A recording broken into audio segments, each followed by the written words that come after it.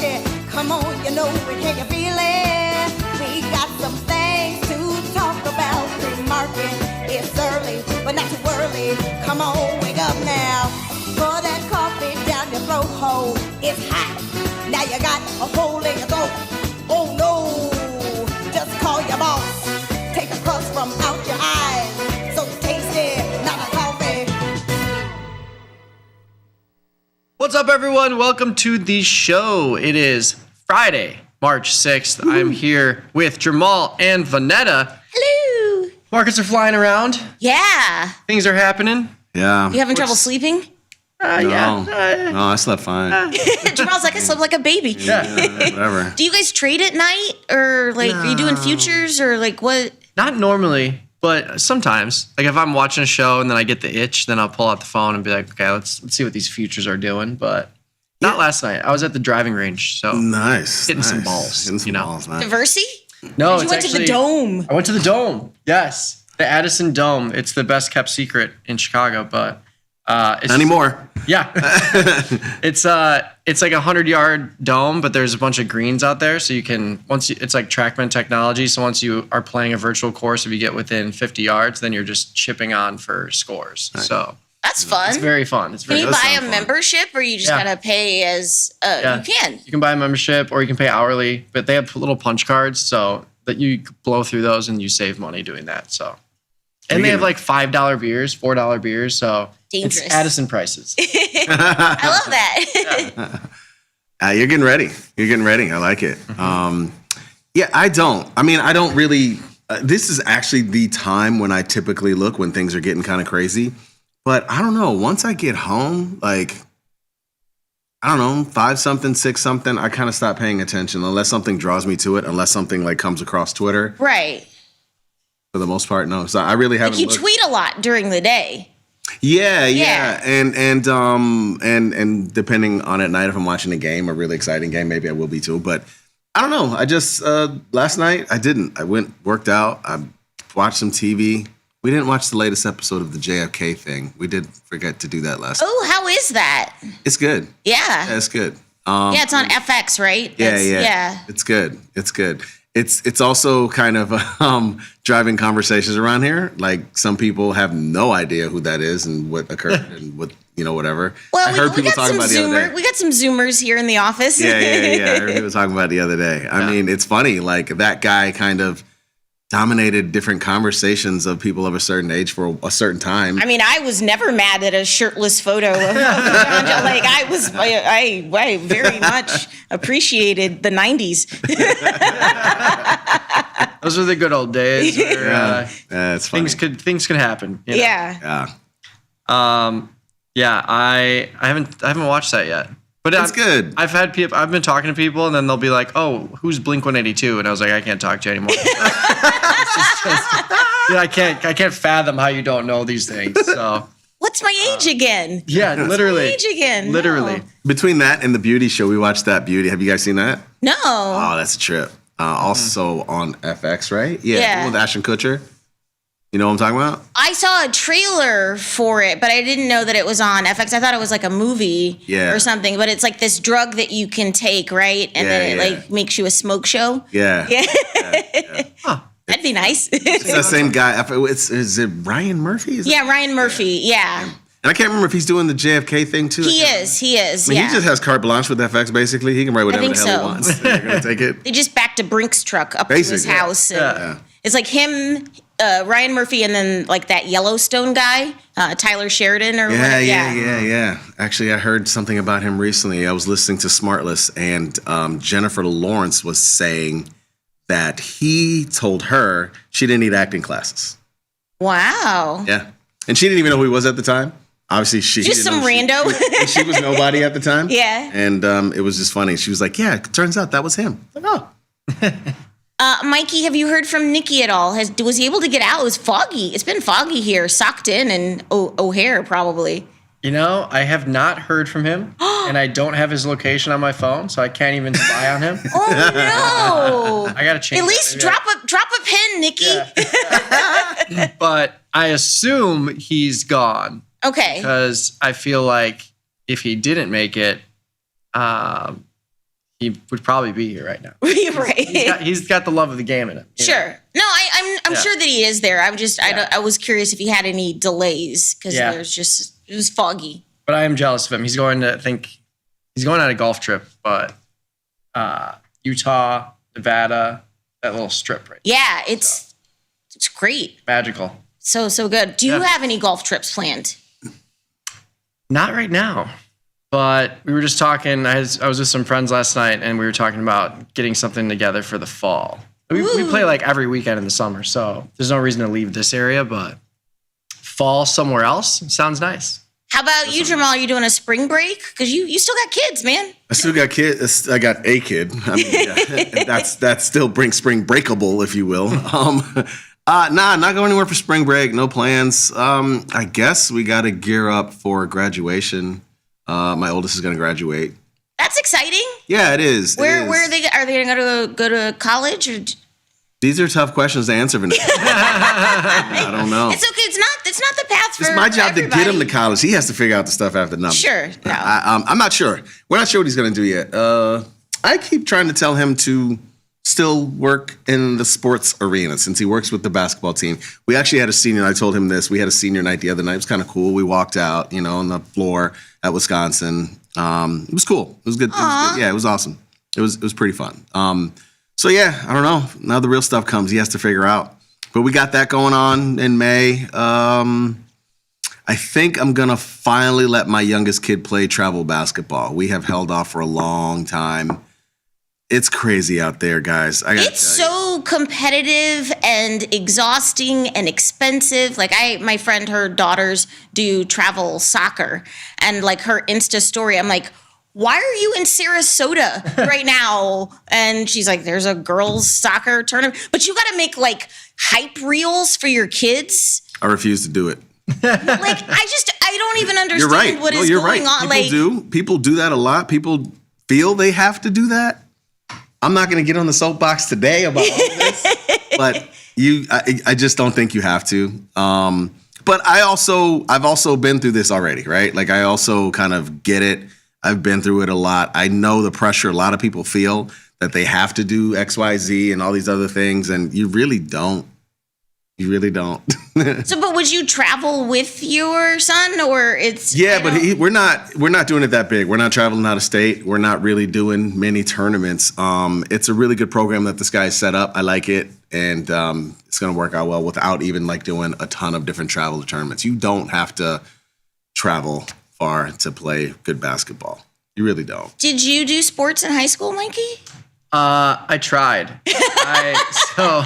Which is a wild statement. No, I played tennis competitively for a long time. Hey, for real? Wow. I didn't know this. Okay, Pete Sampras. Yeah. Pete Sampras. Well, you got a little Agassi in you. You're more like a little Agassi. I see. But he said Pete Sampras was his favorite. Yeah. Actually, my favorite too. Yeah, I kind of like. But yeah, I also was a skateboarder, but I broke my foot skateboarding, and I was pretty good at tennis. Like I would have been able to walk on to the JV team at the very least, but my foot was broken, and the tryouts were during that time, and I was like, hey, I'll be healed in like 2 weeks. If you let me on the team, I'll show you like what I can do. And the coach was like, no, can't try out. You're not on the team. It was just like, yeah. And I was like, so I took that personally. I was like, fine, you don't want me on the team, then I'm not going to be on the team. Like, I'm going to burn this court to the ground. I'm never going to play tennis again. And that's basically what happened. Hey, can we gift that up and make that a meme when he said I took that personally, and let's do it like the Michael Jordan like thing? I took that personally. I had no idea. I know, right? You learn something new every day. So are you going to just straight dominate the pickleball set now? Like, no, I do dominate pickleball. Okay. I haven't played with Nick yet, but I can play pickleball well because I played tennis. Like, no, pickleball is still an athletic sport, but if you can play tennis, you can absolutely play pickleball. It's not as hard to play pickleball than it is to play tennis, is another way to put it. Okay. Or at least hit the ball well. Yeah. Yeah. And then, Jamal, what sports did you do in high school? Track. Yeah. I missed out on, I moved around a good bit, and so I didn't play basketball until late. I was started maybe 13. Oh, okay. Pretty late. And I remember trying out freshman year of high school. I was like one of the last to get cut. And I felt like I probably deserved it. And so, like you said, I took that personally.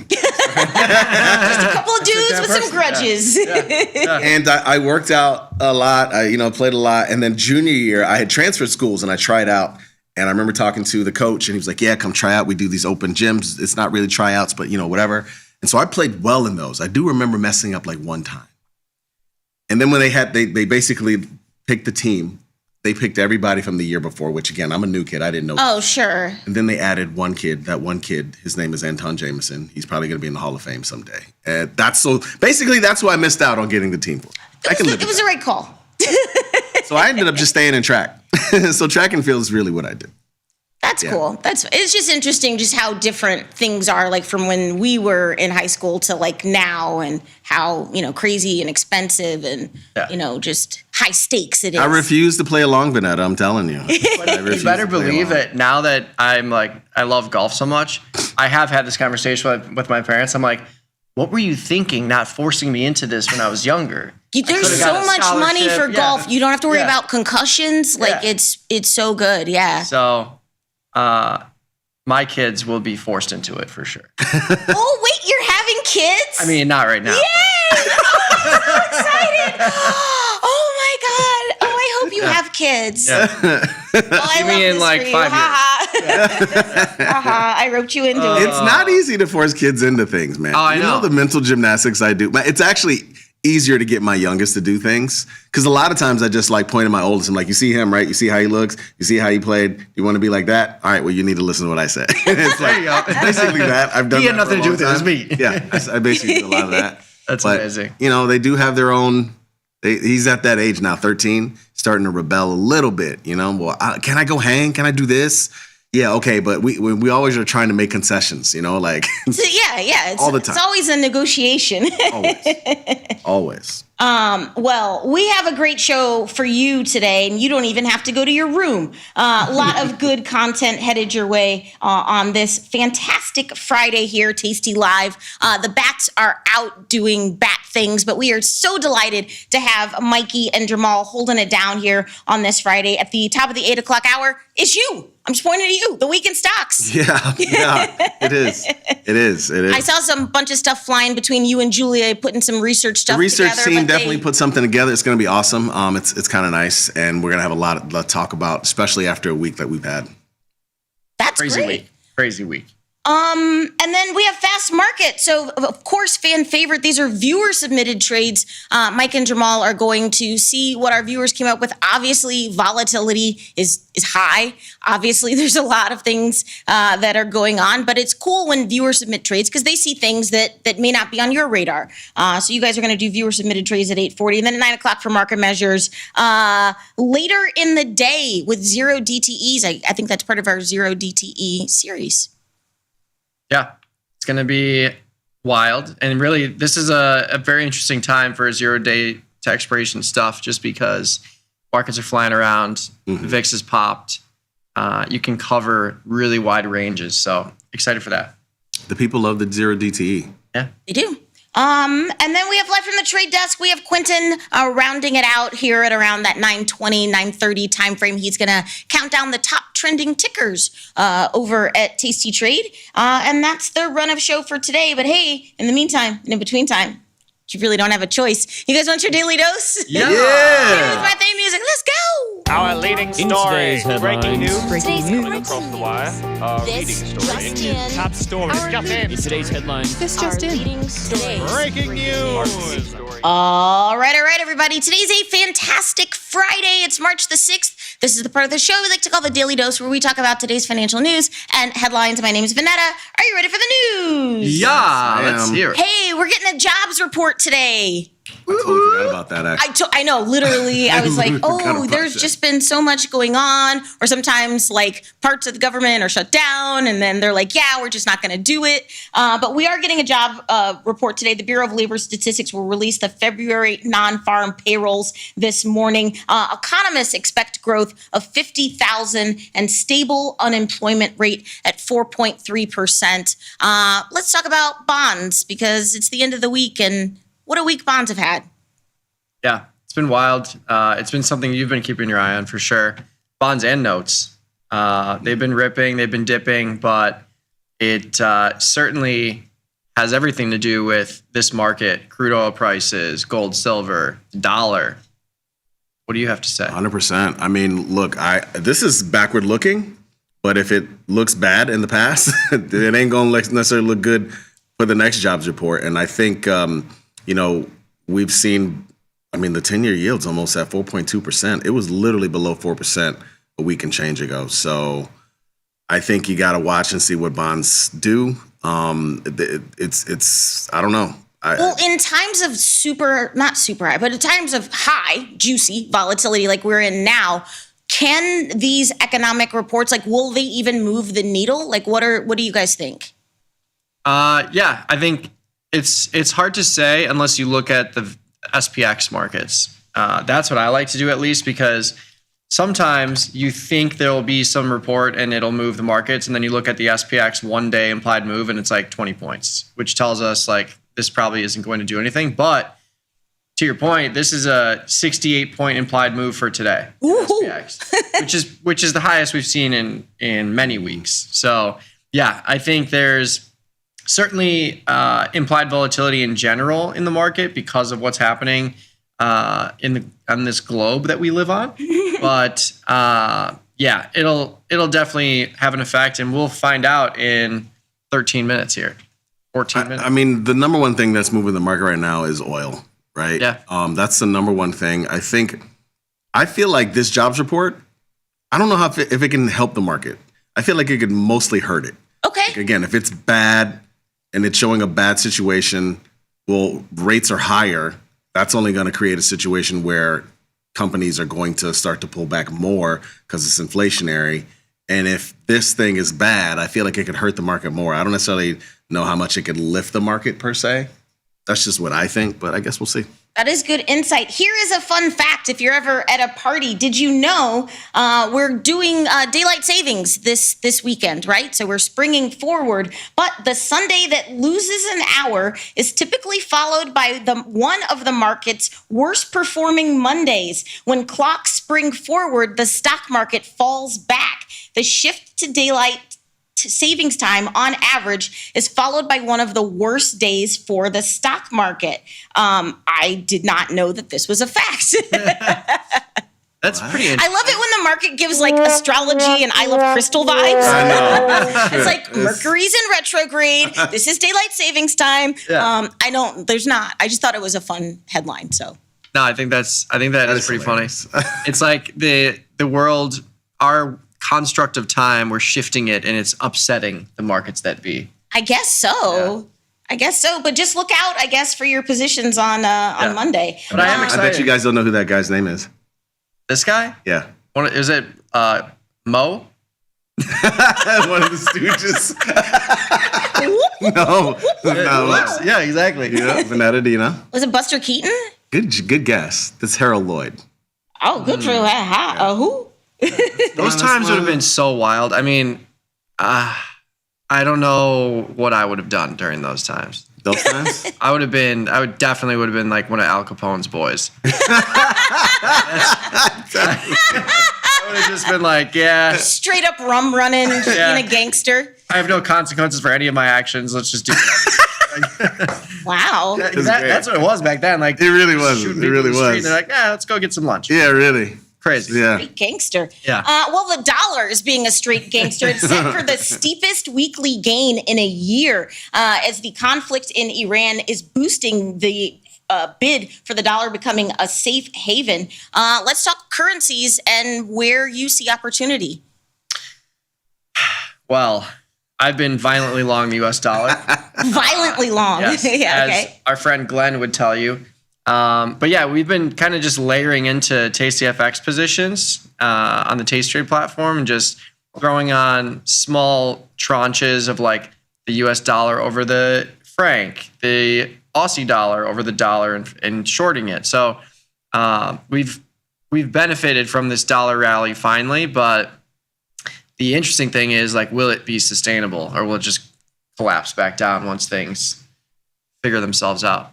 I don't, obviously, you got it in here, right? The Iran crisis. I don't love the fact that the dollar is moving for the reason that it's moving, right? That said, it's nice when things start to make sense again. all of a sudden the dollar moves up, markets get scared, the gold goes down. Like that's the way it's supposed to work. It has not worked like that for the better part of a year and change. And that's made trading difficult at times. I mean, there's been plenty of times I've tried to get long the dollar and it just made no sense why it moved or not. Now it actually makes sense again. So I think that's the cool thing. Like you can start to make sense of some of the relationships that we see day in and day out. But it's wild. You're right. I mean, this is really unique to see the dollar moving the way it's moving. Are you guys using DXY or what instruments? So you're using tastyfx. Like what are I look at DXY for sure. I'm glad we have it on the platform. Hashtag whatever, hashtag dollar. Hashtag dollar. $sign DXY totally fits, makes sense. I love looking at that for the chart. But I also use tastyfx like him to sort of express my opinions on the dollar more than anything. I don't use any other equity stuff to express opinions on dollars. It's really tastyfx. Okay, good to know. In other news, U.S. The Treasury Department is expected to announce measures aimed at combating rising energy prices, including potential action involving the oil futures market. Yeah, that's what we need. I got to play our old friend Tom on this one. This is ridiculous. I mean, the potential move would mark an unusual attempt by Washington to influence energy prices through financial markets rather than physical oil supply. So they're like, yeah, we're not going to tap the strategic petroleum reserve. We're going to just manipulate the oil market. When I see Market manipulation. That's crazy. When I see that, I'm like, I'm not putting on any more oil trades right now. Yeah. Like I got a couple of iron condors, and that's it. I took the one trade-off that I had with which was the 77.80 call spread versus an MCL contract. Took that off yesterday for like $350, almost $400 gain. I'm leaving it there. I'm not making any more directional plays right now because that worries me. That makes me feel like we're going to see a silver type move that like we saw not long ago. Of course, the next sentence says, the details of the plans are unclear. No. What are your thoughts on this, Mikey? I think it's wild. I like you have to just let the markets do what they're going to do and let the people figure it out. Like I think eventually this might be a catalyst down the road for people getting more into like electric vehicles and just avoiding this altogether. But obviously you can't just like go out and buy a Tesla, or most people can't. So yeah, I think it's pretty wild. I mean, if you're trying to trade for this, like let's say you actually think this is going to happen. I mean, they're obviously going to try and compress the price. So maybe you put a long-term short position on, but that's still risky in this environment. Yeah. I mean, I don't, it just adds uncertainty big time. One thing that is really interesting is, of course, everyone is looking at crude oil and, of course, how the price is at the pump. I think it's up another 7 cents from yesterday. I think it's up 27 to 33 cents for the week. In my area, I paid $3.65 last night or something like that. Wow. Because I got gas Monday at Costco and it was $3.14. Right. And I was happy with that. And I was like, yeah. Those prices are so low. We were talking about that yesterday. Yeah. And I drive a hybrid, so I have 400 miles of range for us to figure this out. But what's interesting, though, is what's happening in the diesel market. So the national average for diesel is now over $4 a gallon. Really? And the repercussions of that, if you think about logistics like shipping and transportation and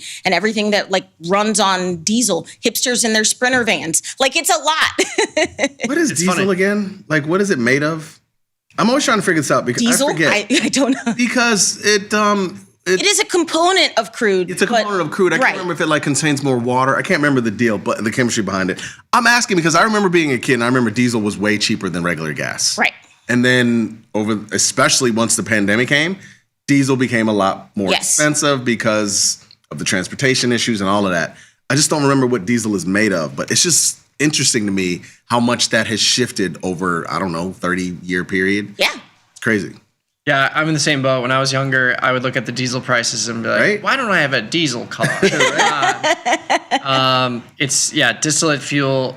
I thought it contained like more water, but maybe I'm wrong. That's just what I thought. I don't remember. It's got Monster Energy in it. Speaking of Monster Energy, I saw some crazy stat. Like if you bought 10K of Monster stock like 20 years ago, you would have like $4 billion now. It's some crazy number. What? Yeah, it's ridiculous. Some crazy, ridiculous number.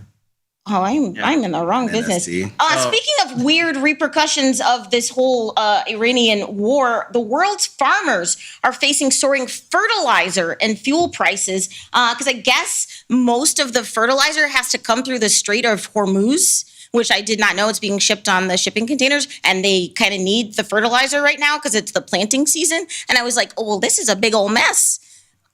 So good. It's interesting you mentioned that. I'm so glad you did because I was gonna. I didn't know if you're doing the him softs. about this morning. He actually had some soft positions, and they made big moves. And I feel like at times of this type of volatility, we've seen that before. That these softs make big moves. So that's a really good call out by you, Vanetta.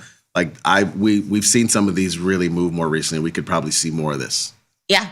What were you doing in the softs? Thomas was getting into some just bullish positions based on a number of different things, but it was nice because we were able to exit all of them for nice winners. But it's not every day that we look to place those trades. So it's kind of more like these are at price extremes. Let's take the other side. It just so happened to work out that prices were down and we had bullish positions on before all this started happening. So corn, soybeans, and wheat have all made big moves recently to the upside. Yeah, this happens.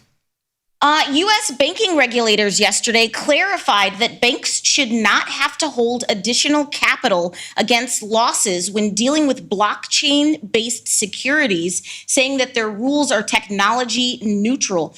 Basically, they issued new guidance clarifying that they will not distinguish between tokenized securities and traditional securities when it comes to bank capital.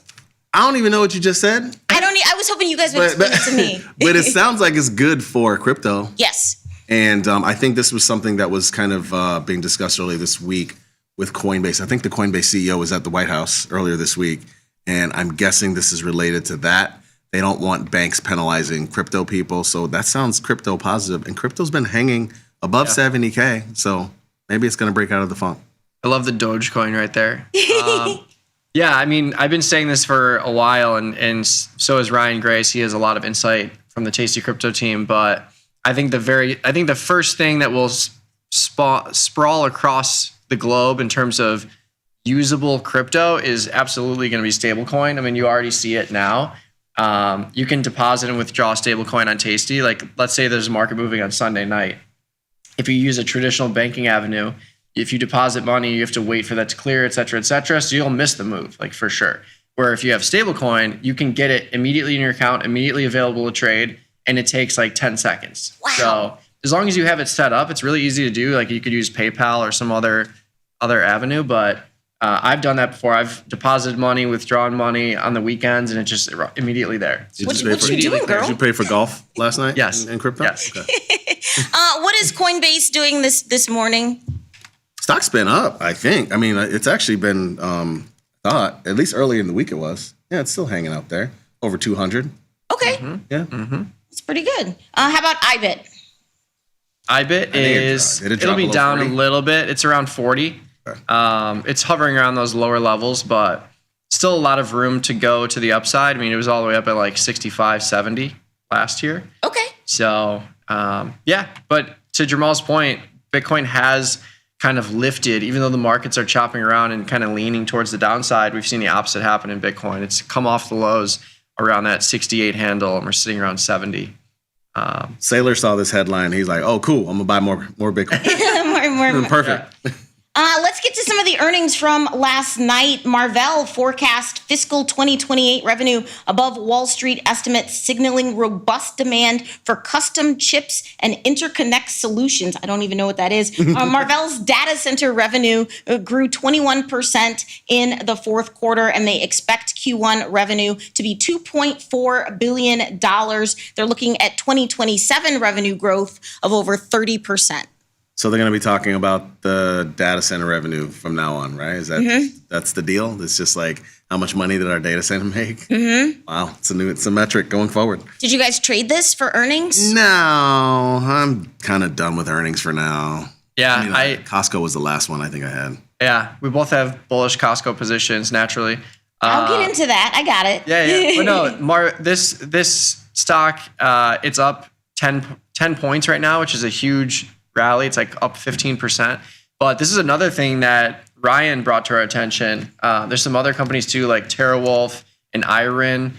both of those companies as well with Marvell is just like these companies that were originally created for crypto mining are now kind of shifting towards the data center play. Yeah. And it makes all the sense in the world. I feel like doing earnings season is like going to a party. You want to leave earlier rather than later. Seriously, you That's don't a want to good be trading these analogy. earnings like towards the end here. Yeah. Like, be done. You know what I mean? Like if you're hanging around all the way till the end for Nike, like you stayed too long. Stayed too long. You don't have to go home, but you got to get the hell up out of here. There you know go. what I mean? But speaking of Costco beats holiday quarter results estimates on resilient demand. Costco was among over 1,000 businesses that sued the Trump administration, saying they lacked the authority to impose tariffs. And they look like they're going to come out on the positive side of that. Good luck getting your money, Costco. But he said it was not yet clear on the call when companies, if or when they would receive their refunds. But the company's same-store sales rose 6.7%, and net income for the second quarter rose 14% to $2.04 billion. This stock to me is as close to Berkshire Hathaway as you can get, I feel. I mean, I just feel like they don't really lose money. So, yeah. I take like my so. money. That's for sure. Well, yeah. I ran into Mikey at Costco once. Like I was shopping and I heard my name and I was like, "Hey, girl!" I actually scared her a little bit. I like ran around the corner. I was like, "Huh?" She's like, "Who is this man trying to take me away?" No, we both just had carts full of protein shakes. Yeah, literally. Costco was an interesting one because yesterday it was down. The expected move yesterday on this $1,000 stock was only like 25 points, and it was down 25 points yesterday. So we were like, this is kind of weird where it's down already, the equivalent to the expected earnings move, and the earnings move itself is only like 3% of the stock price, which is really low.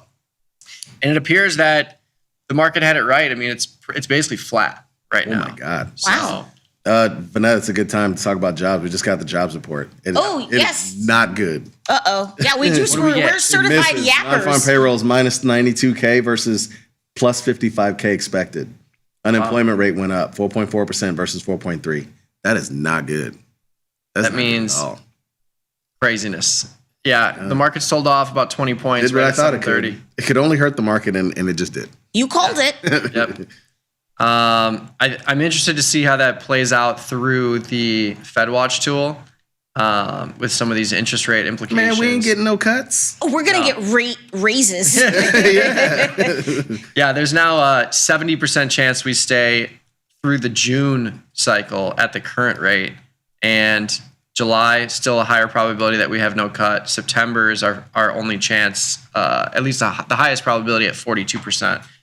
That's September. But this is like the same as the last 3 years. They say, oh, we're going to have like 900 cuts this year. Yeah. And then there's one. No, I shouldn't say that. Actually, the 10-year yield, the 10-year yield saw those numbers and dropped. 10-year yield just tanked. So the 10-year market obviously is like saying, we need a rate cut because this is a terrible number. But yet, how can you cut rates when oil is $87? Ooh. This is not good. Hands are This tied. is really not good, actually. This is not good. I want to call my mom. Pick me up. Another earnings from last night, Gap. Their ticker is Gap now. It used to be GPS. Am I the only one who remembers this? I was true. confused. Yeah. You're right. Well, winter storms weigh on Gap and Old Navy's performance after 800 stores had to be temporarily shuttered. Gap's fiscal fourth quarter results missed on the bottom line. The CEO says that Gap is ready to build on the momentum that it had had in the previous quarter. Revenue came in at 4.24, which is right in line with estimates. Gap. I haven't shopped here in like over 10 plus years. Yeah, I was going to say, I haven't been to Gap in many years, but like it's kind of wild that these like brick and mortar retail companies can still Exist? Yeah. Is that what you're going to say? Yeah, like, seriously. Because I literally, unless I know what I'm going to get, like I'll go to Uniqlo because I know all my sizes. I love Uniqlo. Oh, it's Yes. amazing. Yeah. But like I'll go there because I know exactly my sizes and everything that I Sure. would ever buy there. Which is- but like, And everything is so well made there. Yeah. Like, you know, it's just going to be a hit. yeah. But yeah, I'm not sure. Like I know that I can just get everything online if I want to get it. Yeah. So Yeah. I'm officially the digital millennial. I guess we'll call it. I worked at the Gap in college. It was you? like my perfect did job. you? Literally, all of my check went right to the store. You probably got a sizable discount. Back in my day when we did it, we got $6.50, so 650% off a month, and then the rest of the stuff that we wanted to buy was like 30% off. So That's pretty good. It actually started in San Fran, right? Gap? yes, it started in San And then Francisco. Old Navy wasn't like always a thing. That came after. Right. So and they also in Banana Republic. What was the point of too. Old Navy? What was the point of them creating? It's like Old Navy? cheaper. Is that what it is? Mm-hmm. Huh. Interesting. Anyway. Old Navy, Abercrombie. It was the whole Abercrombie versus American Eagle. Oh yeah. Yeah. The 2000s, man, the 90s. Love Yeah. it. Remember in Abercrombie, you walk in, you just like almost get knocked out by the. I couldn't even go in there, just like the smell. It's like, whoa. What was it called? Like Fury or some weird? I don't know. what I mean, the hell the is- guys were hot though, so I'm just not mad at it. But cloud stocks. Get back to the news, Vanetta. Cloud stocks. None of them jumped. were interested in you, by the way. Headed None of their models. No, headed for the best day in nearly a year, despite broad market declines. The cloud computing fund, WCLD, gained 2.7%. There was a rally in Okta. Other cloud stocks were high. Zscaler, Wix, MongoDB, all of them higher. I don't know if you're doing anything in cloud stocks, but You're absolutely right, Vanetta. We've been talking about this all week. These stocks have been the things that this is like the only thing that they bought. Yeah. All these software names that everyone was saying were going bye-bye have been ripping higher. Even when we were talking about this yesterday specifically, Microsoft, even in this market turmoil, we've been down 100 points, 50 points, whatever.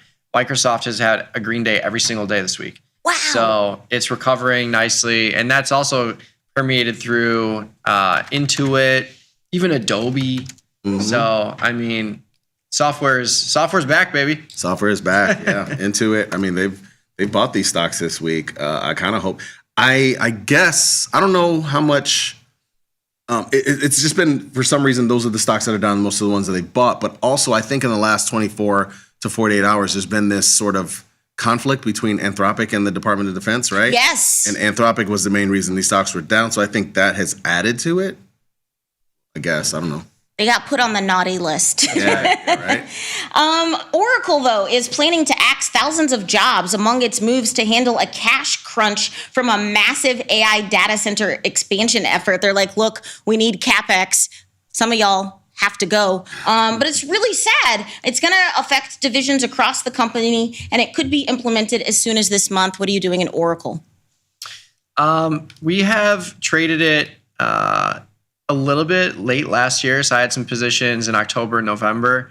They were both short. One of them was a short put spread, and the other one was a call calendar spread. So yeah, we're just kind of buying the dip in here. But nice to see that it's caught this kind of floor around 140. It's hovering around 155 right now, but it was trading at 350 last year.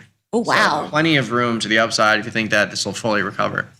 Yeah, this news though, I don't know. I don't like this news. Like it keeps hovering around the amount of debt that it has. It muddies the picture, kind of. I don't know. They have earnings next week. We'll see what they say about it. Oh, okay. Yeah, I just noticed it. March 10th. In other news, speaking of the Anthropic kerfuffle, OpenAI is trying to rally, and they are launching the new ChatGPT 5.4 model. Yep, you're on the right story, Laura. The new OpenAI model is built for agents, but is it enough to lure back Claude converts? Of course, Anthropic's app sits at the top of the download charts across the platforms, and they even have like a plugin where you can just import all of your AI history from whatever chat bot you were using before, and they're like, we will learn you instantly. Okay. And I was like, okay. Which one do you guys use the most? We use ChatGPT here because the company pays for it. I use Claude also Do you? because the company pays for it. So That's what I thought. Yeah. Really? Okay, well then I'll go Yeah, over we to got- Claude. get you a company that does both. Yeah. But no, I think it just depends on like your very specific thing you want to do because they all have their own little nuances. Yeah, that's what I Some really don't create know. images or videos better than others, and some analyze data better than others. And it just, I guess it depends on your use case. I Or will say Nikki was the front runner. He was a Claude evangelist Yeah. very early. yeah. But I mean, it's kind of what's interesting about these products is they're sticky in the sense that like once you create, if you're paying for it, if you have your own profile, even if you don't, once you create your own little conversations that you're feeding it data and it becomes smart for your specific uses, like to your point, like the only way you would switch is if it would learn everything and be able to completely convert without you doing anything. Yeah, because I upload like my writing to Chat GPT and I'm like, hey, help me revise this in the way that I write. And it's like, I got you, girl. Yeah. And then it does it. It has a sassy button for me. And I love that. Here's something interesting. The U.S. officials are debating a new regulatory framework for exporting AI chips, and they're considering requiring foreign nations to invest in U.S. AI data centers or security guarantees as a condition of getting an export. So if a company abroad wants to get an NVIDIA or AMD chip, then that company, again, under this framework, then the overseas company would have to give us a kickback and invest in American infrastructure like data centers or things like that. What do you think? It's just yet another tariff tax. It's like, that's what it is. It's ultimately just a way to get more revenue from something that would have happened anyways. I don't it's know. It's a weird mix of public and private, and you're like, okay, what are the stakes? Who are the stakeholders? I don't know. It's unprecedented in anything we've seen before, and I feel like, we're down 65 now. I feel like we shouldn't ever hear about a deficit ever again. I mean, seriously, in 4 years. Yeah. And we shouldn't have to pay taxes. If we don't have to do that, you know what? I'm all for it. Like, whatever. What are you guys doing in the chip stocks? What are the chip stocks doing this morning on this down move?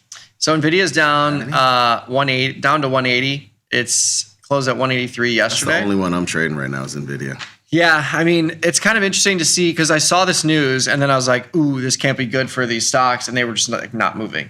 So I don't know. Maybe they're ignoring this until it like actually gains some ground. But yeah, those chip stocks are down relative to the software stocks. NVIDIA and ABGO actually are the only ones I'm trading right now. That's all I got, and I'm long both of them.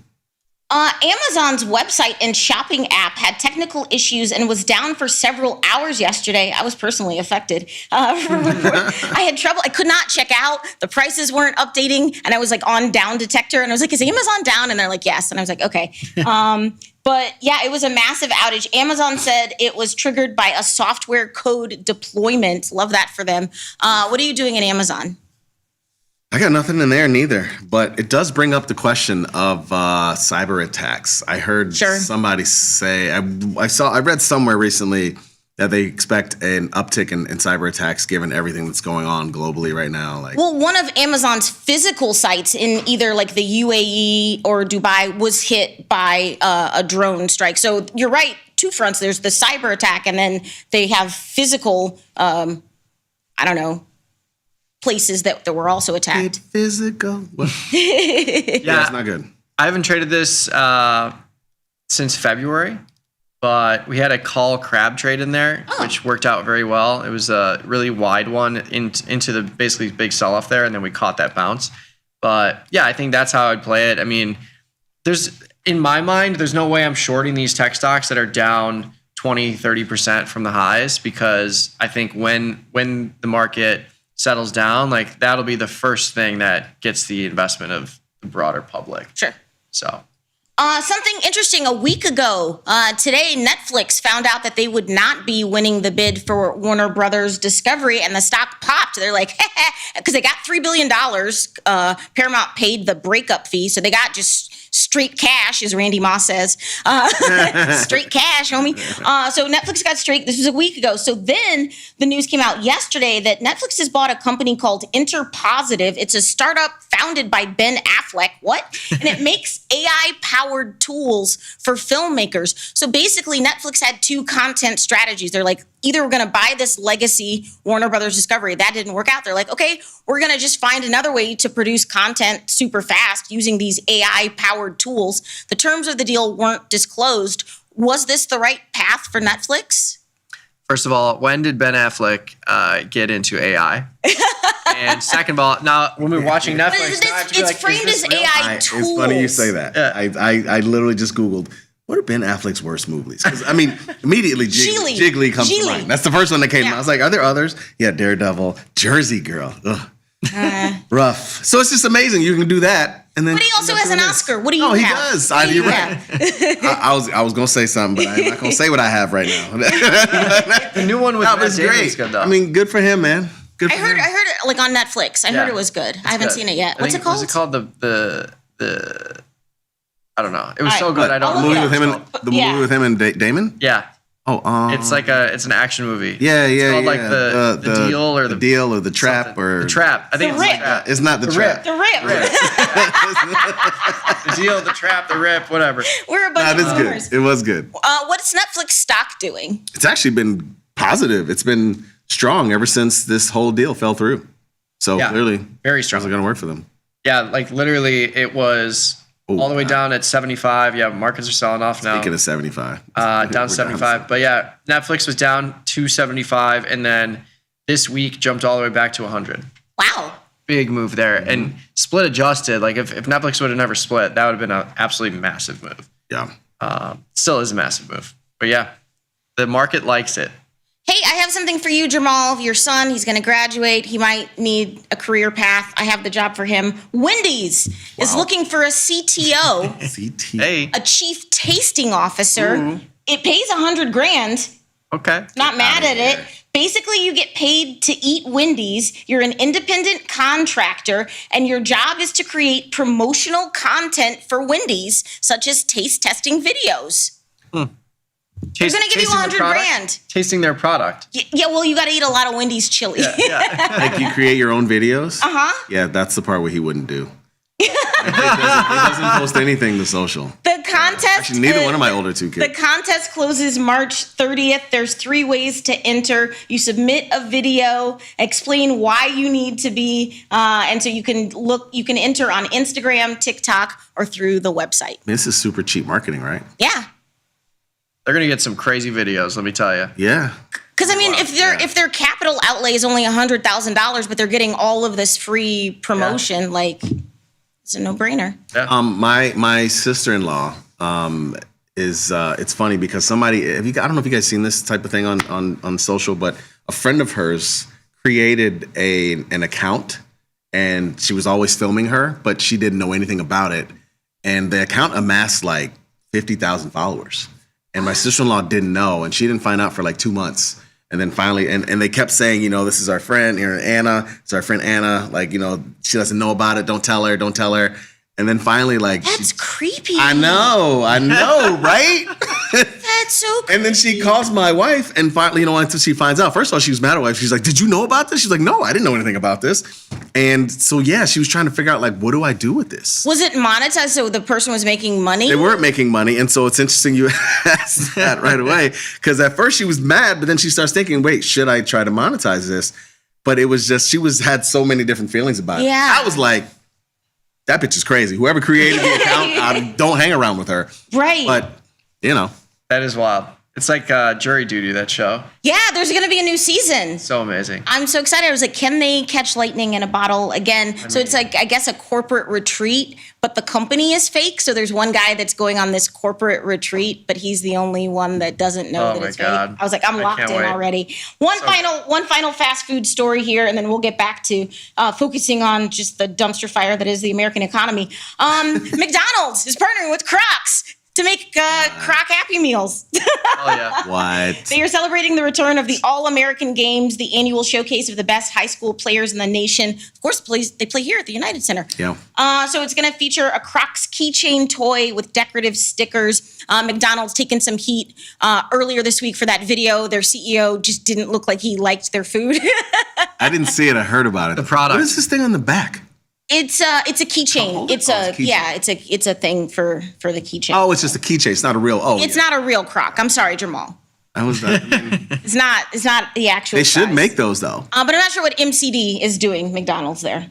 What is this doing? McDonald's was ripping into this craziness, but it's come off the highs. It was up at 340. which is wild because it was around 300 to start the year at the lows, and then sold off a little bit. It's trading around 327. Same story for Crocs. Crocs has sold off from 100 down to 80 over the last week and a half. So big unloved again. Crocs are unloved. Yeah. I love Crocs. I do love Crocs. Too. I love Crocs. I have my Crocs. I have black Crocs with the tasty cherries connected to them. Ooh, the little gibbets. Yeah. Yeah. I want the tasty cherry ones. I wear them to Costco and I look very insane. Because I wear like shorts with them too. So Hey, because it's Friday, I like to find a video for a little segment I like to call Trader Taste Test. And this looks good because it's a mashup of two Chicago classics. Let me know, pass or smash. Watch this. This is an Italian beef pizza puff, and it's what you get when you mix two iconic Chicago foods together. And it's super simple to make. In a bowl, just mix some pizza sauce, homemade or store-bought Italian beef, shredded mozzarella, hot giardiniera, and sweet peppers. Get yourself a 10-inch tortilla, add your filling to the center, top with more cheese, then fold in the sides inward like an envelope, and then fold each end over to form a tightly sealed rectangle. Deep fry, shallow fry, or air fry till golden brown. Let it cool for a few minutes on a wire rack so you don't burn the living hell out of your mouth. Cut down the middle, and enjoy this fun take on a couple Chicago staples. All right, pass or smash. This is an I would definitely eat that. First of all, I love that you're saying pass or smash. I love that guy. That guy is great. Yeah. I would definitely eat that. I'd eat it without the bread or the tortilla. I'd eat it without that. Love that. Amazing. Great. Well, this has been super fun. What's coming up next, Mikey? Confirm and send. We are going to take a look at some viewer questions, and we're also going to take a look at these markets here, selling off aggressively. But before we get to that, we'll take a little 90-second break. Thank you both. What a fabulous morning we've had already. That's right. And about 40 minutes until the equities market opens, but market's not liking what we're seeing right now from the jobs number. We'll see if it holds later today, but we'll be back in about 90 seconds.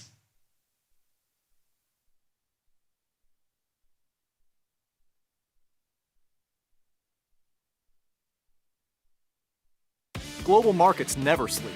Explore them with Forex on tastytrade. Get in on 80 plus Forex pairs, 24 hours a day, 5 days a week. FX marks the spot. Trade it on tastytrade.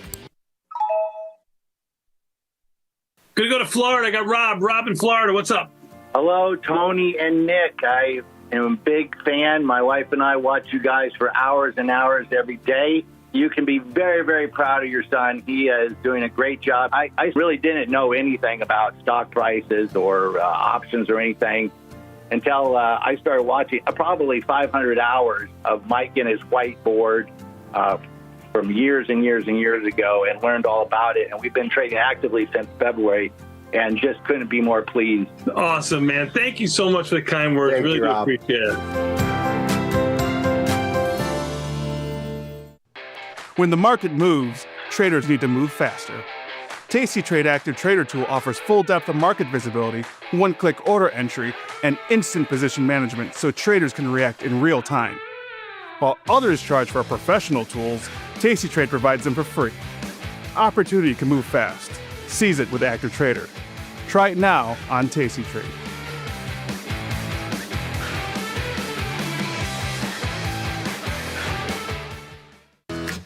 Tasty Trade is now on TradingView. Trade stocks and futures directly on TradingView charts with Tasty Trade's low commissions. Try it out and leave us a review. Diversify your portfolio with stocks, options, futures, crypto, and more. Focus on the markets that matter to you. See the odds before you trade using curve analysis, IV rank, and more tools. Tasty Trade. Download today. Tasty Trade has crypto, and you can trade with zero commissions. Bitcoin, Ethereum, Litecoin, and more. Diversify in one place. Crypto. We got it. We get it. There's a beast in the financial world, and it's not the bull.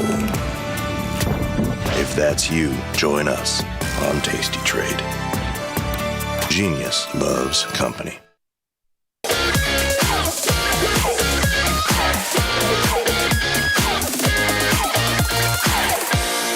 Welcome back to the show, everyone. This is Confirm and Send, where we look at your questions and we try to answer them as swiftly as we can. Yeah. E-minis and NASDAQ selling off aggressively. E-minis down 90 now. NASDAQ down 400. Bitcoin down 1450. But the story of the day, of the week really, has been crude oil ripping higher, up 6 points, 8% in the futures market right now. Look at that chart. Crazy move here. Straight up. And, you know, I put on this short call spread around 100 yesterday, and it feels like we're bound to test it. Yeah, it does. Absolutely nuts. It does. Yeah, we're looking out. We're looking. I mean, at this point, you got to say we're possibly heading towards 100. This is not going to end swiftly. No. I don't know. Yeah, I don't know how much more I mean, at this point, I feel like I have pretty good oil positions on. A couple of iron condors. I added one yesterday. At this point, I'm not going to do anything until we get to 100. If we get there, it is what it is. I mean, implied volatility is ripping. If you're really playing this implied volatility move, the premium up of the highest strikes available is what I'd be looking at into this kind of move. But we'll have to see what the market looks like when the equities open here. But if you want to join us on the YouTube channel, we're streaming live there. Just head over to Tasty Live. You can throw in your trade ideas, questions along the right-hand side chat. We'll get to it throughout the morning show. But yeah, why don't we pop over to a little confirm and send on this fine Friday, see what the people have for us. All right. First question. I'll sometimes hear hosts say a product is too big to trade, but if I use a defined or strategy, does the size of the product matter? It's a good question. I mean, by too big to trade, obviously what they mean by that is the notional size of the product, right? And it does matter, even with a risk-defined strategy. Silver is a good example. I mean, if you had a silver call spread during that move, you probably saw your P&L swing, which is not, it's not for the faint of heart, right, when you have that happen. So I would say it does matter. Being aware of the notional size of a product does matter, even in a risk-defined situation, because you'll see the P&L swings. That's the hard part to deal with. Yeah. We trade SPX in a defined risk way, and that's super liquid, and we kind of layer into different positions. But yeah, I mean, I think if you're trying to put on undefined risk trades, then of course it's going to be dependent on what the size of the product is. And defined risk strategies don't have as many defensive mechanics, so there's something to be said about that. But yeah, if you're just selling spreads or you're buying spreads, then yeah, you can adjust your spread width to the product you're trading to account for that. But if you're doing a 5 or 10 point wide spread in an SPX product, it's going to be an extremely slow moving trade relative to if you had a 5 or 10 point strategy in a $100 or $200 product. So not necessarily apples to apples, but yes, you can offset that by going with defined risk. Next question. I'll read this one. I won't make you do all the work. We can swap off. Cool. Is it more important to get diversified positions on in a low IVR market or high IVR market? What say you? I think you should look for diversification in all markets, but I would say it's easier to put on hedges when the markets are complacent, when the VIX is low, volatility is low, because that's when you can get cheap premium that, like, if you had been layering into, let's say, longer term put contracts in SPY when we were at a 15 VIX and the markets were at highs, those are printing now, and those are saving you a lot. So I think that's an interesting way to think about it.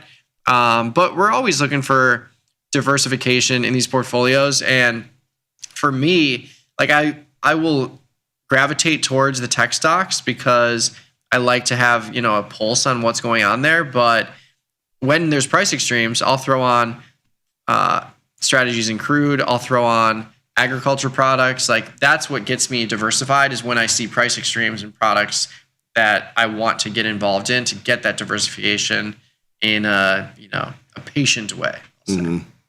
Yeah, I mean, I'm always looking at different other things. If the vol is high, then I trade it. I don't necessarily think about getting a diversified portfolio in general, honestly. Yeah. I just look at what's interesting and trade it right now. It's oil right now. When I look across my positions, I mean, SLV, we've been in that because it was high. I didn't do it because to diversify my portfolio. I did it because it was high. That's kind of how I roll. EWY, again, that's the South Korean ETF. That vol is high. I'm in it. I mean, it's kind of how it goes. So I think you do this regardless of low or high IVR environment for the most part. I don't necessarily know if IVR matters. What the interesting thing though is that when it is high IVR, it just so happens that all of these things are going to be volatile and your whole portfolio is going to be breathing more, P&L wise. So that's probably the one thing to consider. Yeah, for sure. Next question, please. When the VIX rises but equities don't break down structurally, is the market hedging or signaling something under the surface? Well, we could really take this a whole bunch of different ways. Rises, I mean, the VIX is rising right now. The market is breaking down. Yeah. Right? But if we've seen times where the VIX goes up maybe a point and the market doesn't necessarily completely break down. This is a wide-ranging question. I would say right now is the time to pay attention. The VIX is rising and the market actually is breaking down. You have strong backwardation, literally a point between each of the front 3 months, and you're actually seeing the breakdown. So this is the time where you're seeing exactly what you think you would see in terms of, oh my God, it's scary. VIX is up. We're in backwardation. Market's down. Don't compare this environment to, something that we saw 2 months ago where the VIX was 18. Yeah. And we had a day where the market's down 60 and people are like, oh, why isn't the VIX up more? Like, this is what it is. This is exactly how it's supposed to happen. The VIX is moving. The VIX is basically saying for the next 30 days, we're going to see 1.5% moves in either direction. And I think that's exactly what we're looking at right now. Yeah. And you brought up a point yesterday about the churn in the S&P 500 and how we're at the 97th percentile in terms of the churn in the market, which is why we've only had a 250 point range for the last 3 months, even though the VIX has continued to rise in that same period. So I think it's just this recent move in the VIX paired with the kind of chop in the micro E-minis or the E-minis themselves is about that sector rotation that we've seen. Yep. Versus the macro selling where the VIX would pop to 40 or 50. Yep. Which we might see now. Yeah. Seriously. Next question. Aren't you guys afraid to sell naked calls? Stocks have a theoretical bottom for the most part, and it's above zero. Therefore, puts have limited exposure. However, the upside is truly unlimited. It just seems to me that the risk on the call side is much worse. Am I right about that? Yeah.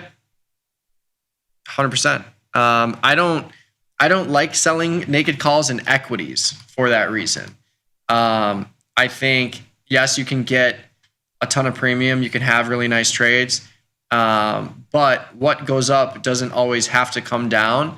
And I think when you have this crazy euphoria, especially if it's in a specific equity name, that's where, in my opinion, that's where the biggest risk is if it's in an equity that becomes the darling of the investing space and everyone's buying it, that can be problematic.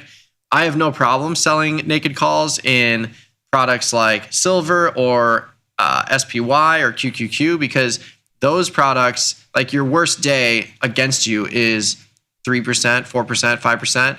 It's very manageable and you can easily manipulate strangles in that environment. Or if you just have a short call, or if you have an equity and it rips 30% after the close for whatever reason, that's going to be a really tough pill to swallow. So I'm comfortable selling calls in products that are less volatile, like precious metals or SPY or the Qs, as long as it's a product I can afford, just because they don't move as violently as a single name equity. Yeah, I'm in agreement. I mean, I hardly ever really sell naked calls. I'm trying to think. There was one name where we sold that did a upside naked call. It was crazy. It was I don't remember, but the stock might have been $80 and there was 160 strike that was trading for 2. And I was like, that's ridiculous. That's probably one of the few times I've done it. I really don't do it in general for exactly this reason. It does make me nervous. I would just rather find a way to sell a call spread. Yeah. But a lot of times the names that you're looking at to sell naked calls and or try to do a call spread, it just doesn't work because it's just so bid to the upside. USO is a great example. If you look at USO right now, it is bid to the upside. Selling a call naked is expensive. If you try to sell a call spread, it's just not going to work. It's just kind of how it goes. Yeah, this is wild. USO's up 10 points. And USO is going to benefit from the backwardation that's in the crude oil markets. This could be a historic run for USO. We're going to have a wild day, man. We might need to take some phone calls today. It's going to be a wild day. It's going to be insane. That was the last question. So thank you for those submissions. Hopefully that's helpful. E-minis down 90, NASDAQ down 400, Bitcoin down 2,100. Selling off here while crude oil rips to the moon. We'll see what happens the rest of the day. Thank you for joining us this fine morning. But we've got a fun little segment for you coming up in about 90 seconds after we take this break. We'll be back with This Week in Stocks in just a few minutes.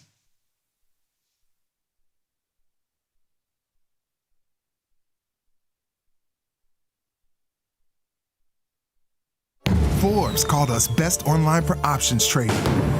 Investopedia, best for options trading, period.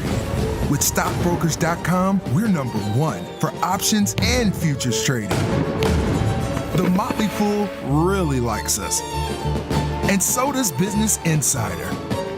So what else can we say other than boom? Trade like a trader. Tasty Trade. Make your move. Your crypto needs a wallet. And crypto is better when it's tasty. You can now do more with your digital currencies with the Tasty Crypto app. We're proud to offer a self-custody wallet for Bitcoin, Ethereum, and Polygon. Transfer your digital tokens directly in-app and access thousands of tokens available only on-chain. Your wallet is your key to decentralized finance. Download the Tasty Crypto app and get started today.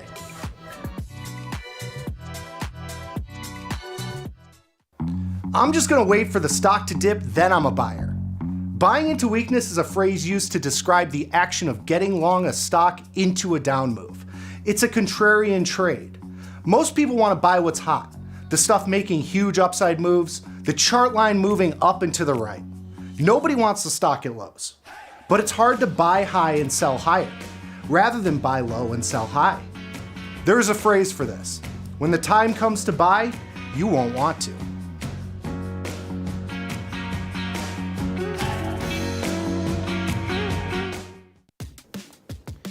Look who's back testing.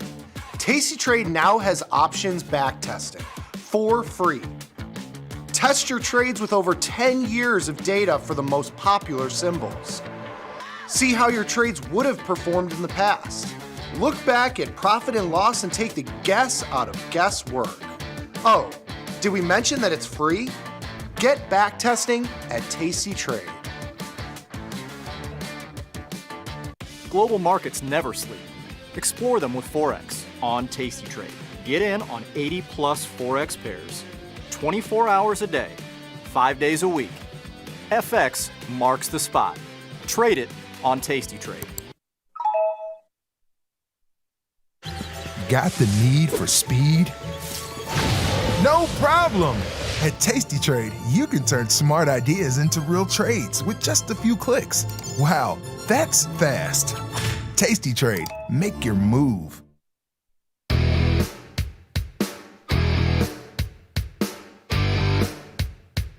What's up, Tasty Nation? Welcome back to the show. You're watching This Week in Stocks. It's going to be an amazing segment. We've got some data for you. E-minis are down 90, NASDAQ down 400, Bitcoin down 2,300. Crude oil up at 87.5, session highs, ripping higher. It's crazy. Everything's nuts. Yeah. I don't know what to say. The 10-year yield is also fascinating. That thing tanked after the jobs report because, well, jobs aren't good and the Fed is going to have to cut, right? Oh, yeah. No. Market reversed that move, so that was wild. Absolutely. Yeah, we got a day here lined up. Craziness. We got about 21 minutes until the equity market opens. So let's breeze through this week in stocks here. S&P 500 highlights, taking a look at some gainers, some losers, some IV expansions, some IV crushes. Yeah. Shout out to the research team, Julie and the research team for putting this together. A little something for us to look at. Look, the week has really been highlighted. I mean, we've been saying it all week. and it's never more apparent than what it is right now. The week has been highlighted by the move in oil. Obviously, the U.S. and Israel striking Iran with missiles has created what I still consider a conflict. It could turn into a war. I mean, in my opinion, the big difference is actual hand-to-hand combat and troops and stuff on the ground. So as of now, I guess it's still a conflict, but it doesn't really matter. Oil is at $88. We've seen oil rise all week, and that's led to markets freaking out because, again, I mean, war in general is not, the idea of war is always scary, but really it's been the rise of the dollar once again, the rise of the 10-year yield, these inflationary environment is really where the market is moving on now. God forbid if we actually do put boots on the ground, it could get scary in the markets. So that's really been the story of the week. The rise in oil, the rise in the 10-year yield, the rise in the dollar, the fall in markets. Oddly enough, the few things that have been bought, as we discussed earlier on Daily Dose with Vanetta, was some of these software names. We've seen CRM, we've seen Microsoft. It'll be interesting to see if those actually are positive today, or is everything down? If everything ends up being down, God forbid, ain't gonna be good. Let's move to the first slide, please. Let's look at some of the gainers on the week. TTD, a name we discussed yesterday when we did Trade It or Fade It, is up on the week. And again, I think this is just names in the S&P 500, no market cap distinction or anything. This is just literally the names that have performed the best. TTD, Expedia Group, AppLovin. That's why I'm glad I got out of that short call spread. The hell with that name. It was not working. But again, that's one of those software names that have been bought throughout the week. Intuit, you can see it on here. So a lot of those names we mentioned, Datadog, CrowdStrike, those have been the names that have been bought this week. Coinbase had a strong week. And again, these names are through yesterday's close, so there's no telling how this is going to turn out today. But when I see this list, I see mostly the software names that have been bought up this week. Yeah, it's been a wild week, and just like we talked about with the short call sentiment, like these stocks, this is just this week, and these stocks are all up over 10%, up to 22% in the trade desk. But yeah, we're going to see a continuation of this kind of rotation in investment in these sectors, and we'll see where we end up. But markets are not looking good today. Isn't it weird that Booking and Expedia are on this list, and they're travel companies? Yeah. Who's traveling right now? Me. Let's move to the next slide. But yeah, I think it speaks to like getting cheaper prices. Like you're going to those websites to get cheaper prices if you're trying to travel. Is that what happens? Is that what you're thinking right now? Oh, yeah. I guess I don't even think about Priceline VIP. We'll have a whole segment on Priceline, and I've saved thousands of dollars booking through Priceline. Yeah, which is true. Booking. Yeah. On the negative side, Sienna, Glowworm, as we say, Corning, Paramount Skydance. Of course, a lot of that has to do with the deal, I'm sure. Consumer Defensive. So that's still a couple of those on there. Brown-Forman and Clorox, Newmont, and Amcor is not a name I've ever really traded.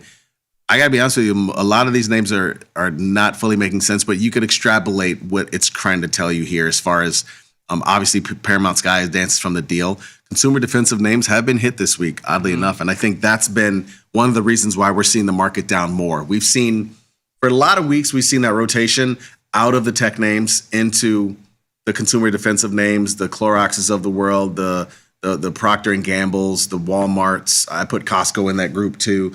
This week, they got hit, and as a result of them getting hit, along with not all software names returning, because obviously NASDAQ's been getting hit, that's why we've had such a strong down week. And then LUV, of course, is an airline. We sold a put in an airline the other day. I think that's going to be another way to play the oil stuff. You don't necessarily have to play directly oil, right? Yeah, you can play 100%. other names as well. Yeah. Oil's going to get a little crazy here for the most part. I don't think you want to make your whole entire bet in oil. I think you want to trade a couple of other things. Yeah. For me, this list, that's what stands out too, is Southwest Airlines. Not necessarily Southwest specifically, but all of the airlines. If you look at any of the airlines from this week, they're all down 10, 15%. United Airlines was at 115. It's at 95 right now. It's going to open much lower. LUV, same story, was up at 56. Now we're at 43 in LUV. American Airlines was up at 16. Now we're at 11. It's a huge sell-off. So like if you're trying to inventory some equities in the airline space, because of this rally in oil prices, these are all being negatively affected. But that's a really interesting way to play the oil rally. If you're playing for a reversal of the price of oil, maybe getting long some of these airlines with some short premium. Like I sold a put in UAL yesterday at the 80 strike for $300. You'll probably be able to get a better price today. But we haven't seen 80 in UAL for quite some time. So definitely an opportunity by proxy because of this oil rally. The cruises as well. Those are going to be ones that have been hit as well. So they don't show up on this list, but trust us. I mean, those names are down on the week also. Yep. Let's move to the next slide. Now we're going to look at some vol changes throughout the week. BSX, again, LUV shows up on the list. TTD increased in vol, even though it was it earnings? I can't remember if it had no, it wasn't earnings, but some news came out about it. HSIC, like I said, TTD, CF, that is a fertilizer name, by the way, just so people understand. That is, we just talked about fertilizer and what's going on there. We've seen what's going on with some of the softs, so I'm almost not surprised to see that on the list. Some of these other ones I really haven't traded before. RVTY, never even heard of that name. UPS, CRH, and Humana. So kind of a mixed bag here when you're looking at some IV expansions. Yeah, and a lot of these IV expansions are because these products have sold off a little bit. But it does bring attention to some more tradable markets. If you're looking at liquidity, you love to see an IV increase if you're trying to sell premium there for sure. Mm-hmm. Let's go to the last slide. IV contractions, largest one, Sienna. Target, of course, had earnings this week. So did Best Buy. Pretty sure it did. So vol came in quite a bit in those. Makes sense. CrowdStrike, that also had earnings this week, didn't it? I feel like a lot of these did have earnings this week. Ross Stores, AVGO had earnings. Fox, did it have earnings? Could have. Could have also been sort of falling vol-wise, maybe because of this deal surrounding all these companies, whatever. Moderna, Kroger, and AES. So those are some of your biggest vol contractions throughout the week, but a lot of those had earnings. It wouldn't be a surprise to see vol kind of creep back in on some of them just because of what's going on right now. Yeah, we did see a decent rally in some of those household retail names like Target and Best Buy, Ross Stores as well, into this craziness here. So, yeah, I think when you see some of these figures, it makes sense, but it definitely is nice to see these lists to bring some attention to a lot of these products. I think out of all these, I think the airlines are very interesting right now, given the rally in the price of oil and how these are all being negatively affected. Yeah, the airlines, the cruises, I think those are areas to trade. I mean, they're always fairly liquid. The airlines for sure are the very liquid ones, but this move in crude, man, I mean, it's look, there's nothing that's going to cause it to slow down until we start to hear about de-escalation. But when you're hearing the only thing that's going to prevent this is unconditional surrender, we got a long way to go. We got a long way to go. So I think you just got to trade that accordingly. I think you got to save bullets a little bit. Put something on if you haven't already. And oil, I mean, the vol is ridiculous. Like, I think it's worth putting something on, but this is definitely going to, I mean, again, the timeline that the administration set out was like 4 to 5 weeks. This doesn't look like 4 to 5 weeks, but I don't know. Again, this is not the same thing as Venezuela. It's different. Yeah. I mean, Venezuela was like, boom, swoop in, out. Yeah. And it was like, no oil move. People thought we would see this. This is different for sure because of the region that's being achieved. Yeah, and the markets will always tell us when it's different and when people should be paying attention to these kinds of things. And we're seeing volatility. The jobs number came out at 7:30. The market started selling off. We were only down like 40 points before the jobs number came out at 7:30 Central, and we got a huge disappointment in the unemployment report. And the market continued to sell off. We're down 100 points right now, and we're still about 11 minutes from the actual equity open. But I think that all of this volatility really just speaks to the beauty of the year-long trade in the E-minis and NASDAQ. Like that position is still up handily in terms of profitability. And it's really just, it speaks to having a continuous exposure to the S&P 500 or the NASDAQ and doing it in a digestible way where you can manipulate it and sell premium around it. It gives you a lot of opportunity even to have a core position on through all of this noise, which eventually, we'll have a lower volatility period this year. Yeah. It'll just it'll be curious to see where the market is when that happens. We also rolled at the right time too, I Yeah. think. I mean, if we had still been in March, this would have been a lot more painful. Oh, yeah. I think we rolled at a really good time, and so it's just not going to be impacted as much. And I think that speaks to the way that volatility happens and the way it is sort of permeated throughout whatever product. Like at some point, once you have this situation, just like we see in the near term vol is way higher, and you're going to see that going forward. I think a little bit near-term vol is going to stay a little bit elevated. It's going to be this is a good teaser actually for the thing we're going to talk about a little later about 0 DTE. I'm curious to see what it says, but I don't know about you, man, but trading 0 DTE is pretty hard right now. Like I would tend to back away from that a little bit and maybe trade, 1 week out more. Like I would rather trade that because I think that's just a little easier to do. Near term, it's just, especially equity wise, it's so much higher. You can look at VIX and that'll tell you that. And it's moving around a good bit. You just have to really, you have to be so right, I feel, if you're trading 0 DTEs right now. If you're trying to pick a direction and play, if you're trying to sell vol, it's really a lot harder than going a week or, a couple of weeks out, maybe a month. That's what I like to do personally. Yeah, you got to put blinders on. And another point to make with the 0-day stuff, like you can set really wide ranges, which is nice.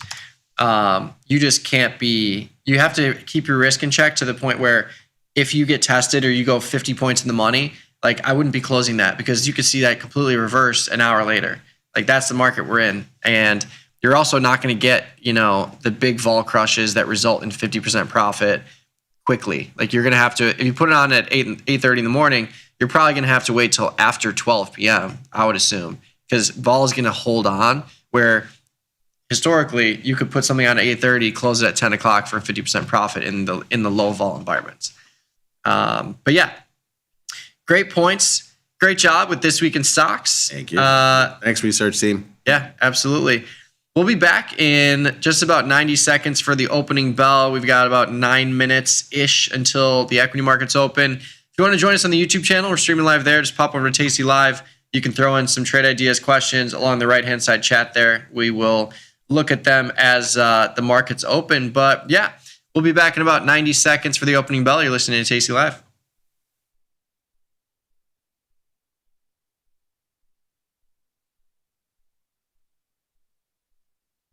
Forbes called us best online for options trading. Investopedia, best for options trading, period. With stockbrokers.com, we're number 1 for options and futures trading. The Motley Fool really likes us. And so does Business Insider. So what else can we say other than boom? Trade like a trader. Tasty Trade. Make your move. We built Tasty Trade's web platform for today's traders. See it, click it, trade it. Drill into data, find opportunity, and track the action with hundreds of indicators. Track your options profit and loss history over time per symbol. Note your progress and plan your tactics with a trading journal. Fund your account and start trading right in the app. The tools, the data, the knowledge. See it, click it, trade it. Join the club. Tasty Trade. Global markets never sleep. Explore them with Forex on Tasty Trade. Get in on 80-plus Forex pairs, 24 hours a day, 5 days a week. FX marks the spot. Trade it on Tasty Trade. Look who's back testing. Tasty Trade now has options back testing for free. Test your trades with over 10 years of data for the most popular symbols. See how your trades would have performed in the past. Look back at profit and loss and take the guess out of guesswork. Oh, did we mention that it's free? Get back testing at Tasty Trade. Beat the opening bell. Get trade ideas and market insights before the open. From the creator, Tom Sosnoff, and our chief market strategist, Tom Preston. Every weekday. Sign up at tastylive.com/newsletters. In the world of investing, a beast lurks between the numbers, ready to pounce. Some traders hide from it, some ride it. If that's you, join us on Tasty Trade. Genius loves company.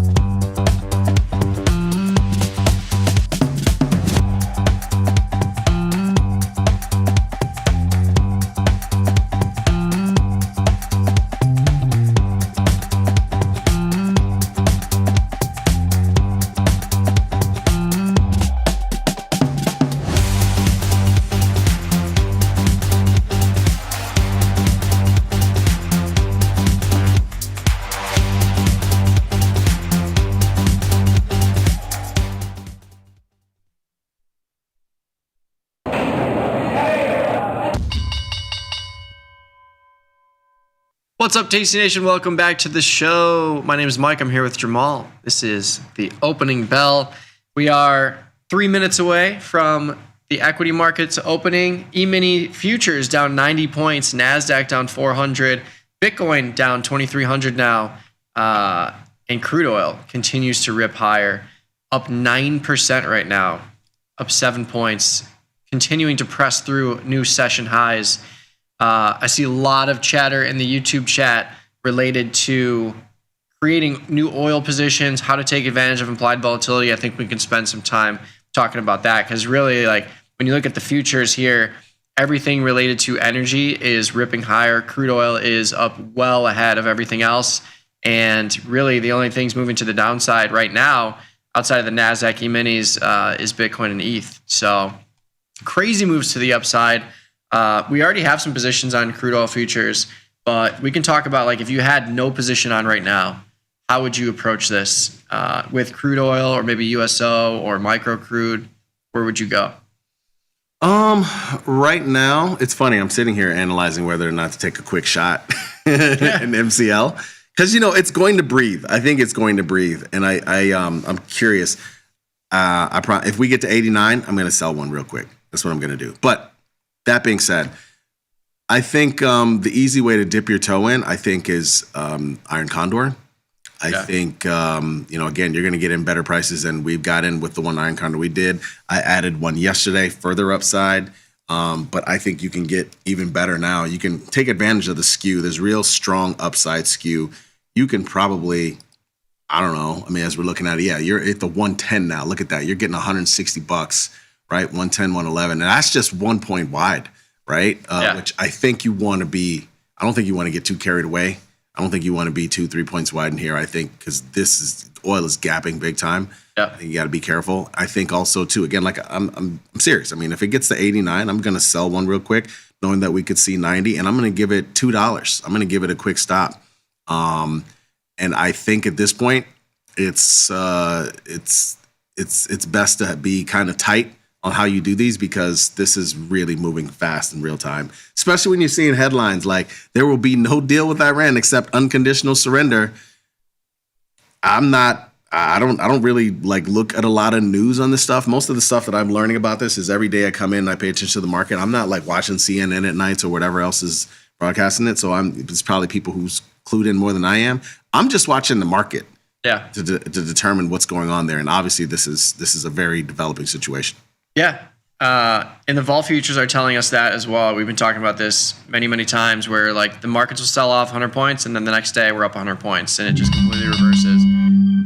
Yeah. It throws everybody off. that one's like significantly louder than the other ones. I feel like. But yeah, the VIX futures here, the H contract at 25.3 and then the J contract at 23.9. So we have backwardation, which tells us that there is real fear priced into these markets. When you have backwardation, that's when you can have the E-minis down 10%, 20%, 30%. And we're seeing a pretty steep backwardation, at least the steepest we've seen in a couple weeks here, with this continuation of selling and crude oil ripping. But yeah, Jamal, I mean, yesterday I sold this 98.99 call spread for $1.40. Yeah. Now you can sell the 119, 120 call spread for $1.20. Yeah. Like this is what we're talking about. Like, and the premium is so flat up here. You can see it just in the prices. Like from 100 trading at $6 and change, all the way up to 110 trading for $5. The 120s trading for $4. Like we're seeing really flat premium, which is reflecting call skew here, which tells me like I would rather give up. Like, why would I sell the 110, 111 for $1.40 when I can sell the 120, 121 for $1.10? You know, like I would rather just go way out of the strike plane and sell this upside premium, because this upside premium is this call skew. It is this implied volatility infusion. And if we get up here, that would be crazy. But I would imagine like if we do get up here, I don't think we sustain at that level, because eventually like there's going to be things that happen and we will see a breather. I'm in your camp. I think if we continue to rally like we saw silver rallying, eventually you're going to have that big wipeout move to the downside. Yeah. So that's how I would play it. To your point, is defined risk credit spread. You can sell an iron condor as well to give yourself some more premium. Like if you really wanted to get up to like 120, 121 and then go back down here to like 62, 61, like that's what I'd be looking at. This is the highest we've been in oil since October of 2023. The last time we did 100 was July of 2022. So, and that was on the way down. Yeah. By the way, that was on the way down. On the way up, I mean, I think it's always important to like pay attention how the up fashion happens. Because again, we went to 100 because of the Russia-Ukraine war, and so it started. The war started, I think, in January, but we started seeing crude rise from like the 60s to 70s in December of 2021. Then January went from like 74 to 88, kind of like we're seeing right now, and then the month after that, it touched 100. So it was like February. So it took like 2 months. So crazy. Yeah, OVX is the crude oil fixed index. Look at this thing just ripping higher at 92 right now. But yeah, I think that's how you play it. You assume that these prices can't sustain, and you sell a put spread where we were trading around 60, and then you just sell the highest strikes that make it make sense. The trade I had up was a 61, 62 put spread and a 119, 120 call spread for almost $3 on $700 of risk. So that's how I would approach it. I'm already in it. So I'm going to hold off a little bit and see if this continues. And then I'll literally just, if this happens again on Monday or over the weekend, we get another 5-6 points. Yes. Like you can just scroll all the way up and you'll be able to sell the 150 strike, the 140. Like you can do it right now too. But that's what I'm looking for here. I agree. I'm not putting on any more option positions until we get another huge move in oil closer to like 95 or something. Mm-hmm. That said, in the meantime, if I do anything, it's just going to be try and scalp using MCL. And again, I'm I don't know, $2 at a time, maybe. Yeah. Well, if it gaps $2 on me, I'm out, and then try again. I'm going to turn into a scalper right now because I think the price is going to breathe quite a bit. I think the ranges are going to move around quite a bit. I'm trying to find the Super Bowl to put on an SPX. I can't find strikes I like because it's so damn hard because the skew is all jacked up now. It doesn't work. It sucks. Yeah. We were selling put spreads to finance buying a call spread. That is the Super Bowl that we reference. You could do a similar thing in Crude too. Like if you think this isn't going to end, you could sell a put spread to buy a call spread. Something along those lines. Just it's kind of a delta shifting type of trade. But yeah, we are definitely involved in the SPX markets. We got a bunch of positions there. And Crude, crazy. Yeah, it's controlling everything. I got to say, though, the biggest move of the day, I mean, there's been big moves, but to watch that 10-year yield, that thing tanked, man. That thing tanked. Let's get an intraday chart. That thing tanked on the number, and then lo and behold, turned right around. Right around. That's nuts. We need a rate cut. Oh, you know what? Never mind. We can't do it. No, yeah. Never mind. Wow. We got it wrong. Look at that. E-mini's down 107 now. NASDAQ down 400. We are in selling territory. That's for sure. It's a yield product, folks. It's not supposed to do that. Yeah. We're almost at we're hit 89. I gotta sell. Oh, damn it. Crazy. 89 10s. I'm selling one, Mikey. Absolutely nuts. There you go. Selling one. Get out at 91. Getting out at 90, 91 and a quarter. Yeah, these markets are wild. We are trading small, finding nimble ways to get ourselves involved. This micro mini position, we're getting close to the lower bound here at 6,700. So if we get tested on the 6,700, what I will likely do is just ditch the call, unless my intention is to roll out in time, even though I'm already at 55 days. If we take a look at this market here, the M contract goes all the way through June. So if we're tested at 6,700, another 80 points to the downside. If we look at buying this back and rolling out to, let's just say, the May end of month from April, we can go pretty far down here. We can go at least 100 points to the downside, as you can see. I can buy back the 6,700, go to the 6,600, pick up 10 points there, very small credit, but still just giving myself more room to breathe to the downside. And then there's really not that much premium to the upside, but you can add some stuff here. I mean, like you can sell the 7,300, which is where my current strike is. Or if I wanted to bring this down a little bit, go to like the 7,000 or 7,050, pick up a lot more premium into this rally, or into the sell-off, I should say. That would be the move. So just shifting it down a little bit if we do get tested, but I'm not going to do anything until we get tested because I know I'll be able to pick up a credit regardless. And I don't want to be in an 84-day cycle, but if push comes to shove, I will make an adjustment here if we get tested here. It's a good time for some butterflies too. Yeah. Upside, it's just tough though. Trying to figure out like realistic areas so we can get filled. I got filled on the Q's put spread. Sold one of those. This is the time to trade spies and Q's. Yeah. This is the best time. Yeah. When vol's popping, SPX implied volatility at 30%. That's pretty high for a product like SPX. And of course, we're seeing this continuation selling to the downside, which is always going to help here. But yeah, looking at the 6,800, 6,900, 7,000 butterfly, I need to swap this. Yeah, $2,300 for a 7-day. If you're looking for a big move to the upside or reversal, but yeah, you can do more digestible strikes for sure, like a 50-point wide. So we bring this down to 6,700, 6,850, 6,900, $6 for a 50-point wide, $5 for a 50-point wide. That could be interesting if you're looking to play for a reversal for next week. This is a 7-day one. But yeah, butterflies are going to be nice trading vehicles in this kind of environment where vol's really exploding, where you have minimal monetary risk relative to your max profit here. And there's a possibility where you could pin this and you get a 150-point reversal next week. So these are the types of trades we'll be looking at as the day goes on. And that's the one. I mean, 650 is like that interesting strike, right? Like it's been. I know we were saying we've been in this, like we were for a while there between 6,800 and 7,000.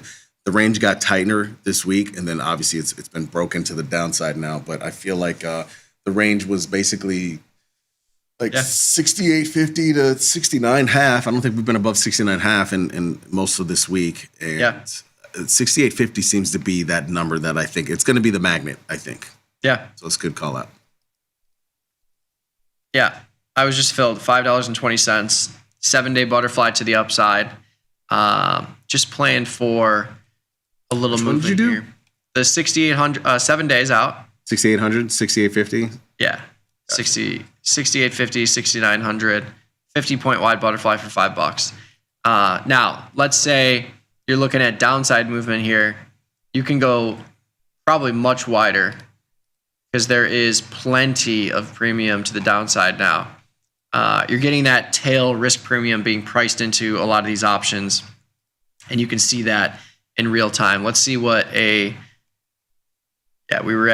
about 60 points out of the money on the upside. If we go 60 points out of the money to the downside, we're looking at, let's call it 66.50. And let's just look at what a 100-point wide butterfly is trading for. 65.50. Also filled. Yeah, 65.50, 64.50. Yeah, you can buy a 100-point wide butterfly for $8 in the 7-day cycle. That's wild. Mm-hmm. The upside 100-point wide butterfly was $2,200. Mm-hmm. So that shows you how much premium there is on the downside now. Yeah. Kind of wild to see. Guess what? ABGO, positive. Microsoft, positive. CRM, positive. CRM is not positive. Intuit, positive. No, but it's not down much. That's fascinating. Nothing can stop Microsoft. Airlines, AAL down 5%, UAL down another 5%, still at 90. RCL, ooh, yikes. RCL gets smoked. Wow. Yeah, a lot of these companies that are obviously going to be at the mercy of the oil prices here, getting obliterated. UAL down to 90. I sold that 80 put yesterday. Let's see what it's trading for now. 370. So yeah, it's definitely a better price, but this is what we talked about before the market opens. I mean, you have tons of opportunity here. If you have been waiting to try and get lower prices in some of these airlines or cruise lines, like this is an interesting opportunity if you're willing to take the risk. Yeah, RCL is untradeable. I was just looking at it. Yeah. I like to trade the bigger names because they move bigger, but this thing is terrible. Yeah. It's too wide. Let's take a little break here. We are at 8:40. Opening bell has happened. Markets are flying around. Crude up 9%. E-minis and Nasdaq's selling off. E-minis down over 100. Let's see what the people have for us. We're going to take a little 90-second break, and we'll come back just on the other side of the break with Fast Market. You're listening to Tasty Live.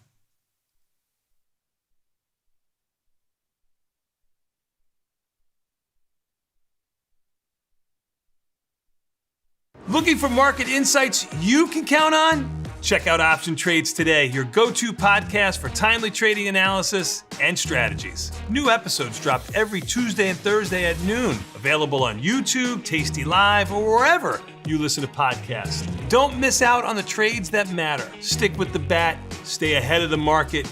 Watch Option Trades Today.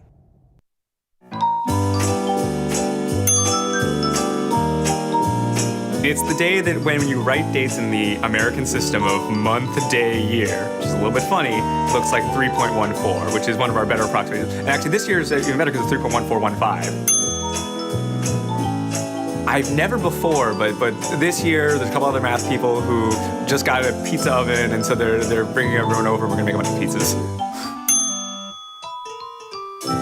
It's one of the few very important transcendental numbers, right? I mean, 0, 1. There's a lot of good contenders for most important number. anytime you have anything that's circular, you're going to wind up with pies. Anytime you have a pie, you should sort of expect there to be something circular.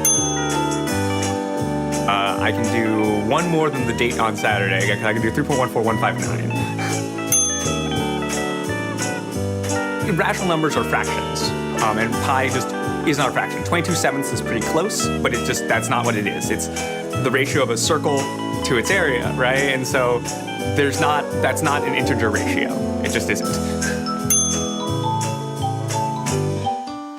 Oh. Pumpkin. Oh, just circles are great. Feel like your wardrobe is missing something? Like style, purpose, and maybe a dancing dog? Can I pet that dog? The new Tasty Trade and tastylive web store is now live. New merch, bold designs. Did we mention all net proceeds go to one tail at a time?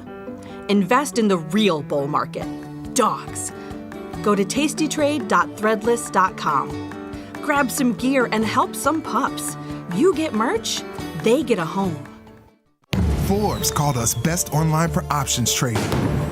Investopedia, best for options trading, period. With stockbrokers.com, we're number one for options and futures trading.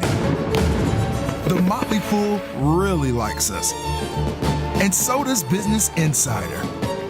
So what else can we say other than boom? Trade like a trader. Tasty Trade. Make your move. We built Tasty Trade's web platform for today's traders. Drill into data, find opportunity, and track the action with hundreds of indicators. Fund your account and start trading right in the app. Join the club. Tasty Trade.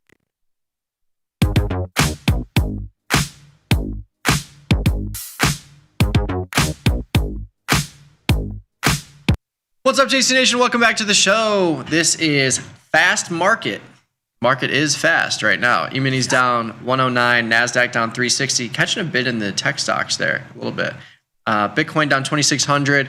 Crude oil up 7 points, almost 10%. We just talked about trading it, maybe some really wide iron condors. We both have positions on that are existing.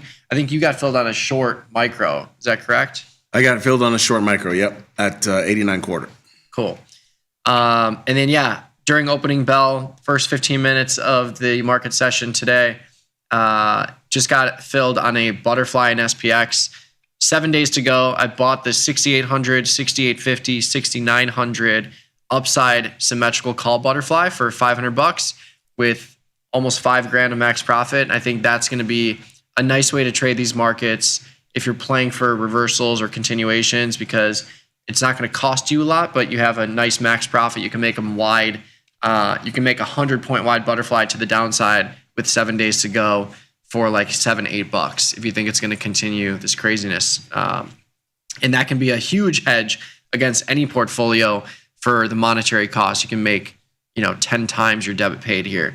So definitely going to be looking at those. But the people have submitted their trades, and this is one of my favorite segments because historically they've been great. I mean, I haven't had many blow up trades from these. And the nicest thing about this segment, Fast Market, is that it gets me out of my own head.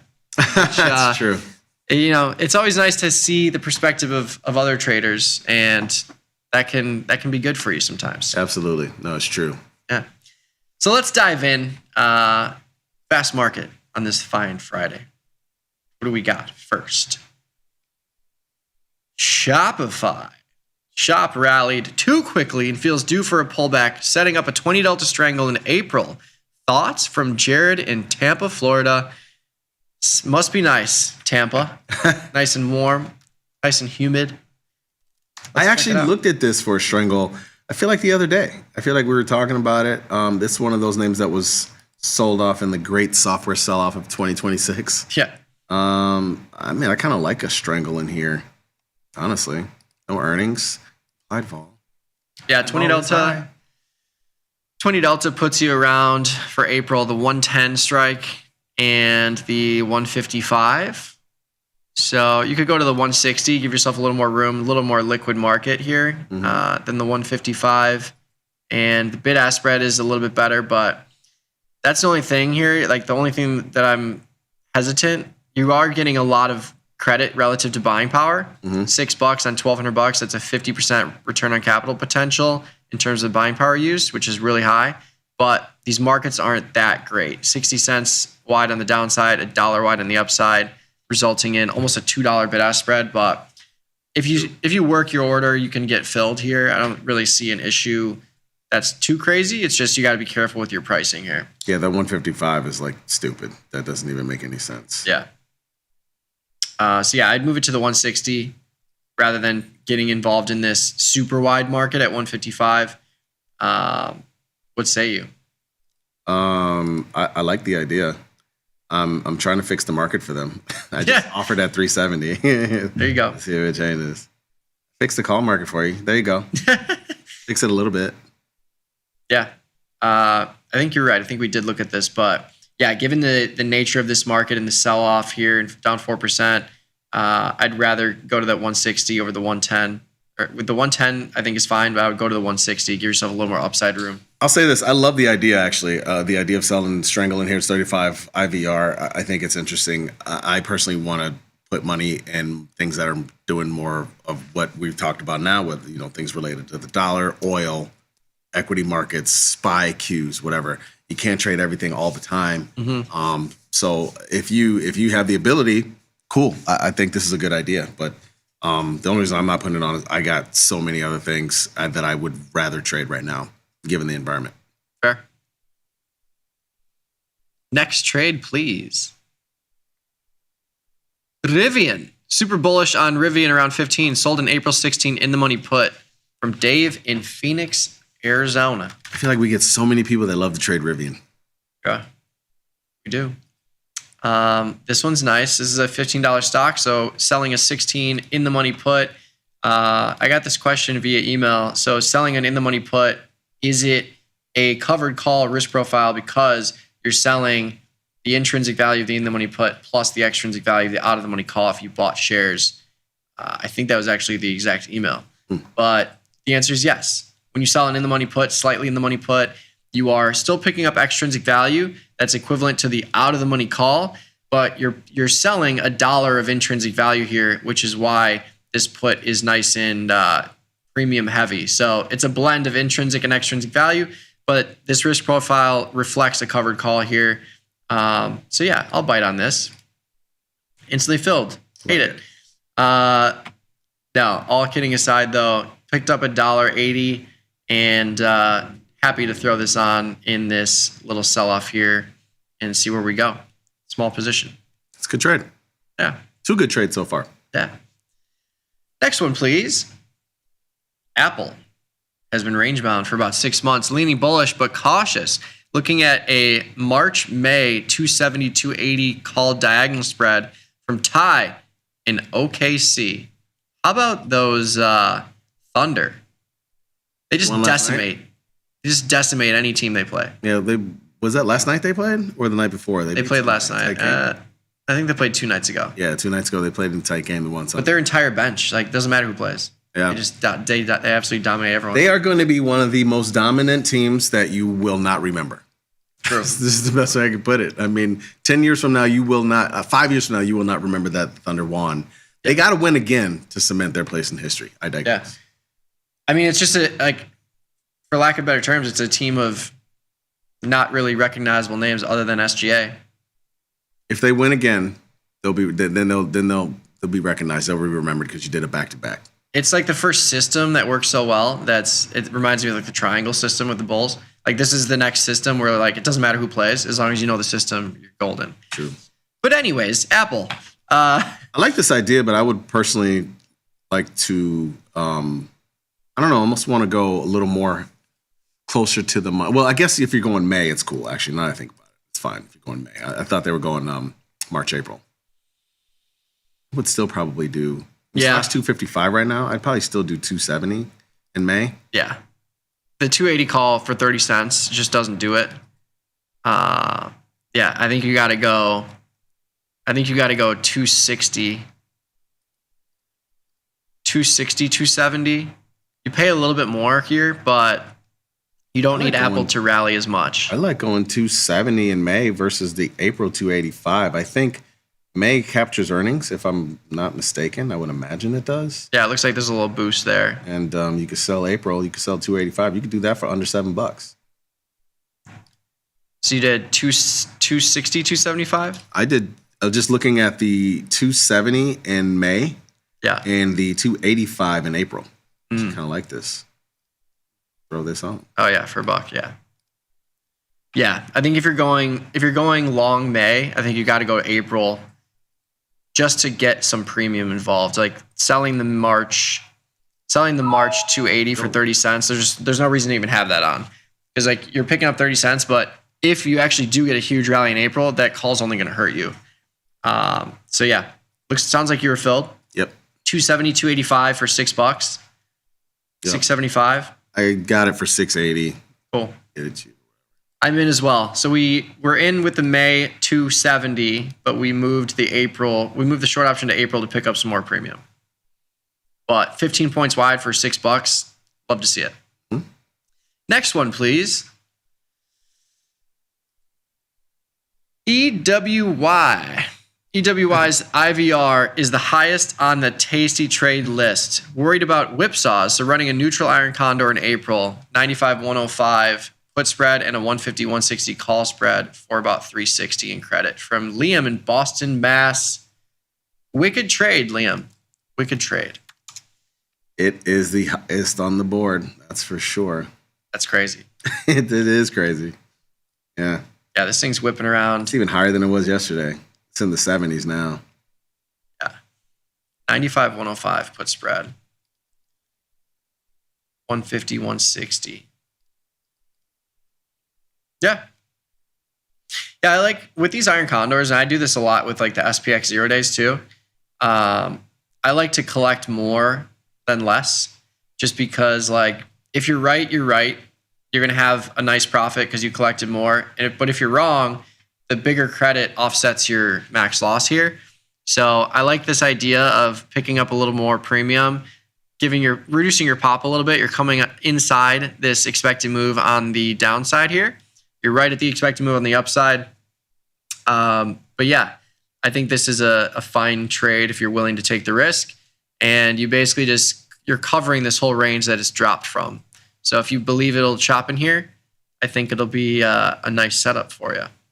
Sure will. Yeah. I already have the EWY strangle, so okay. I'm all set. I'm going to work this for $4 and just see if the market will come to me. Just mine. And see what happens. Cool. Next one, please. SPX. Last trading day of this crazy week. Finished it with a classic neutral iron condor from Tony in Newark, New Jersey. Couldn't agree more. I did one yesterday. Yeah. We are chalked to the gills with SPX positions. So, and I just got filled on that upside butterfly. E-minis are selling off even more now, down 112. But yeah, if you're looking at a 0 day SPX iron condor, let's just look at this. Like, what is this trade for? 6,600, 6,655. Just going right at the expected move, picking up $2. This is what, a 115 point range for today for 0 days, picking up $2, risking $3. Kind of wild. Wow. You know what? I'll bite. We'll do the 0 day. I'm gonna let it sit at $2. See if I get filled here, just right at the expected move for the 0 day, and we'll see if we chop around this range. Next, like we could be due for like a quick relief rally today. Like we're gonna end up down 60 or something. Yeah, if it happens at any point, like that's when this will really come in. Yeah. Next trade, please. IBIT. Expecting IBIT to stay in a wide range and maybe test resistance near 47. Selling the 35.47 strangle in April. I've already got a covered call here, so I'm good with positions. But if you're looking to get in, I like the idea. 60% implied volatility, 63 IV rank, the 35.47 strangle. Yeah, 47 isn't picking up that much premium relative to your put. So So you are leaning bullish here, picking up $1.50, selling this for 50 cents. But I would rather just like bring this in. If you're trying to play for a bounce here, the whole strategy that I did last year was like selling premium on both sides. But then if I get tested on the upside, just move the put up to like 42 and then move this up to like 47. So you can just completely manipulate this strangle if you're willing to stay in this for a little bit of time. But I hear you if you're just trying to open up some space to the upside. But 50 cents for me is a little low on the premium side. I'd rather bring it in, pick up more. But yeah, I can't fault you for the setup. Next one, please. Thank you, Ralph from Albany. Ralphie, 6J, Japanese yen and other currencies could rally hard once the crisis passes. Buying near the lows now from Blake in San Antonio. Yeah, I mean, this thing is selling off near the lows of 2026, the lows of 2025 as well. Crazy move here. I was just filled on the SPX 0-day for $2. Nice.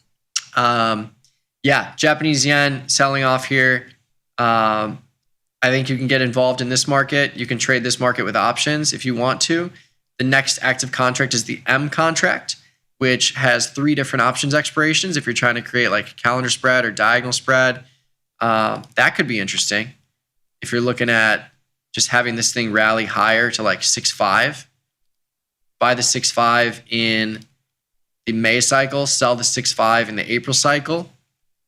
It's a $375 calendar spread here. So that's how I'd play it if you're just trying to keep it small. Otherwise, you can go to tastyfx and trade something like the dollar-yen pair. We can find it real quick here. The dollar USD over JPY, same story. You would short this if you're looking to get long the dollar, or sorry, long the yen. You would short this pair. And this one you can get real small in terms of the sizing. So it just depends on what you want to do. Yeah. I mean, it's I agree with you. Like if I'm gonna do that 6J, I'm gonna do it spread, like option spread. That's the only ones I ever really trade. I've never really traded the actual future. Much rather the futures options. Yeah, I'll route this calendar spread and see if we're filled on it. But yeah, I just went long May, short April in the M contract at the 65 strike. Next question, trade idea, please. For solar, from Colin in Portland, Maine. Post-earnings setup, 175, 165 put spread, about 42 days out. Assume they mean selling. 24 IVR. 175, 165.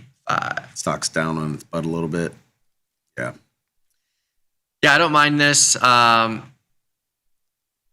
The only issue with this is the bid-ask spreads here. This markets aren't great. You're dealing with $1 on the 175 and almost $2 on the 165. So it's kind of tough in that regard. And you're inside the expected move, picking up 260. I would like to see more premium being inside the expected move. But if this is the strategy you want to go with, it's still a high probability trade. I think I'm going to pass on this one just because the markets are so wide. But I like the idea of getting long at these low levels, of course. Thank you, Colin, though. Next one, please. QS might be too cheap for option strategies. Probably better to just buy leaps or long shares from Pierre in Paris. Pierre. Champs-Élysées. 684. Yeah, I think you're right there. I mean, I'm actually surprised to see so many options markets on this thing. Yeah. But yeah, $6 stock. If you want to buy the shares, you can buy 100 shares. If it does rip and you're right, you could then sell a call against those shares to reduce your basis. But yeah, I agree with you. I think if you're trying to risk a couple $100 and make a decent chunk of change, if you're right, like I would just go to the 2028 these markets though. These leap markets are. Yeah. You almost got to you do got to go to 2028. Yep. Yeah, go to 2028 and just buy one of these strikes. Like, just look at the open interest. You got thousands of contracts open at a bunch of these. Like, you could buy the 20 strike, you could buy the 30 strike, and just, if you're right, these are going to explode in value. But if you're wrong, you're not risking much at all. So yeah, I would go straight to the 2028 and just play in that playground there. The 10 strike has a lot of open interest. Of course, big round number. Indeed. Last one here. What do we got? Roblox, neutral to slightly bullish here, considering a 65, 75, 80 Jade Lizard from Jake in Minneapolis. I haven't traded this one in quite some time. 65, 70. So 65 is right at the money in April with this sell-off here. 75, 80 in April as well. So we're picking up 665 for the put and picking up about $1 for this 75, 80 call spread. But I do like the setup here. If you look at your no risk to the upside and you actually have a healthy max profit to the upside, what you could consider is making this a little bit wider. So maybe not. The 80 call, yeah, I guess you'd have to keep it like this if you don't want upside risk. I was hoping I would be able to move it to the 82.5, but it doesn't exist, or the 77.5. That way you could pick up more premium and get rid of that super upside risk, or upside profit potential. But yeah, I think this is a fine setup. Only issue is it's elevated buying power. You're putting up $3,000 on a $60 product, so slightly elevated here. But yeah, I think the setup is fine here, and you've got a nice max profit of $750 in the middle. And then if it really rallies, you'll have $250, $300 in profit in that sense. Yeah, that's a good one. Yeah. But that is it for Fast Market. So thank you for those submissions. Let's say we got filled on SPX, the 0-day Iron Condor, got filled on the Apple call diagonal spread. We slightly modified it, the 270, 285 long May, short April. We got into the Rivian short put, the 16 strike in April. And yeah, we like the other trades, but we didn't put them on, or they're working still. EWI, got this trade on, routing it for $400. We'll see if we're filled. And then 6J, I've got this calendar spread working, long May, short April at the 65 strike. It's like a $300-ish calendar spread, so nice and small there. Nice trades. Nice job, people. Yeah. Love to see it. If you want to join us on the YouTube channel, we're streaming live there. Just pop over to the tastylive channel. But we'll be back. We're still here for a little bit here. We got a market measures coming up next. We're taking a look at 0-day expiration stuff, which is always interesting in this market that's flying around. E-mini's catching a bid, only down 89 now. Seeing some other markets tick green as well. Crude oil still ripping higher. But we're going to take a little 90-second break. We'll be back with market measures, talking 0 days in just a second. You're listening to Tasty Live.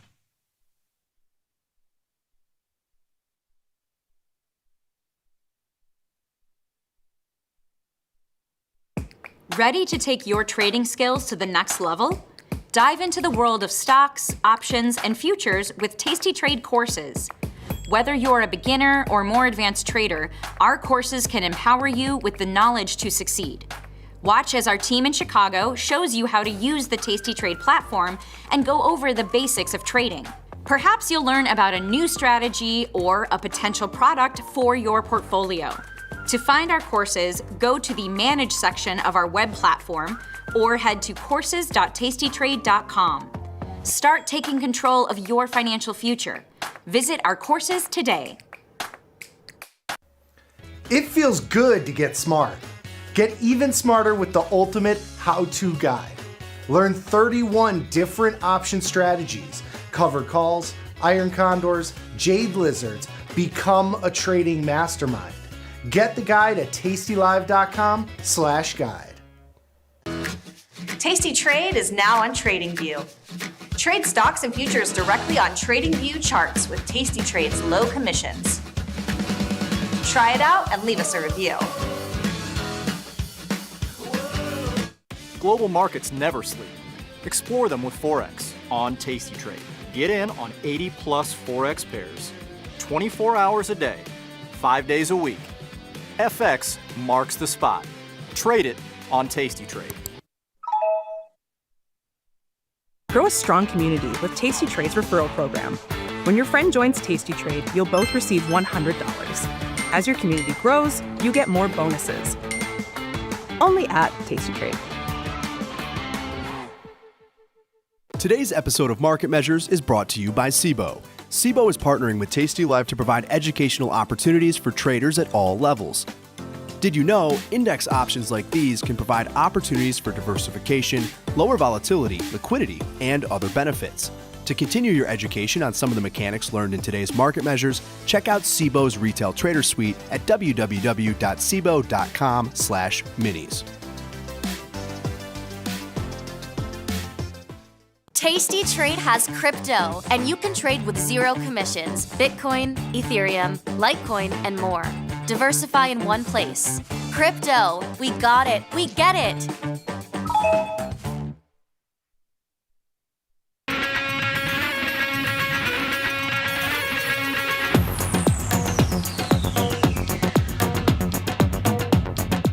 What's up, JC Nation? Welcome back to the show. My name is Mike. I'm here with Jamal.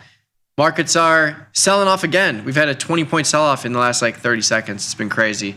But we got some content for you. We are looking at a market measure sponsored by the SIBO, our favorite friends over there. Yep.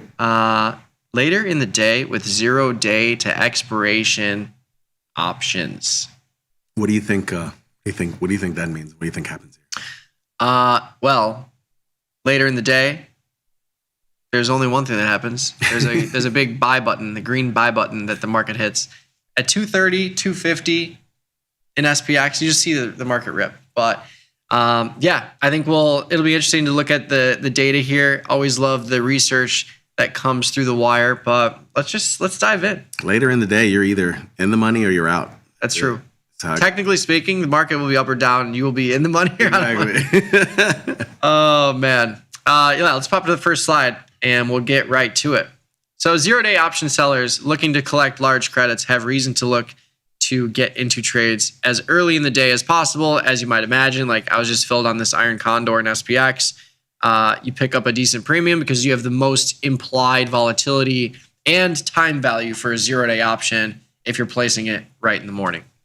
However, early entries come with their own baggage, wider bid-ask spreads at the open, residual overnight uncertainty, full exposure to any intraday fireworks that might unfold. Some traders simply aren't at their desks at the market open. True. Whether by choice or circumstance, a later start is a practical reality for many 0-day participants. Maybe you're throwing on something during lunchtime or sometime during the day. The trader who starts later in the day collects less premium but shoulders less time in market risk. Whether that trade-off is worthwhile is an empirical question. We've looked at this before, but does the data set has grown considerably since we get data every single day? Mm-hmm. How have later entries held up now that we have more data behind them? Very interesting. Let us take a look here. Let's ponder. The study, using 3 years of data in the 0-day SPX options collected every 10 minutes, examined a variety of short premium strategies, iron flies, condors, put verticals, and call verticals, using short strikes at the money or 20 delta and long strikes $10 past those short strikes. For each strategy, observe the results from starting trades at different points in the day, and trades were closed if they reached 25% of max profit and left on through expiration otherwise. So if it's tested and it's a loser, you hold it. Only closing operation is a 25% max profit, and you're either getting max loss or some kind of variable loss if that doesn't happen. All trades are assumed to exercise at mid-price. All times are Chicago Central time. Let's dive in. What do we got? All right. Later in the day with 0 days, looking at iron flies. Sold at the open, win rate 43%. Mean P&L per trade is $78. Average credit around $870. This actually is kind of surprising that the mean P&L is pretty similar across the timeframes here. Sold at the open, sold at 9 a.m., 10 a.m., 11 a.m., noon, and 1 p.m. The credits, of course, are going to drop slowly as you get later on in the day. But again, you have to remember, if you sell it at the open, your deltas for a 20 delta or at the money is going to be much further out of the money if you're looking at a 20 delta option. Yep. Like selling an iron fly at the open and buying those wings, you're going to have a much wider range, where selling an iron fly or getting into an iron fly at 1 p.m., you're going to have a tighter range. So I think that also plays into this, where your mean P&L per trade in the credit is less if you look at 1 p.m. versus the open, but your strike selection is going to be a little bit different as well. And I think we're really going to see that permeate through some of the wider out of the money strategies. But does anything stand out to you with iron flies here? Well, the biggest thing is like you said from the beginning, the fact that the mean P&L is kind of similar for a lot of these, regardless of like the time sold. It's not that much different. I think that's kind of interesting. Yeah, and I think for iron flies or butterflies, it's the same trade. Butterfly is an iron fly. If you're selling put spread and a short call spread on the same short strike, it's the same as a butterfly. I think this really speaks to the fact that even if you put on a butterfly at the open, you have to hold that all the way to expiration to get 25% profit because the premium is going to hold throughout the day. So yeah, interesting with iron flies. Maybe you wait until later in the day with iron flies specifically or butterflies specifically, because you're going to have to hold that and you want to get all of that extrinsic value extracted out of that position at the end of the day. So I think for me, this one speaks to maybe you hold off later in the day for those butterflies. Mm-hmm. Next slide, please. Iron condors. Okay, this one looks a little more expected in terms of the results. So iron condors sold at the open, win rate at 90%. Still across the board, 90%, 89%. This is, again, 20 delta wings. So you're looking at outside of the orange bar expected move in SPX. And if we were to look at SPX right now, we're 45 minutes into the open. For the 0-day options, the 20 delta to the downside is 66.85, which is 60 points out of the money. And the 20 delta to the upside is 6,800. So 50 points to the upside. So nice wide range there, and almost 200 points. Well, 115 points, but still nice wide range if you're looking at 20 delta options. So big win rate if you're looking at selling premium there.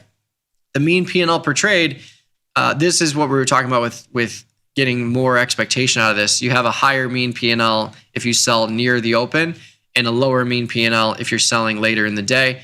And that credit goes down as well. So the average credit on the open, $300, $285 for 9 a.m., and it just drops as you go on with that static 10-point wide wing that you're selling. But again, if you're selling an iron condor at 1 p.m., those strikes are going to be significantly inside the strikes that you would have sold at 9 a.m. So we'll bookmark this. We'll come back to this a little bit later. But yeah, 66.85 right now is the downside 20 delta. 6,800 is the upside.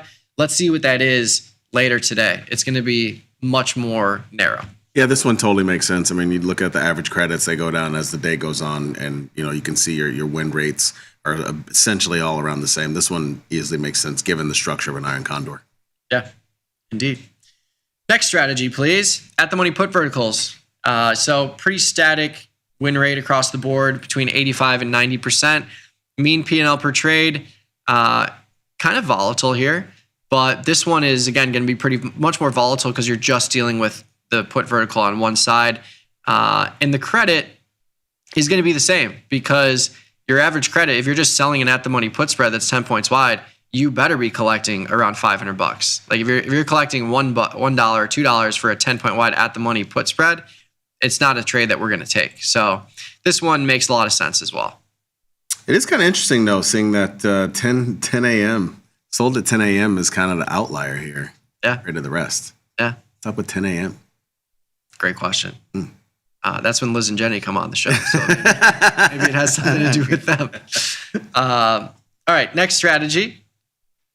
20 delta put verticals. So instead of at the money, we're looking at out of the money put verticals. Significantly higher win rate here because you have a lot more wiggle room. And this one makes a lot of sense too. If you look at the average credit, you have a higher credit in the morning versus the afternoon. And that's the same story. Like if you're selling a 10-point wide spread at a 20 delta with only 2 hours left, you're not going to pick up as much as if you sold it on the open. But the mean P&L is interesting. Higher in the morning compared to later in the day, but that also is reflected with that average credit. So I think the big takeaway here is your win rate, but that has to do with giving yourself more room out of the money versus at the money. Yep. Next strategy, please. At the money call verticals, negative P&L. Next slide, please. No, I mean, yeah, this one's tough. I mean, and this, I think this speaks a lot to the market that we have at our hands. Like, if the market sells off, you see it catch a bid almost always. This is an exception, of course, but like we've said, if the market sells off at 2 o'clock, 2:30, like we've seen this day in, day out, like you see that upside rally, and that has hurt these at the money call verticals, which is why you just never see us doing them. I mean, it's interesting. Like if the market bounces at 10 a.m., I mean, that's not crazy. I feel like a lot of times we do see the bounce heading into the European close, which is 10:30 a.m. our time. So I think that's what 10 a.m. is kind of an interesting marker. Yeah. But yeah, this isn't a strategy I like to deploy. I would rather wait for a sell-off and sell the put spread, personally. Yeah. Next slide, please.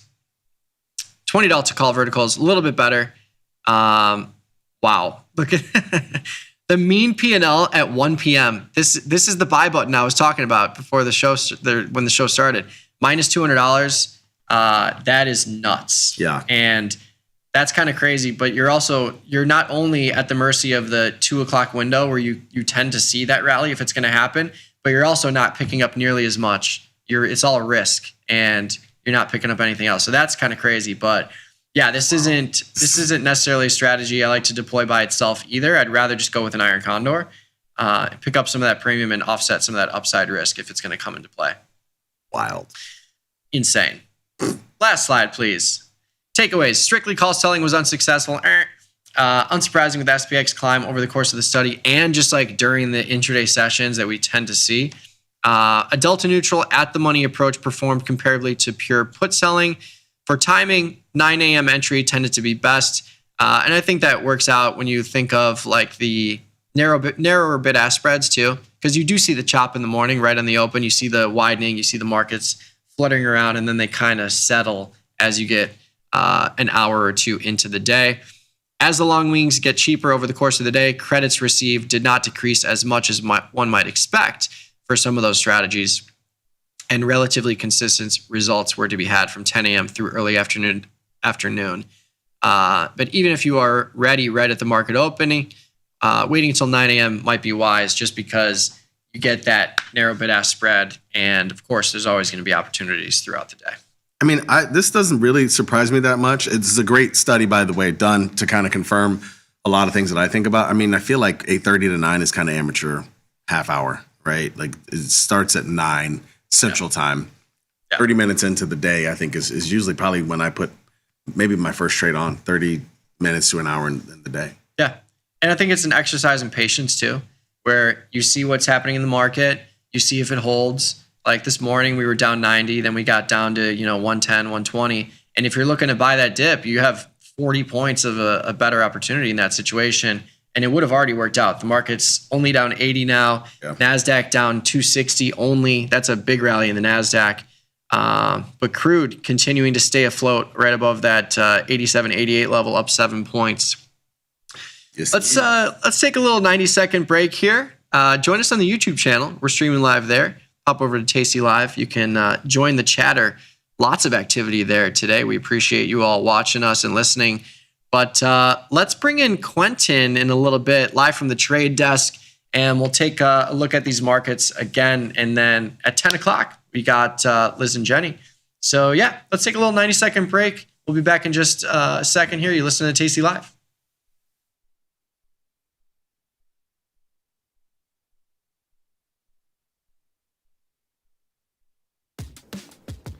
Look who's back testing. Tasty Trade now has options back testing for free. Test your trades with over 10 years of data for the most popular symbols. See how your trades would have performed in the past. Look back at profit and loss and take the guess out of guesswork. Oh, did we mention that it's free? Get back testing at Tasty Trade. We built Tasty Trade's web platform for today's traders. Drill into data, find opportunity, and track the action with hundreds of indicators. Fund your account and start trading right in the app. Join the club. Tasty Trade. Ready to take your trading skills to the next level? Dive into the world of stocks, options, and futures with Tasty Trade courses. Whether you're a beginner or more advanced trader, our courses can empower you with the knowledge to succeed. Watch as our team in Chicago shows you how to use the Tasty Trade platform and go over the basics of trading. Perhaps you'll learn about a new strategy or a potential product for your portfolio. To find our courses, go to the Manage section of our web platform or head to courses.tastytrade.com. Start taking control of your financial future. Visit our courses today. Feel like your wardrobe is missing something? Like style, purpose, and maybe a dancing dog? Can I pet that dog? The new Tasty Trade and tastylive web store is now live. New merch, bold designs. Did we mention all net proceeds go to one tail at a time? Invest in the real bull market, dogs. Go to tastytrade.threadless.com. Grab some gear and help some pups. You get merch, they get a home. Forbes called us best online for options trading. Investopedia, best for options trading, period. With stockbrokers.com, we're number one for options and futures trading. The Motley Fool really likes us. And so does Business Insider. So what else can we say other than boom? Trade like a trader. Tasty Trade. Make your move. Got the need for speed? No problem. At Tasty Trade, you can turn smart ideas into real trades with just a few clicks. Wow, that's fast. Tasty Trade. Make your move.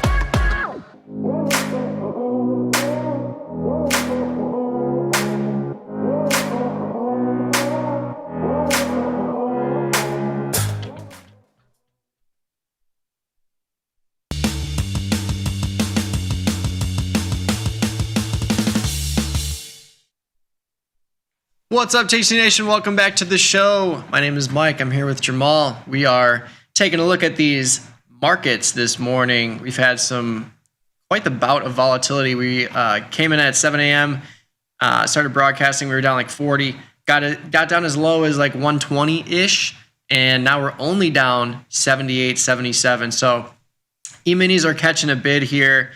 We'll see if it holds, but crude continues to push higher, up almost 10% on the session, making new session highs almost, just a few ticks off. Will we reach 90 in the crude oil futures today?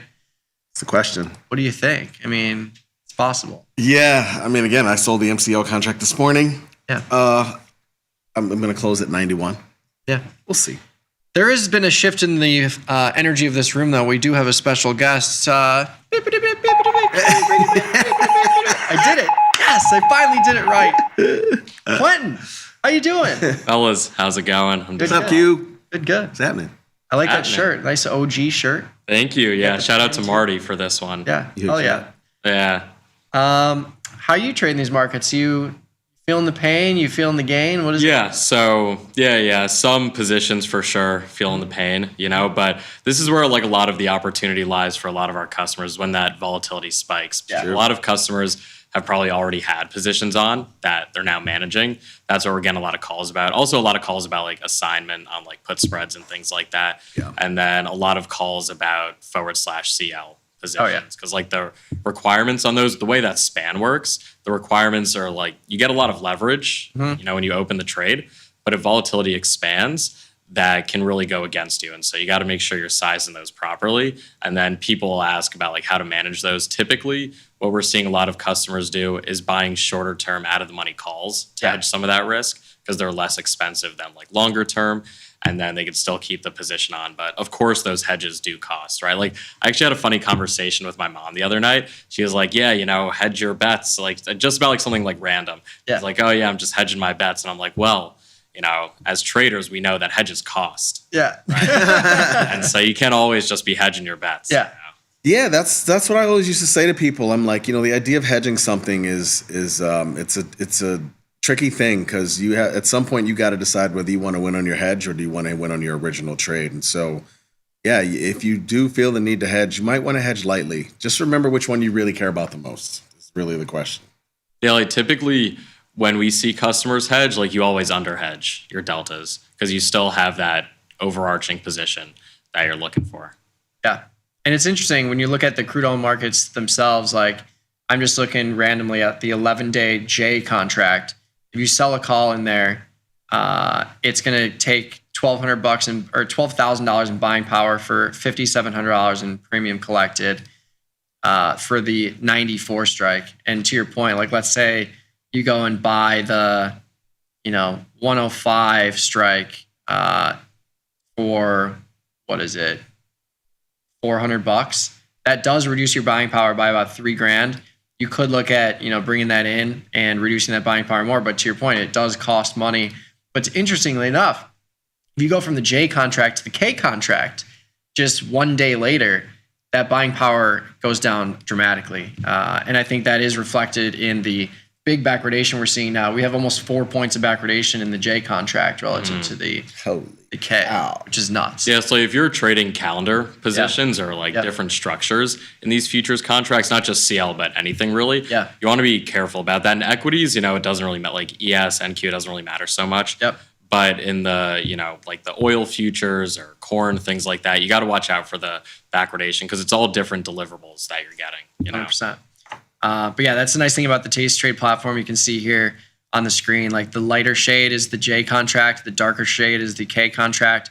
The last price tells you what options contracts settle to the new contract. So like this is a beautiful organization and it helps you stay in line. Like if you're going long one contract, short another, you can make sure that they're in the same settlement, which keeps it more traditional.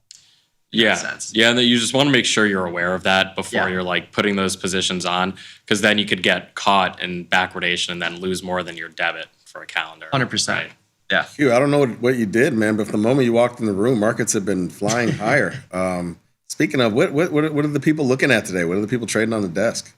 Yeah, I would say a lot of people are, always a lot of people are looking at the 0 DT options just because like today there's so much volatility. That expected move is so wide. If you're looking to sell iron condors, you were probably able to take some profits out earlier today. Maybe now it might be at like break even if you put it on at the open just due to the up move. But even though the up move we've seen is about, 50 points from our lows, because that volatility comes in so much, you're still at break even on the condor, right? And then also oil is what a lot of people are trading, whether it's like the options in CL or we'll see a lot of people trading like the outrights in MCL. Yeah. Makes sense. It's moving around. It's the thing to look at right now, for sure. All right. Well, you know what else we can look at here? Top 20 symbols going through the system. Let's see the list. And their IVR. At number 1, Tesla with a 7, Microsoft 38, Amazon 28, NVIDIA 24, SLV 65, Micron 83, GLD 68, iBit 62, Netflix 33, Google 25, TQQQ 39, TLT 21, AMD 39, Palantir 20, Meta 27, DDOG 55, Spotify 28, SNDK 63, Oracle 93, and SoFi 31. A lot of symbols are really in play. I've been saying this for like the last couple weeks coming on. A lot of symbols are in play with these nice IVR numbers for premium sellers. Absolutely.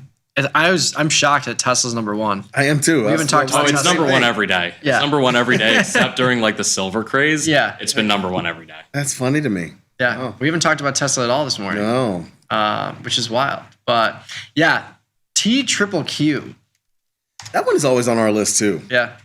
Yeah, that's always on the list because it's somewhat similar to futures with like the leverage aspect. Yeah. Right. You don't want to hold those positions for too long, like TQQQ or SQQQ. Yeah. Those leverage ETFs due to like the volatility decay.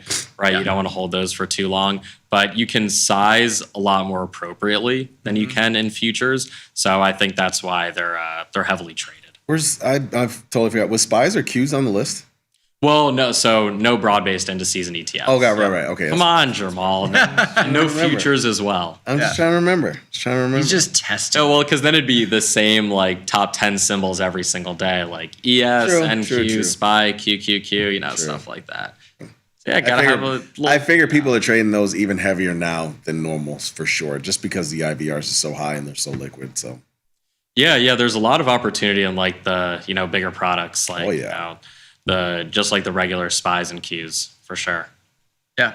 But yeah, great insight in the crude oil hedging. I'm sure a lot of people, if they were trading MCL or CL, they're dealing with heightened implied volatility and heightened buying power requirements. That's one of the, it's the double-edged sword of futures trading, right? You have the ability to get more leverage by way of lack of buying power requirement, but that doesn't reflect your max loss on those positions. And when the losses or the markets do end up moving in a big way, the implied volatility expands, the margin requirements expand. So it's a good exercise in understanding what you can do and setting yourself up for that thought process and really realizing like, okay, if this thing is going to rip around, I know I have these outs where I have some cash on the side. I can buy these options to reduce my buying power, hold the position, and turn it into somewhat of a more defined risk position. Yeah, and that sort of like leads us to the conversation of like selling tails and stuff like that. Because like when you're looking at these options, it's like, oh, like how are the 150s trading at, $1 or whatever it may be. Like we could pull something out. Like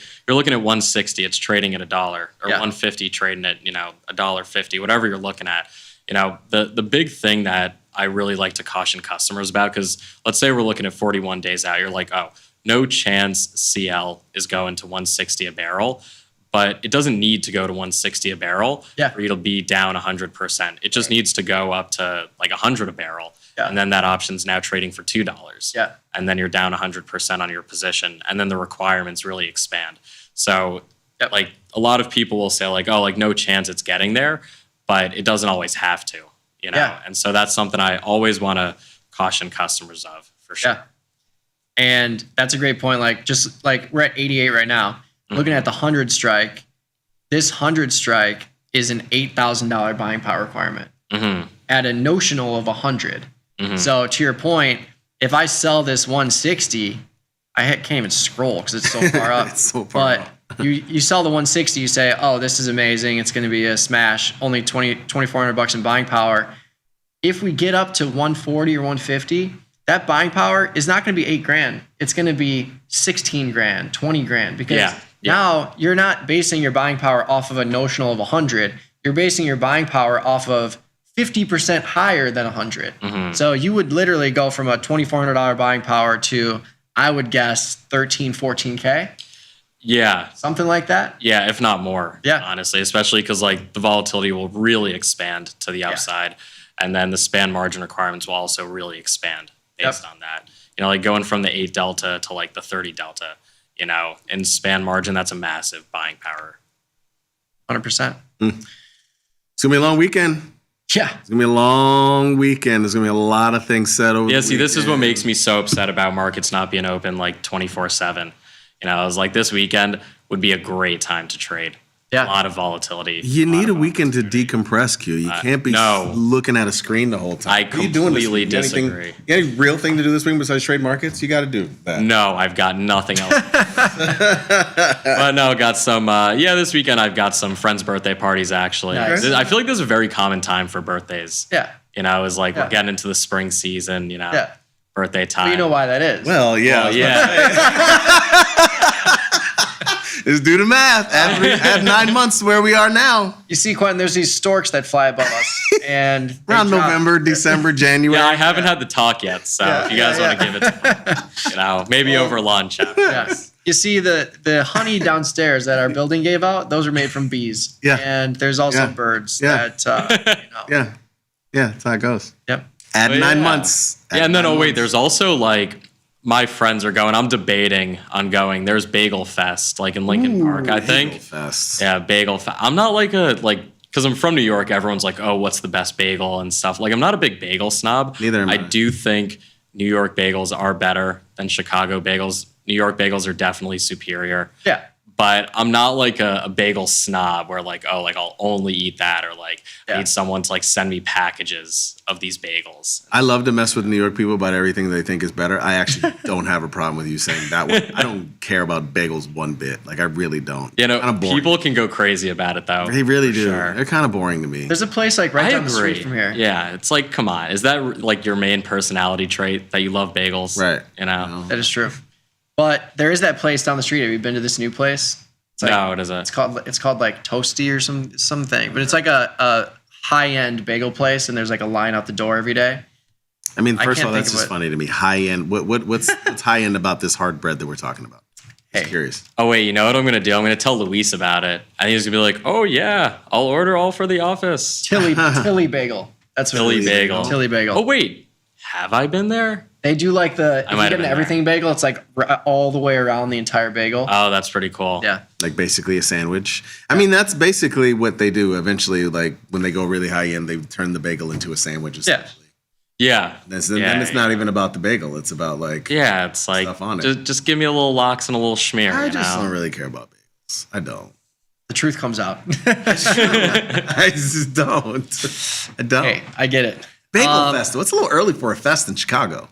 Yeah, it is a little early for a fest. I agree, but it's supposed to be like really nice. Oh, I'm sure. Like, coming up. It's supposed to be 68 today, really right? Warm. Yeah. I'm ready. I'm ready for it. Yeah. It is that time. Yeah. I mean, we are actually in my area. We do a St. Patty's Day parade, so I think they're going to do that tomorrow. So yeah, that's going to be a thing. Yeah. I'm drinking some green beer, having some cabbage and corned beef. Is cabbage a St. Patty's Day thing? Corned beef cabbage? Yeah, corned beef cabbage. Okay. Yeah. Solid. Yeah. I'll have to try it. Oh, it's so good. Yeah. If you've never had it, you got it. Yeah, no, I haven't. Yeah. Yeah. Yeah, you haven't been indoctrinated in Chicago yet, then, if you haven't done that. Man. Yeah, not with that, no. Once upon a time, you would have had to go to the Southside Irish Parade. You would have had to gone to that. Yeah, okay. Maybe we could, I'll tell Jason, I'll say, Jason, hey, work field trip. You and I are going. I think they stopped it, but then they might have started it again. I don't even know what the current state of it is, but I have no idea. It literally used to be like a rite of passage thing. Like you graduate college, you come here, your 20s, you live in Lincoln Park, you go to the Southside Irish. Yeah. Like that was literally what you had to do. But the nice thing about being in Chicago is there will be restaurants that add corned beef and cabbage to the menu for like a limited time thing. So if you see it, you gotta jump on buy that stuff. Yeah. Yeah. Okay, will do. Beautiful. Well, thank you, Quentin. Love to see the market move in today. E-minis down 70, NASDAQ down 200, Bitcoin down 2,500, crude creeping higher. Yeah, it's still elevated. That's actually why I'm surprised that we've rallied as much as we've had. Cooler heads seemingly prevailed, but crude is still on the higher end. The dollar calmed down. Gold and silver ripped. It's nuts. Yeah. Absolutely nuts. We are not done with this day by a long shot. You know it. No. This might even be a little fake out rally here before we actually just tank. Well, it is almost 10 a.m. True. Central time. And we based did just on what we just saw. We did just the market look. measure. Yeah. Once 10 a.m. strikes. Hey. Yeah, and I don't know if you guys are big charting guys, but that's a beautiful topping pattern right there. Yeah. If that means anything to anyone. It might. We'll see. I like to call it intraday, you're saying? The 1 minute you're looking at? No, you look at the daily bars. Oh, you're looking at the daily. That's a topping pattern if I've ever seen one, for sure. Yeah, well, I mean, the previous 4 days, we have yet to be able to get over 6,900 in any meaningful way. Honestly, I keep saying this, and I said it yesterday, it didn't happen. But if we close below 6,800, I think that's a major problem. Just telling you. Yeah, that is true. We have yet to close below 6,800. It's been like 3 or 4 months with these just bids keeping it afloat. Yeah. And SPX too, of course. But I feel like they're going to try and find a way to close this above 6,800. They have to. I almost wanted to do an iron fly right at 6,800. Super cheap. Just wanted to see if they do it. You know what I mean? Like, just see if they try to close it below 6,800. I don't think it's going to happen. Yeah. And we'll probably collect $4.50 on a 5 wide, you know? Just let it fly. Mm-hmm. Yeah. It's kind of wild to see that the equity market's rallying off the lows, but crude is just staying right up there and almost setting new highs. Yeah. Volatility still in backwardation here, point of backwardation, the H and J contract, and almost a point between the J and the K. So, yeah, everything's kind of wild here. The VIX has come down quite a bit. We were at 28, 29 a little bit earlier this morning. We're at 25 right now. I don't know what to make of it. Dude, this day is not over. And again, we're right back at 89.25 where I sold the future. So we're right back there. Craziness. I know. Long day ahead. Long day ahead. Should we take a little 90-second break? Yeah. And we'll come back for just a few minutes. We'll bring in Liz and Jenny at 10 a.m. But thank you, Quentin, again. Good to see you, buddy. Love to see it. Thank you. Enjoy your festivities this weekend. Should be fun. Bagel Fest. But yeah, you're listening to Tasty Live. We'll be back in about 90 seconds. If you want to join us on the YouTube channel, you can do that. Just head over to Tasty Live. We'll be back just on the other side of this break.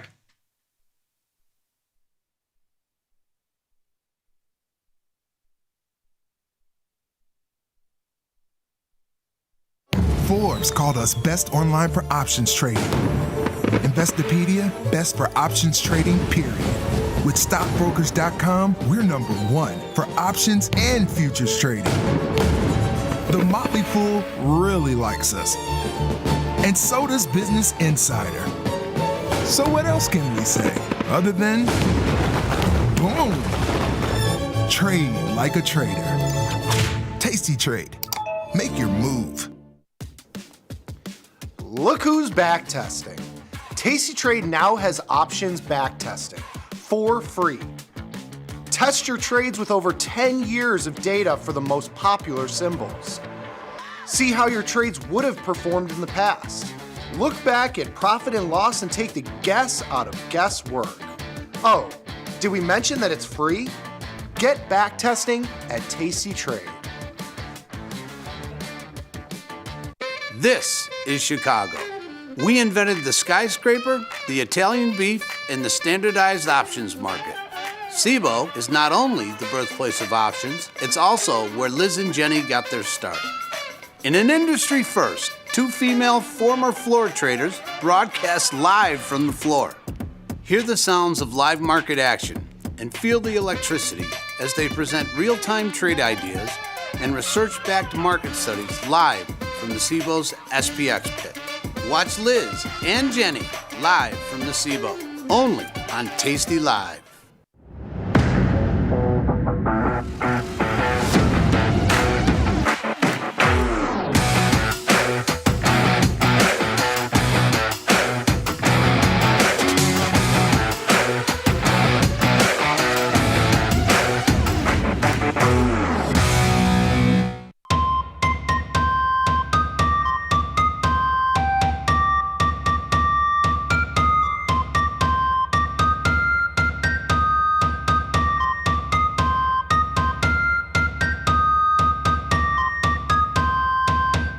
Rise higher, ye Taurian markets, I will thee ride.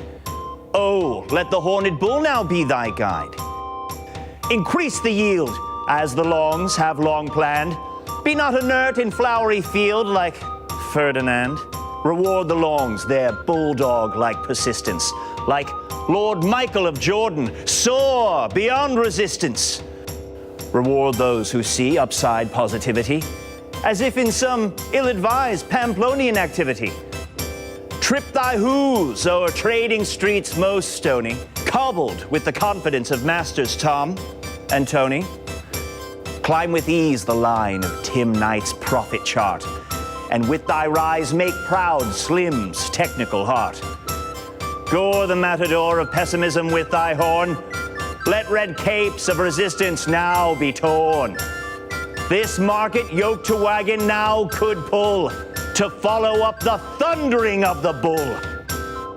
In market glory let us be arrayed. Oh, hear this exhortation now from Tasty Trade.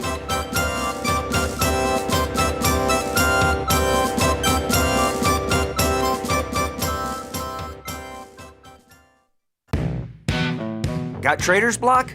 We've got the cure. Get data-driven trade ideas with Cherry Picks, our weekly newsletter that gives you insights into the market. Sign up at tastylive.com/newsletters. In the world of investing, a beast lurks between the numbers. Some watch from the safety of the sidelines, but others saddle up and ride that one-ton rowdy ribeye for all he's got. If that's you, join us on Tasty Trade, named best online broker for options trading. Genius loves company. What sparked my interest in trading was the probabilistic nature of it. I used to play poker a lot, still do, and if you understand the math for poker, you realize that it's a probability game, it's a number of occurrences game, and you want to put yourself in good spots the majority of the time and have good risk management. All of these things apply to options trading and trading in general, so that was my initial pull into the trading world. My trading style really revolves around implied volatility analysis. I like to look at specific markets, look at the differences in implied volatility between the weekly cycles and the monthly cycles, see if there's certain strategies that might play into that more than others. My favorite strategy of all time is a short put, simply because it allows you to acquire 100 shares of stock at a lower cost basis. And it's a position you can manage or push forward in time forever if your trade size is small enough.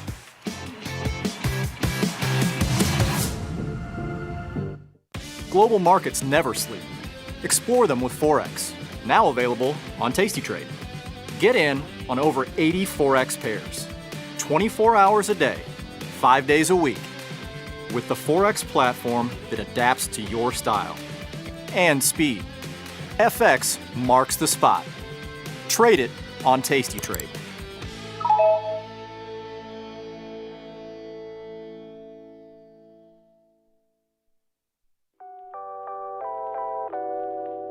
I've been trading for 15 years now, and more than anything, what got me interested was just this kind of need to learn.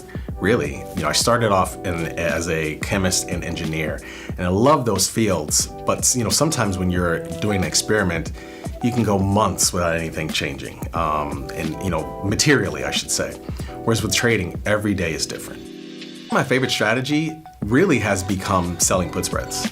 Now that works in a market where we're continually going up, of course, but I love trading everything, and that's sort of a result of trading at a prop firm. We looked at the entire universe, as we say. So, no, I love to trade it all.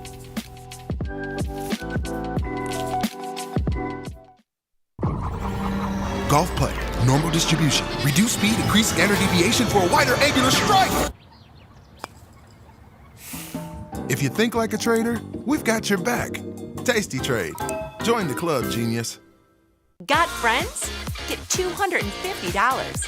We'll give you a bonus for each qualified person you refer to Tasty Trade. So spread the word and earn rewards. Terms and conditions apply.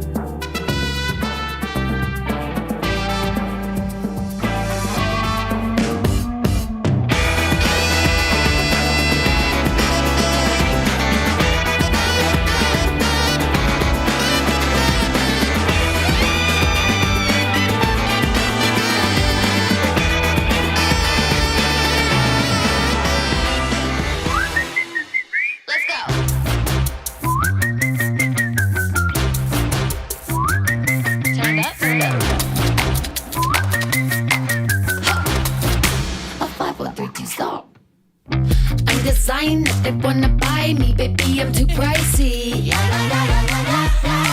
I'm cherry, I'm nice things. I'm ice cream, I'm melting. Well, I'm high speed on a bed. Look at me, I'm on it. Yeah, my talent is reflex. Got a mean whip, let her rip. Everybody count to 3. Okay, you wanna see?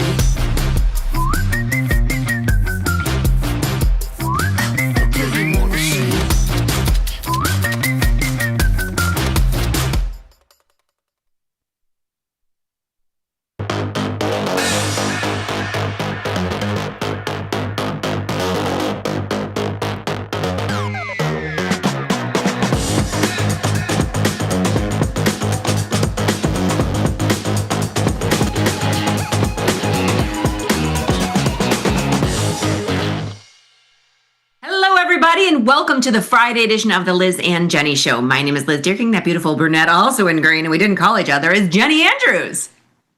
We did not call each other. This morning when the market was down, I got dressed when spoos were down 105, looked around my closet, and I told myself, I'm going to wear green today in hopes that the market turns around. That is why I put on green. Well, you know what is green? We've got oil and Marvell, our green. So. We do have some green on the screen, and it is interesting with spoos down so much. I mean, now they're only down 63, but with the big move down today, there was quite a bit up. Like, I was surprised to see there were a handful of stocks up. I think Microsoft was up, and JD's on a tear. JD, I texted my son today, and I was like, JD's, you're green today. He was excited. He's got JD. I know. So let's jump in the platform. We'll take a look at what's going on today. Crude oil was the big mover this morning, up almost 10%. Now it's up only about 7.5%. If we could go to the platform, that would be great. Here we go. It's crazy when you say it's only up 7.5% because it's been moving 7-10% at a clip. I mean, right? look at the bars. Look at the bar. It's insane. So the positions we have been putting on the last couple of days, we've been taking off. We had, I think it was Bob. Was it Bob on Fire who sent his oil trade? Yeah, and we'll manage a lot of some of those later in the show today. Jenny, take a look at this. I know you put on a green dress because you wanted the market up and it was down. It's not a dress. It's just a sweater. What was it? 120? You said it was down when you woke up. 105. 105. No, when I put this green sweater on, spoos were down 105. Okay. But look at this. I mean, we're getting a little bit of a rally. I mean, spoos are only down 62. You're getting a little bit of a reversal. Okay, and you want to hear something crazy? And we'll see some trades. I know we've got Jack Tucker coming in with his daily 0 DTE SPX tranches. But I was hopping in the shower at 8:20. The market was going to open in 10 minutes, but I knew I was going to miss the open because I was going to be in the shower. So I just put in an order. I looked at where SPX was going to open, went down 100 points, and then just threw in a $15 wide put spread, 100 points lower, and said, you know, I'll hear the ding while I'm washing my hair, and that'll be that. And I was happy to get filled at about just under $2. That's pretty good. So you didn't put a price in? I did put a price in because I didn't want to sell it for like a dime. Right. But I did put a price in as a placeholder, but I got filled higher than my price. And I think it got filled for just under $2, which was, I thought, pretty good for a 15-point wide 0-day put spread that was 100 points below where we opened. Yeah, that's not bad. That's not bad at all. Yeah. I mean, I don't know. I actually wasn't paying attention to where it was when we opened. I just went to the brown bar, sold the $10 wide for $2.50, called it a day, and I'm glad I did because because we're rallying now. So okay, that's SPX. I mean, I actually have on my mind a few things to trade today. But before we get into new trades, we've got something big today. We do, and I'm very, very, very excited for this. Jenny and I have received lots and lots and lots of emails about this, and this is what we talk about on this show because Tasty Nation is smarter than the rest of the world, the buffer ETF. So the buffer ETF, a long time ago, let me give a little bit of a history. This was maybe a year ago, and it's still a big deal. The buffer ETF is all over the news, right? Everybody is trying to get into these buffer ETFs. And we had a researcher named Eddie, and Eddie and I broke it down one time years ago, being like, it's just, if you know what you're doing, you can create the buffer trade without paying the fees that you're paying these advisors.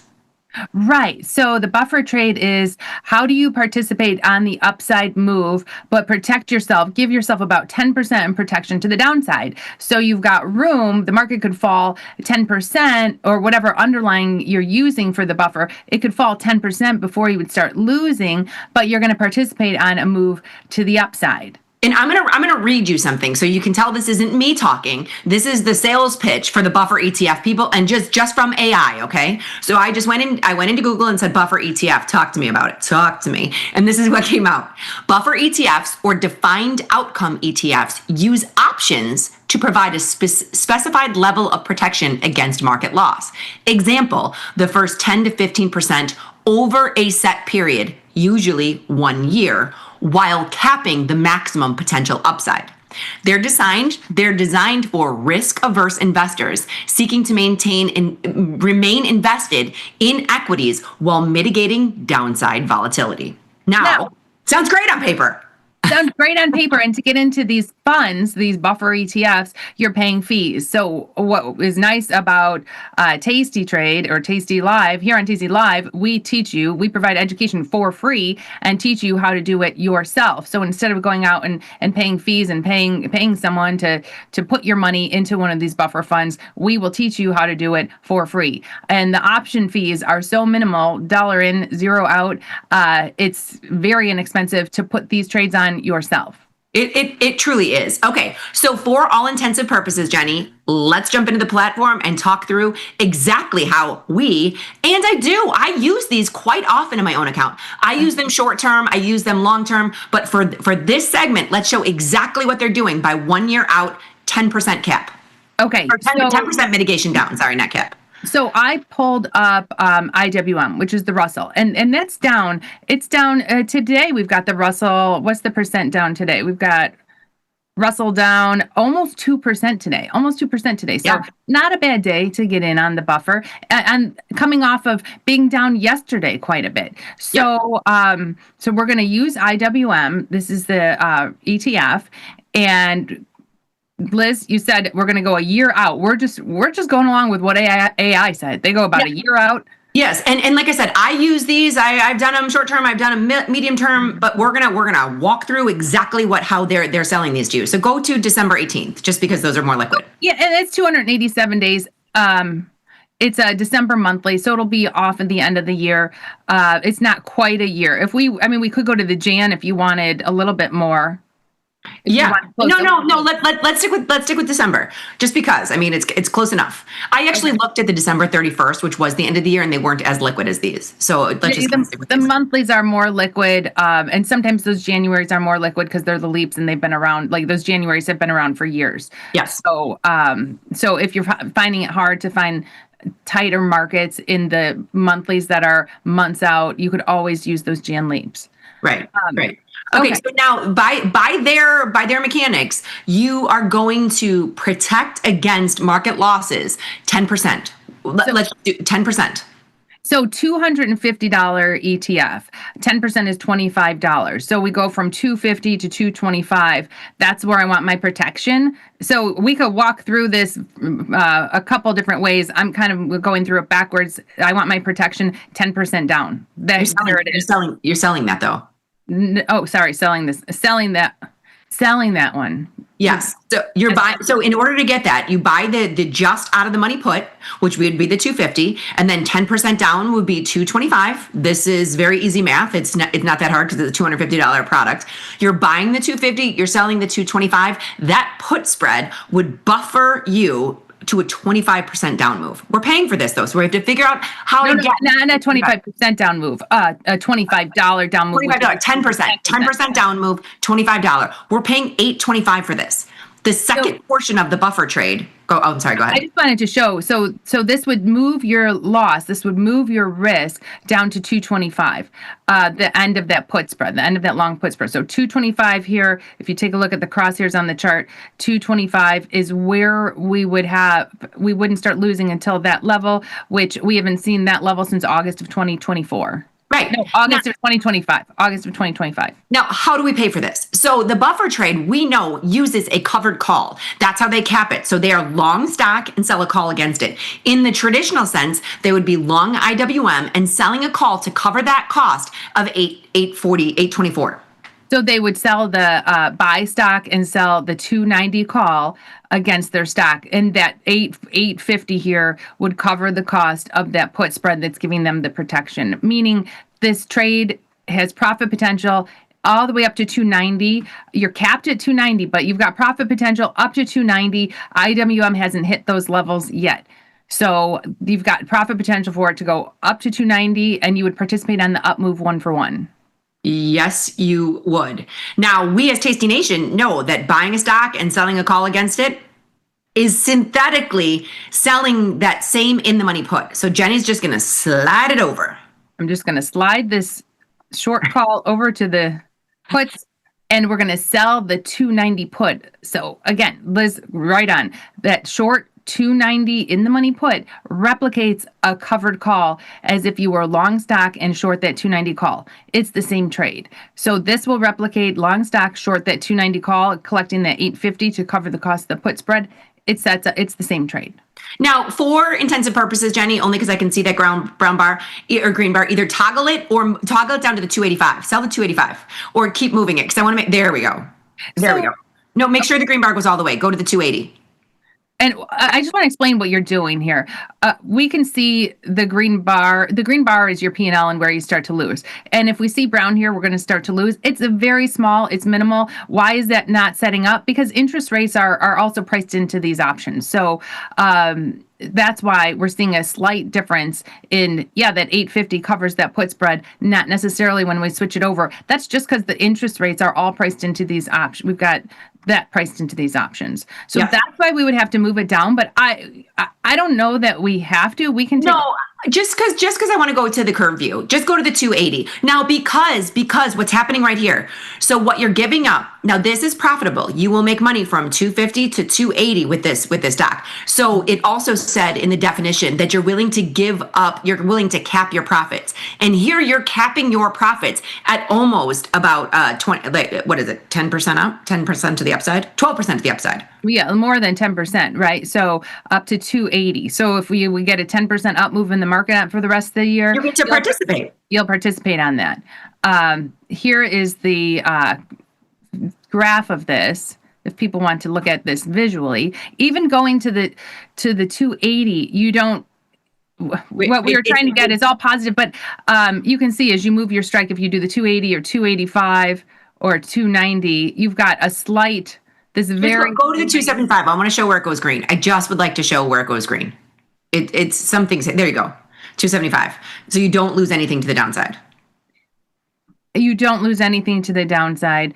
Until you get to 225. There's your buffer. So this is what, as options traders, we can break it down to its simplest pieces. I love when someone tells me, I want to mitigate my risk to 10% and give up my upside. I know exactly what they're talking about. They're using a covered call and an out of the money put. Exactly. So in the money, you're buying a put spread, you're buying the put spread, and then you're selling that in the money put to replicate a covered call. Yes.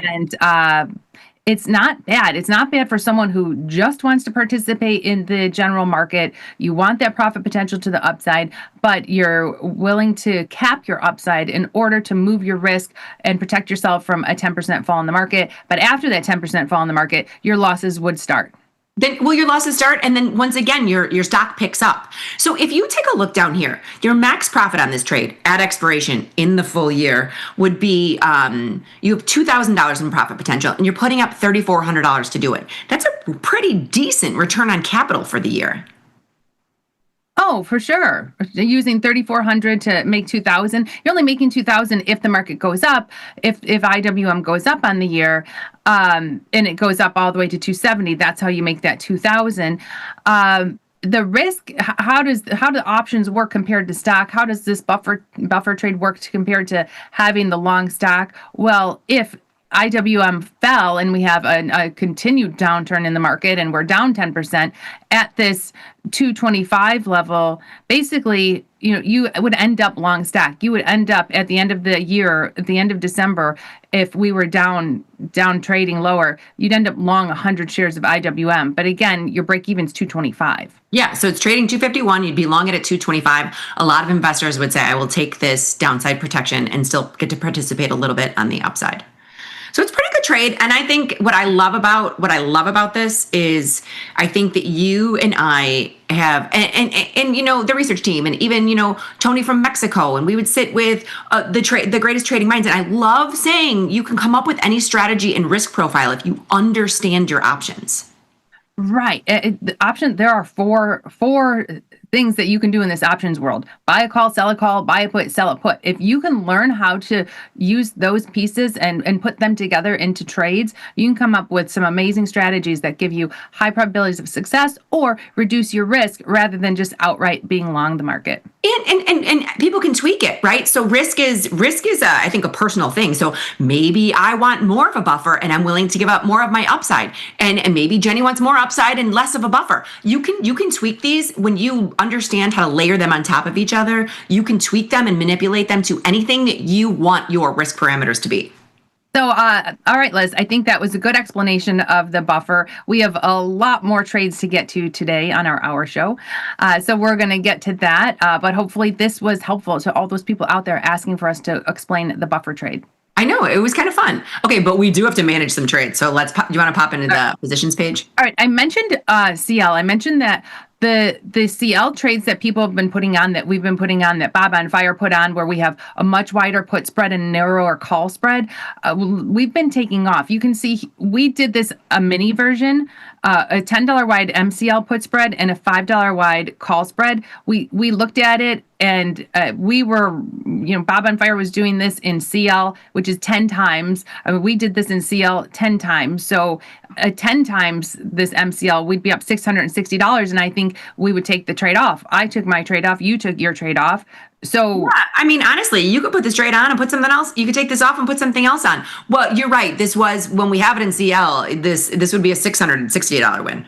I know. So this is, I feel like that's a hard part of having smaller accounts and having smaller positions, because you might look at this and say, $66, I don't know if I want to take this off for $66. But in CL today, when we saw ours, we said, yeah, we're taking this off. In a couple of days, we made a good amount of money. We're taking it off. So it's tougher with smaller positions to take it off. And I know it's only 19%, but it's 19% in 2 days. Well, that's what I was going to say. You're saying only. I'm saying you're getting. That's why that P&L percentage or P&L open percentage is so important, because when you are using smaller things or you do have a smaller account, the percentage is this percentage, right? So if you got 20% in 2 days, I might take it off. Yeah, so I'm going to put in the order to take it off. Mine filled right away. I think MCL is not as, I don't know. I think MCL is not as liquid as CL. Yeah, but we'll let that work. We don't have anything big moving to the downside. Marvell is our big mover to the upside today. Now it's up to almost 90. Did you close your fire starter? I closed my fire starter. I had to. That's good, because that would cap Was it the flamethrower? The flamethrower. I kept calling it the fire blaster.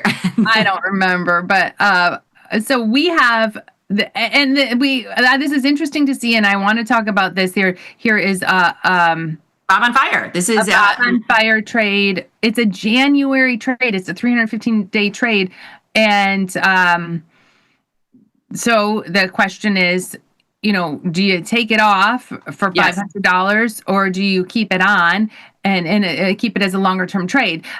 I have some of these on. I'm leaving mine in Marvell for a longer term trade, but in this account, sure, I think we could take it off.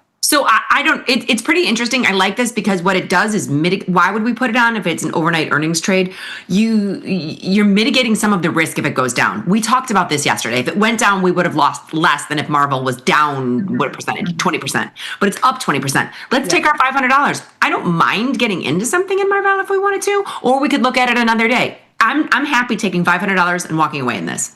So, how much do we get back? So I just wanted to see. So we're getting back $2,000. That's a 25% return on capital. Oh, for this account, 100%. For this account, like we are in the show for an hour a day, placing trades, 100%. We take it off. For me, I had some of these in Jan. I had some short-term positions. So in Marvell, it's not like I did nothing. I took off my short-term positions and left my Jan trades. But I don't think you had the same strikes. Remember, because you've had yours on for quite a while. Yeah, I've had mine on for a while. Okay, so if we take in a 323 credit, we took in about $1.60 when we put the trade on, $1.70. So we took in $1.70 when we put the trade on. We take in $3.20 to take it off. Credit plus credit, we're taking in about that. Bada bing, bada boom. It's about $500. And now I might think of, and I'm curious to see. Because we've been talking about this a lot with some other stocks that have rallied on earnings. If it rallied on earnings and you want to get back in at the pre-rally price, so 90, 80, 76, how far do you have to go to sell that 75 put? Not far. May get you 260. And I'm not saying for us to switch our Jan and go to May, but people can still sell premium at that, pre-earnings move price. Hey, my name is Liz, and I had a lot of Marvel positions. You opened them up, blah, blah, blah. They were all over. I had a Bob on fire. I took it off. I had stock, and I had the fire blaster in both directions. I had the downside ratio and the upside ratio spread. I took off my fire blasters, kept my stock, and I put on some additional positions in the nearer term. In the nearer term, in the 42-day. Actually, do you know what I did this morning? You know what? Somebody needs to stop me. Like sometimes I need Jenny in the room to slap my hand because I took off all my fire blasters, and I'm glad I did. And you know what I did? I did the buffer trade and the 0 DTE. Oh, that's good. Yeah, because we're continuing to go up. Because we were only at like 85 maybe on the open. Yeah, I think I did it when we were at like 86, 87. But yes, I'm happy with it. Yeah, 84.72 on the open. Yeah, I didn't want to get hurt if we continued to go up because that upside ratio spread would have gone through it. So I closed all that and I did the short-term buffer, which is, I kind of like that buffer trade on things that have gone up a lot. They continue their momentum. It's easy to, you kind of go with the flow for the day. Yeah, what a move in Marvell today. So I don't mind the 75 put in April, and I was surprised that we could sell the 75 put in April and get anything. Yeah, and it's only using $750. Again, gets us back. If someone says, "Oh well, I'm mad I missed it," well, 75 is where it was yesterday, and if it doesn't drop back down, you get to keep at least $173. If it does, you're back in at 75 minus your $1.72. Right. I'm in. Ship it. You know how I love Marvell. All right. So we've got a Marvell position still going. Yeah. It only used $700 in capital, which was kind of fun. Oh, yeah. The one thing I wanted to do, I'm just going to put it on our list. APP, I want to see if it's still up. And then VIX. TP and I did a very small VIX trade. Is it still in there or did we close it? It's still there. It's here. Oh, yeah. I know this was a little trade. You sold the put spread. But you know what? It's up 38% in 4 days. So close it. Yeah. Yeah. TP special. A TP special. He's got TP comes up with so many trade ideas a day. I know. He does. He's a fun character. Okay, so I'm working on closing that. The APP, we sold this December 125 put before earnings. How can you not say, yeah, you know me every time you say APP? You're down with APP? Yeah, you know me. I'm down with APP. So, and then we sold it here on the day before earnings. And then on earnings, App 11 went from 550 down to 469 and then down to 450 or maybe it was here. Maybe this was the earnings. Maybe this dropped, but it had a huge earnings move and we had a short put, which is a bullish position, and we're finally in the green. We are. It is a glorious day for APP. Well, look at this. It's down $10 today, and we're only down $1. Let's take that $75 and run like a thief in the night. 23 days of pain, and we're gonna get out. I these January trades or these long-term trades, I don't mind. Our trades are not trade recommendations when we open them or close them. There's nothing wrong with leaving these if people want these trades as longer-term trades. But we're gonna take our $75 and get $1,200 back. And Jenny, I do have to say something. This is a little bit of a public service announcement. This is for Jay, because Jay just said, can you explain the buffer trade? And Jay, today is your lucky day, because if you go back and watch the beginning of this show, we explained the buffer trade. We did it. We did it. Yeah, like 3 minutes into the show, we did a whole piece on the buffer trade. Yeah, so you can go back and watch in the archives, or while it's live, I think you can just rewind it. I'm not exactly sure, but either way, it'll be there. Any questions on the fire starter that Liz keeps mentioning, refer to her. I don't want those emails. The fire blaster, the fire starter, the kicker. It's just an upside ratio spread on top of long stock. Okay, another stock in Fuego today. Look at this move. Who saw this coming? Dun, dun, dun, dun, dun, dun. That's my son's name. I'd rather be lucky than smart. You were doing like the Notre Dame song. Dun, dun, dun, dun, dun. No. You know what? Dun, bum, bum, bum, bum, bum, bum. It's not the Notre Dame. What is it? It's a very common theme. And did you not watch watch Shrinking? It's what Brian says every time he goes, everything goes my way. Oh, all I can picture is myself in the Notre Dame crowd doing this move that everyone does when It is definitely not the Notre Dame fight song. It's not the fight song, but they play the song and the whole crowd goes like this. Have you ever been to one of the games? I've never been to a Notre Dame game. Yeah, I don't know. But it sounded like it. It's like in my memory, right? I hear that tune and I just start going like this. And I don't know if I have it right or wrong. I'm pretty sure it's totally different. If I had to probably guess. is. That probably is. Okay, so big move in JD, up 6% today. We sold puts prior to earnings that were a loser and now have made a roaring comeback. Look at that. Look at that little guy. Yeah. Yeah. 27. Huh. Who knew? Are all the Chinese stocks up? Well, let's look. All right, so JD up 6%. Baba up, no, barely. Up 0.8%. And Baidu, no. So what is, maybe we can see here. Pop out the side. I don't know if there's any news. Go to the news.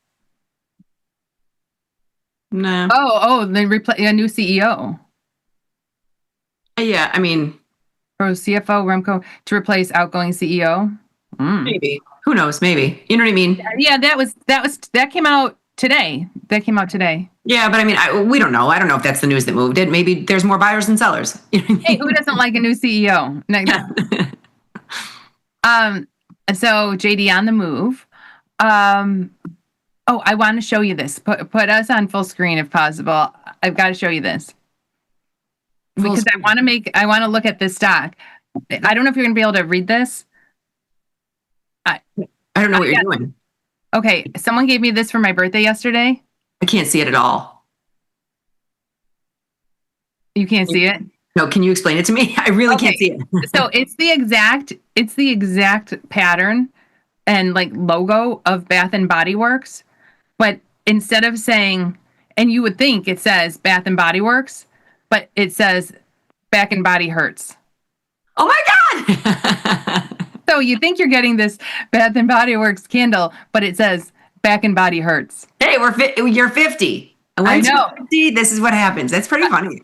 I know. So I thought, okay, I'm going to take a look at what's going on. Oh, wait, what's Bath and Body Works? BBBY.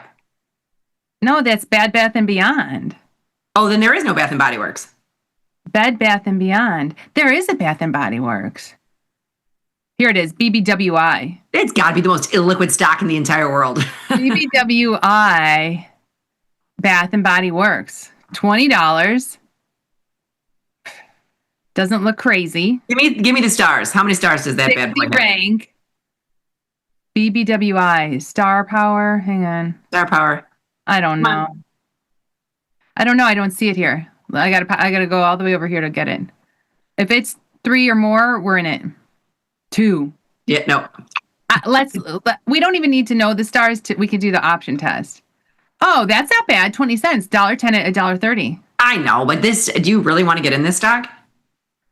You know what? For a $338 buying power, get $120. I don't mind. Sure. I'm product indifferent. I'm product indifferent. Or can you say we are agnostic to product? And look at that. Mid-market filled. Somebody just bought it from me. Someone just popped up a 120 bid. I will push that bad boy out because that's an amazing trade. I mean, that's what happens when I go out for my birthday. I went out with some friends last night. They give me this Bath and Body Hurts candle. And I said, great, I'm going to sell some puts in Bath and Body Works. Did they buy it there? No. Yeah, that's what I thought. I was like, I didn't think they would have bought it there. All right, Jenny, do you want to, let me take a look at this. I want to see, we haven't been in Twitter in a little bit. Do you want to pop into Twitter? Let's go. Trying to make out this, something happened with my side here where I've lost the ability to. You've lost the ability? Yeah. Do you see on the side here, I've lost the ability to see what spoos are down?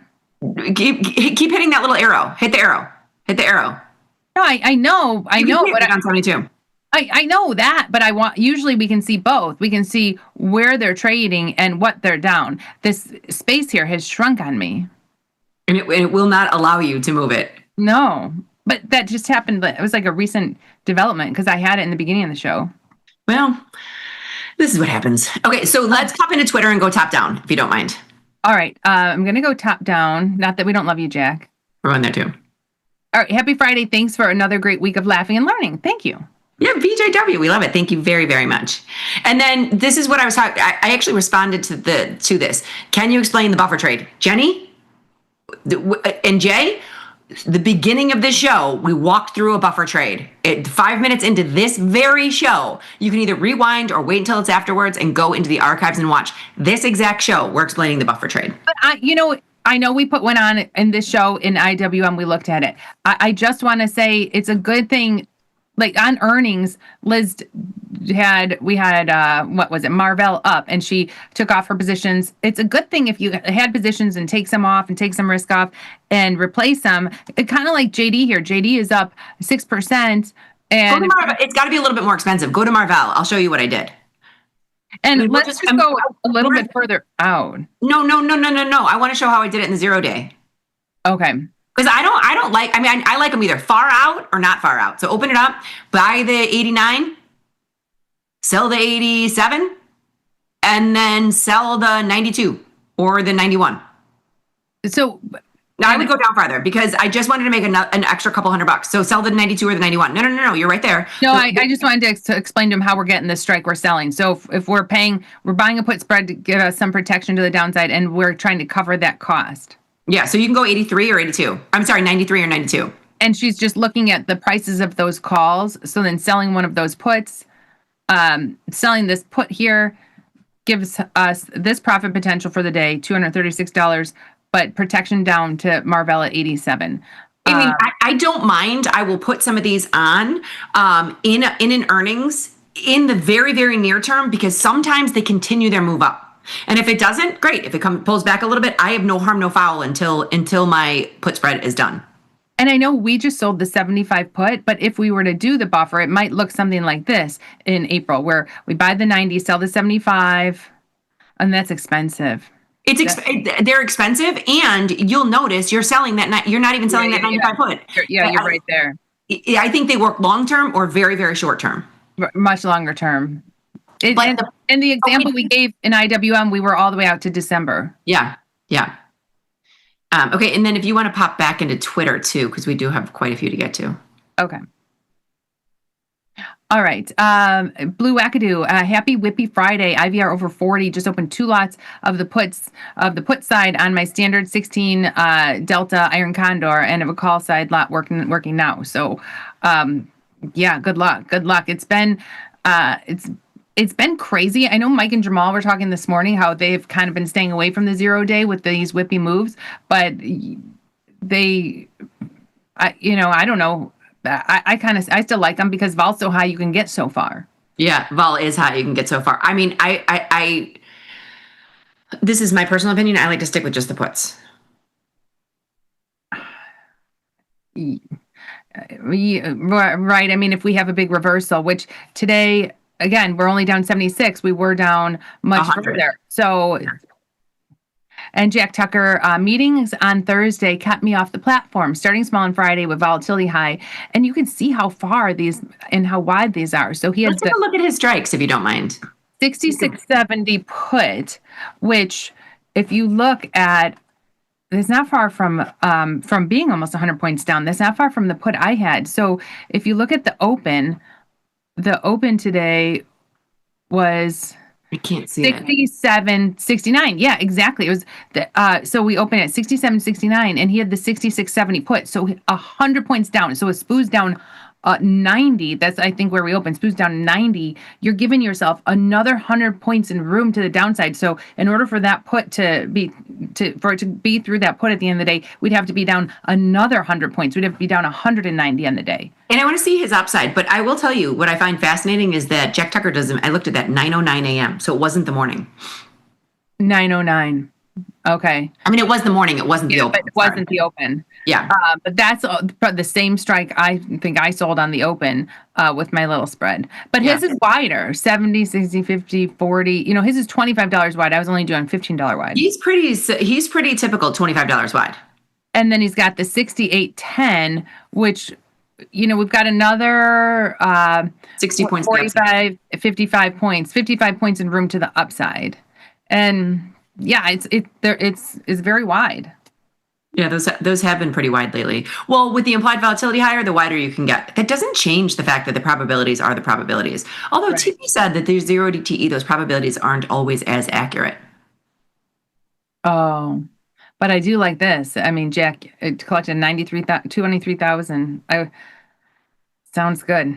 I love that Jack Tucker watches meetings. I think meetings probably might have saved you a little bit yesterday, Jack, because yesterday was kind of crazy. It was a little bit of a crazy day.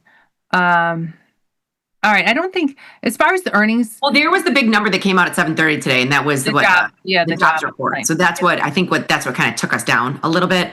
And that's what you were referring to. We were down 105. When we say we're down, we were saying the SPOOs were down 105. Now look at the Costco move today, which was nuts because you see how Costco was down as low as 967. It opened at 967, got as low as 960. So 40 points lower than where we are. Yeah. So open down and bounce back up, which is kind of crazy. I mean, it's Costco. It's but I mean to open down so much and now be up on the day. Yeah, that is kind of crazy. It worked up by $16. It worked out well for me because I had the diagonal in, and I thought it was going to be a loss when I looked at my account, and then I just closed it right before the show. Yeah. So that's always good. Like looking at those, Costco 1,000 is my level, and it's right there right now. It's right there. I want to take a look at what we did yesterday. That EWY. What is EWY doing today? EWY is very wide strangle. We have the 100, 165. Can I see the chart? So 100, 165, it's never before seen footage to the upside. And the 100, it came from, when was the last time it was 100? In January. Beginning of the year. Mm-hmm. Yeah. So we have that strangle. That was, I mean, we've been looking at EWI for the last couple of days. It's been in the news. But we did yesterday. We had trades from the research team, and I believe this was Kai's. It was Kai's. Kai was actually a lot narrower because I think. Oh no, we did get filled on Kai's, right? Because Kai was collecting $9. We only collected $5. Yeah, there you go. Okay. Mm-hmm. Well, can you do me a favor and put a GTC in for that though? We said we'd take 30% out of this. Yeah. Which would be $150. Oh, I would think we're fine with even 20% out of this. Yeah, that's fine.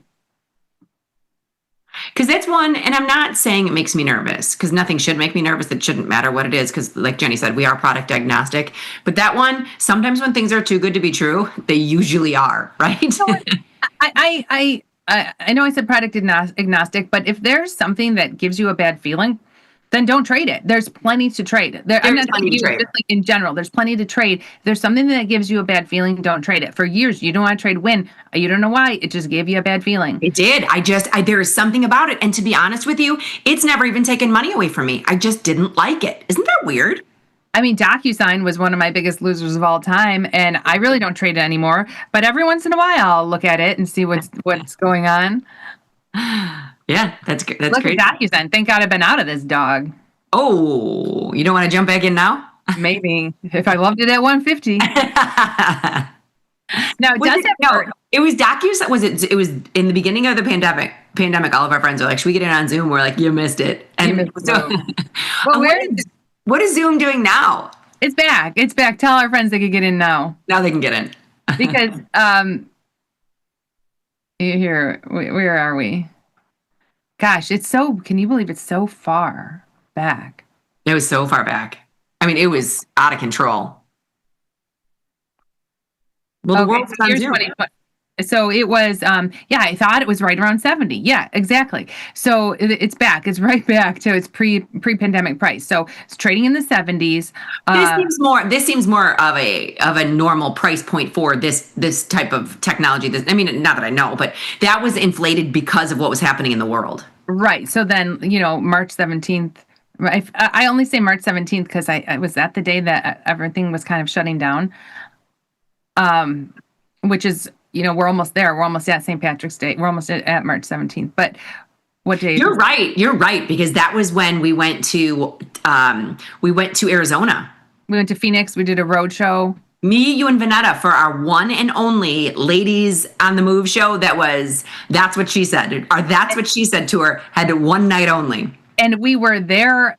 It was St. Patrick's Day weekend, and we were in green. I remember I was wearing green on stage. I can picture myself in those Phoenix pictures in green. And I'm a germaphobe, afraid to shake everyone's hand. Wearing a green dress, taking a ton of pictures, and it was St. Patrick's Day weekend. It was. I think it was the weekend before St. Patrick's Day. Yes, because you're correct. So right around. Then the shutdown happened here. It was like, but. I want to say it was right around after when our friend said, "Oh, should we all buy Zoom at 140?" And we were like, "It was just 70. Like, what are you guys dumb?" It only was like 600. So if you loved it at 140, I mean, I wouldn't mind taking a look at Zoom. It's only 1.2. I don't either. I don't know. I think this doesn't look that liquid to me. Whoa, look at these markets. 199 at 290, 134 at 204. Not a fan. No. 86 at 141, not a fan. Let's check DocuSign markets. Wait, hold on. If we're going to go through it, DocuSign, there's not even an M next to the volume in the stock. But hey, if oil's going up and up and up and up, are we going to go back to an era where like nobody's leaving their house? We're all just signing on DocuSign and seeing each other on Zoom because no one wants to drive their car anywhere? Well, I do think DocuSign, whether or not the oil prices, I think DocuSign is still used very much to this day. But these markets are wide. Yeah, they are pretty wide. And the stock volume is very thin, which is pretty crazy. But it's not terrible. I know these are wide markets, but look at this. Like if you got filled mid-market, $145 using 400, and you're getting it, your break even in DocuSign is 98.55. I mean, not 98.38, 38.55. Yeah, 38.50. It's not bad. It's not bad. For $400, I don't mind it. Ship, if you get filled, great. Do you know what I do want to do, Jenny? Only because I think it would be fun to walk through in this. Did I get filled at 145? You got filled at 145. Congratulations. Can we take a look at CL in this account? I know we took off our MCL, but do you want to make a defined risk trade in CL in this account? Small, like we can make a baby trade in this account. Sure. 118 rank. Why wouldn't we want to? Yeah. I mean, it's topical right now. We took off our MCL. We might as well see if we can jump back in. What do you think about a downside ratio spread? Now, again, Liz and I did a little like YouTube push that comes out, and CL here, the CLJ is trading 89. If we're trading CL, we're going 41 days, which is trading 85. Just so people are. No, and do you see what I was saying? If you go all the way out, look at the other ones. It goes 80, 76, 73, 71, 70, 69. It goes back in the 60s in December. Now, okay, let's pull up a couple trades. You walk through, I don't care. I don't even know what my strikes would be, but I know earlier I said I want to do was downside ratio spread as wide as I can, and not collect much of a credit, just to hope that it could come down and hit. Yeah, I mean, we could do something like that. You just kind of got to manipulate the strikes a little bit until you get to your risk parameters that you're looking for. I do like starting at the expected move of the cycle with the shorts. See, I don't think, like me personally, and this is where everyone can shift it. Me personally, the expected move is at 63 in 41 days. I don't think we're going to see oil back at 63. So so you're playing for no credit. I get what you're saying. So there's a big difference between a broken wing butterfly for a credit or a broken wing butterfly for no credit. Then you have to shift it up if you're taking no credit. Yeah, like if I think, oh, maybe we'll be lucky if oil's back at 70, and how wide can I make this thing? And if I go, 72. Well, see how much a symmetrical butterfly is first. I mean, you got to keep it narrow. This is our show account. I understand that your account is going to be a little bit wider. What we're going to do is now try the 68. Buy it. It's a straight up butterfly.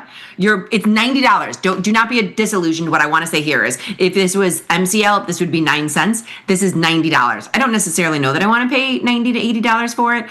Where can you break that wing to make the littlest amount? I want to see, like, you're breaking it the wrong side.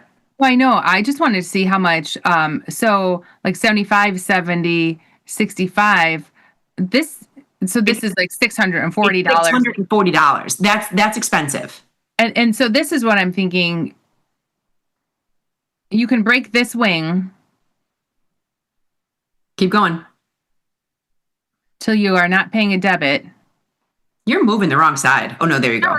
No. So you've got, I don't even need a credit. So here, you've got, there's a lot of risk here, $3,900 in risk, but you've got this $5,000 in profit potential, the 75.70, basically playing for crude oil to end up somewhere between 65 and 75 at April expiration. Yeah, I mean, I think that's a great trade. Now let's nugget size it for our account. And I'll just show it on the analysis page, and then we'll do something else. I like this. We're just going to make it narrower. I like this a lot, and I'm probably going to do something like this in mine. So your risk is below 65. And then you've got this wide range of 65 to 75. And at 70 is where you'd make the 5,000. This is what I'm going to put on something like this. No, and I like this, but we can't risk $3,000 in this account just in case. So how do we make it nugget size for this account? I want to use CL instead of MCL. So let's go back to, where was your short strike? 70, right? 70. So hit your 270s. But maybe in this account, we want to give ourselves more room. No, it's okay. Sure, 265s. Then buy the 67. Okay, so you got $2 wide. You got 2 of those. What are you collecting? You're collecting $1. Do the symmetrical butterfly first.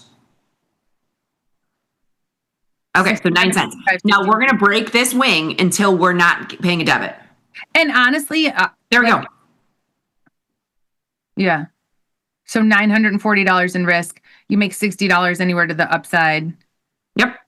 And but if it comes down, now in my mind, the narrower it is, I mean, obviously, the narrower it is, the less likely that's gonna hit. But the less risk it is. So yeah, we just have to take less risk. I understand what you're doing in your account. I 100% appreciate that. It's very challenging in this account to take $3,000 in risk because CL is real risk. I mean, so I can eat humble pie here, and Jenny can vouch for me. This is CL naked options were my biggest loser to date, and it took me 2 full years to scratch and claw my way out of it. So I just wanted to be clear, these can and do move, right? So why I was surprised earlier today when we were working on our little market movers trade that you were talking about naked options in CL after remembering that that fateful November. But what happens is once you've had it happen, and I know I scratched and clawed my way out, there is so much premium if you are willing to take the risk, right? So, but risk and reward. And we talked about this the other day. Risk and reward are tied together for life. So if you unbreak that wing, take that bottom off. We're not doing this by any stretch of the imagination, but take that bottom one off. But there are plenty of people who might, right? There are plenty of people who would. You're taking in $1,000. So $970 to the upside, anywhere to the upside. Then I've got this small ratio spread here that could make more. but my risk is getting long at 62 and it's a naked position. Right. So because to buy something, you give up so much. You give up, again, here, 680 or 580. You're giving up hundreds and hundreds of dollars to define your risk. And these aren't, because this is such a big animal, when we look at this, Jenny and I typically talk in, when you're talking 7.775, that's $75. Here it's $750. It's got a 10 multiplier. You want to do this $130 with $1,300 in risk? Sure. $1,300 in risk, and that kicks in below 63. I'm okay with this. I think this is a calculated risk. I would be happy with this trade if we keep the 140. I'm okay with that. Right. Because this is, if you keep the 140, that's a 10% return on capital in 41 days. That's pretty good. With the 300 and no, I mean, look at this trade. I know 10% return on capital versus your max loss, but because this is a future, the buying power is only 350. Yeah, I don't mind this at all. So this is that's the broken wing butterfly. Here's the broken wing. Our max loss here is 1,360. And no matter what, to the upside, we keep 140. Right. Absolutely. Okay, we are almost out of time. Well, no, it's only 44. What I was looking at too is SPOOs are only down 61. I like that I can't see the percentage. I like that you've removed that from me. Well, no, we can't see. Okay, so here, 67.75. Only down. That's what I said. They're only down 60. Yeah, not even a. There's the percentage. I will have to get this fixed because somehow we lost some space here. So we're working that. I might have to replace it to 12, which would be $120 in order to get filled, because we've been getting filled in CL pretty easily. I think that's fine. AEO had earnings. AEO had earnings yesterday. Yeah, and it had a big move down. Like, look at that. It went from the day before $23 down to 19, and now it's down to 1884. So this is something that after that big move, still a high rank. I like to be in these puts in AEO. I just felt at the monies, you've got $1.14. I don't mind them. I don't mind them, and I'm fine with that. I'm fine with it because we have the capital too. We have the capital. But what is annoying to me is it's an $18 stock that's holding up $763. Okay, watch this in AEO. Here is a $2 wide big lizard. That's a number I can live with. You've got 100% return on capital right there, Jenny Andrews. So all I did was a big lizard is selling that at the money straddle, buying a call, collecting over the width of the call spread. So $2 wide call spread, collecting over $2. And then I use that little extra credit to buy a put. So we're only using $196. I like it. I mean, I don't know if it's going to win, but. And this is what it looks like. Yeah. Not bad. Not bad. You still got a 40 rank. You're using that to your advantage. You can't lose to the upside. I would put a GTC in for this though, just because of it. It's going to take weeks and weeks to get out of this. No, I know, but it's something that it's going to be such a small trade that we might miss it. Do you know what I mean? Yeah. I'm just going to let it work. I'm not going to chase it because I don't know what the liquidity is on AEO. I agree. And we are almost out of time now. Now it's 52 and we have to end on time for the next show. So my question to you, Jenny, is. Yes. You were right yesterday. What did you say for yesterday? Down 60. And we were down like 45 or something like that. Yeah, we were down 45. I want to get out of this trade of TPs, replace order. Right? Yeah, please do. I don't know. I keep penning it up, and we're not getting out. So I guess at some point we don't want to make too little. I mean, it was a small trade. There you go. You're filled. All right. So that's off. We're out of that. We're out of Marvell. We're in a new Marvell, just a 75 put. And it continues to go up, 91. Yeah. Yeah, it does. Good thing you took off those fire starters. I know. I'm glad I did. Sometimes it's better to be lucky than smart, though, Jenny. And we're still not filled in CL. We'll let that work. Okay. We should get filled. We're trying to get 12-cent credit, and it's bouncing around 12, 13, 14. This is such a hot topic, and there is so much volume in these. I don't know what's happening with it. And now here we are, back up 9%, up to 85.73. Yeah, there you go. There you Should I go? Did we get to everyone's tweets today? You know what? If you want to, let me glance. You can go top down because Florida 7's coming in. Oh, look at him. I hope the crisis is ended soon, but high gas prices not hurting me. Oh, because he's got an EV. Yeah, you know what? Are the EV stocks? No, because Rivian was up Rivian. today. Is it? I'm long Rivian, and I didn't notice it. Oh, Rivian was it was. I mean, it wasn't down. So when I say up, I mean when I was looking at things this morning, it was green and not red. You know what I mean? Right. So Tesla's down, and Rivian is up small. What about those old little like Neo? I mean, it's $4.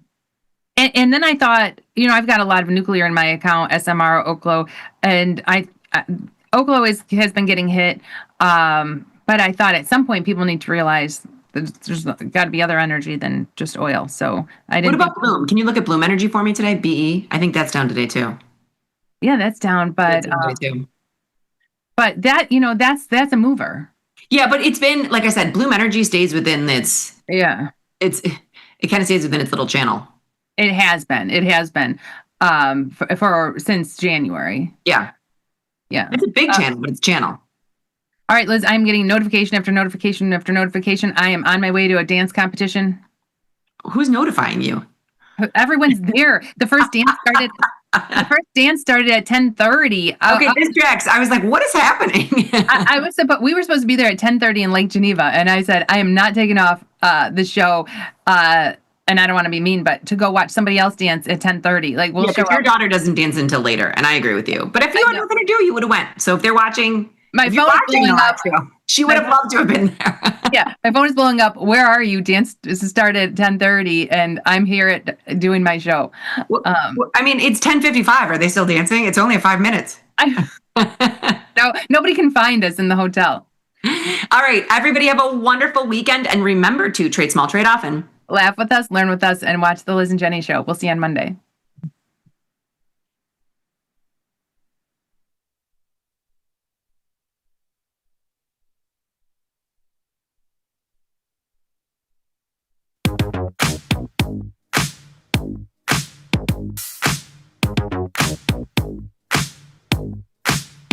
What's up, JC Nation? Welcome back to the show. This is Fast Market. Market is fast right now. E-mini's down 109, NASDAQ down 360. Catching a bit in the tech stocks there a little bit. Bitcoin down 2,600. Crude oil up 7 points, almost 10%. We just talked about trading it, maybe some really wide iron condors. We both have positions on that are existing. I think you got filled on a short micro. Is that correct? I got filled on a short micro, yep, at 89.25. Cool. And then, during opening bell, first 15 minutes of the market session today, just got filled on a butterfly in SPX.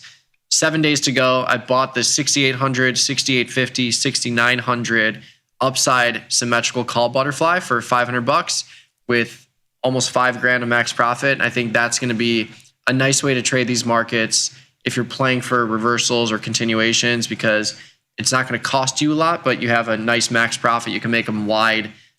You can make a 100-point wide butterfly to the downside with 7 days to go for like $7-8 if you think it's going to continue this craziness. And that can be a huge hedge against any portfolio for the monetary cost. You can make, 10 times your debit paid here.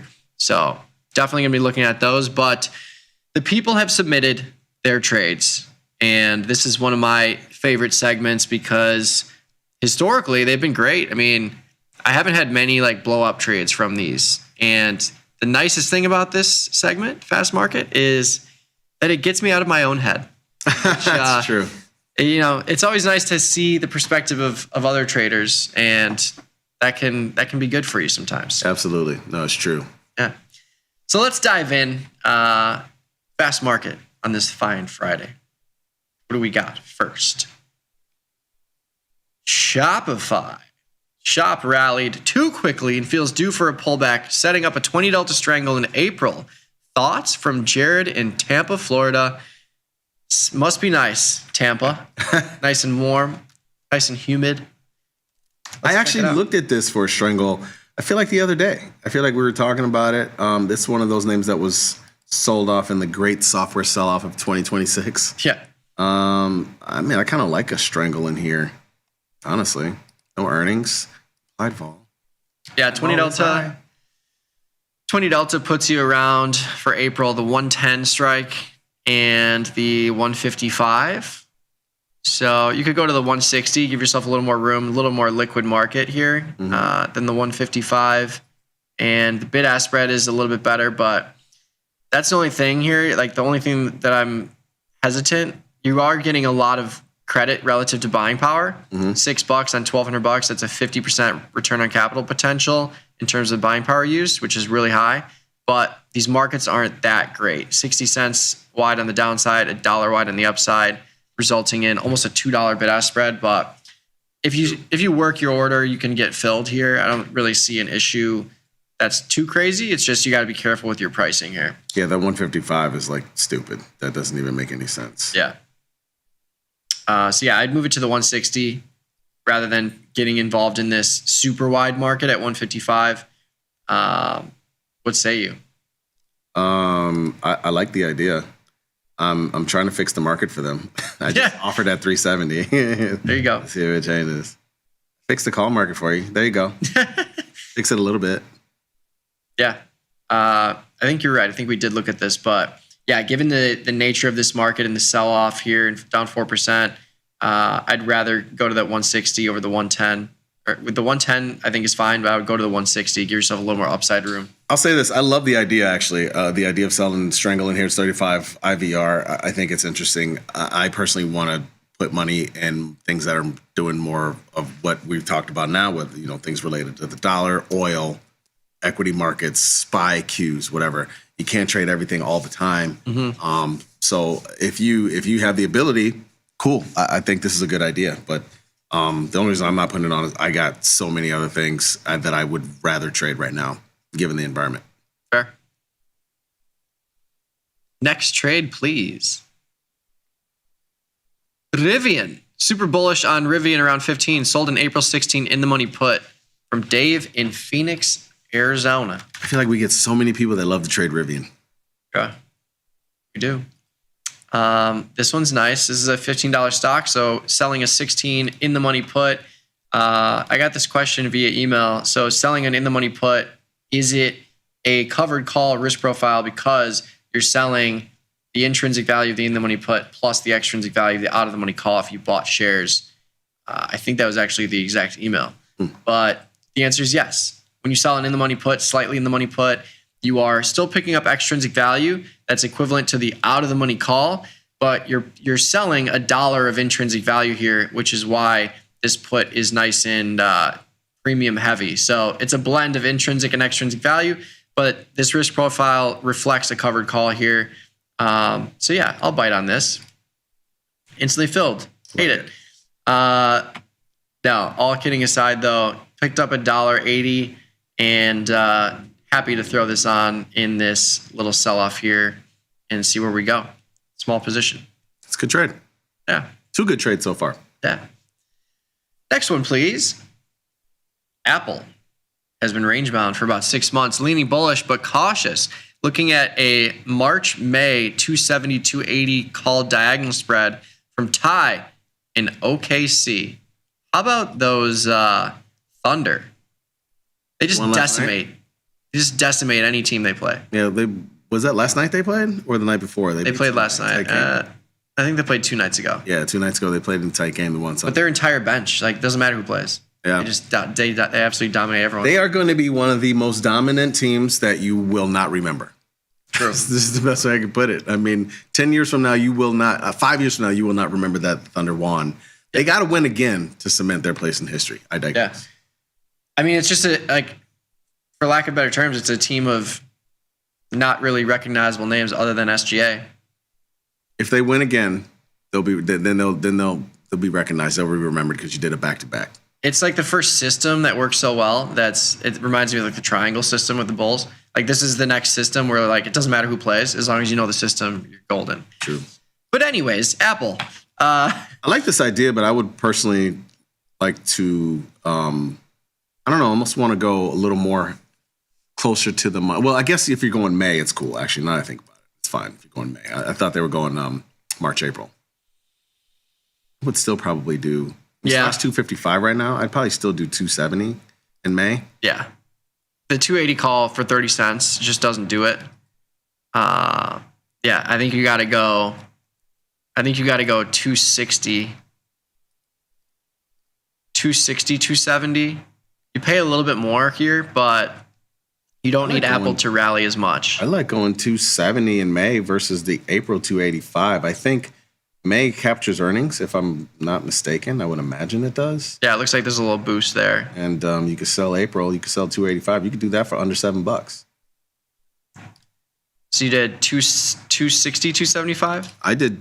Just looking at the 270 in May. Yeah. And the 285 in April. Kind of like this. Throw this on. Oh yeah, for $1. Yeah. Yeah, I think if you're going long May, I think you got to go April, just to get some premium involved. Like selling the March 280 for 30 cents. There's no reason to even have that on, because like you're picking up 30 cents, but if you actually do get a huge rally in April, that call's only going to hurt you. So yeah, sounds like you were filled. Yep.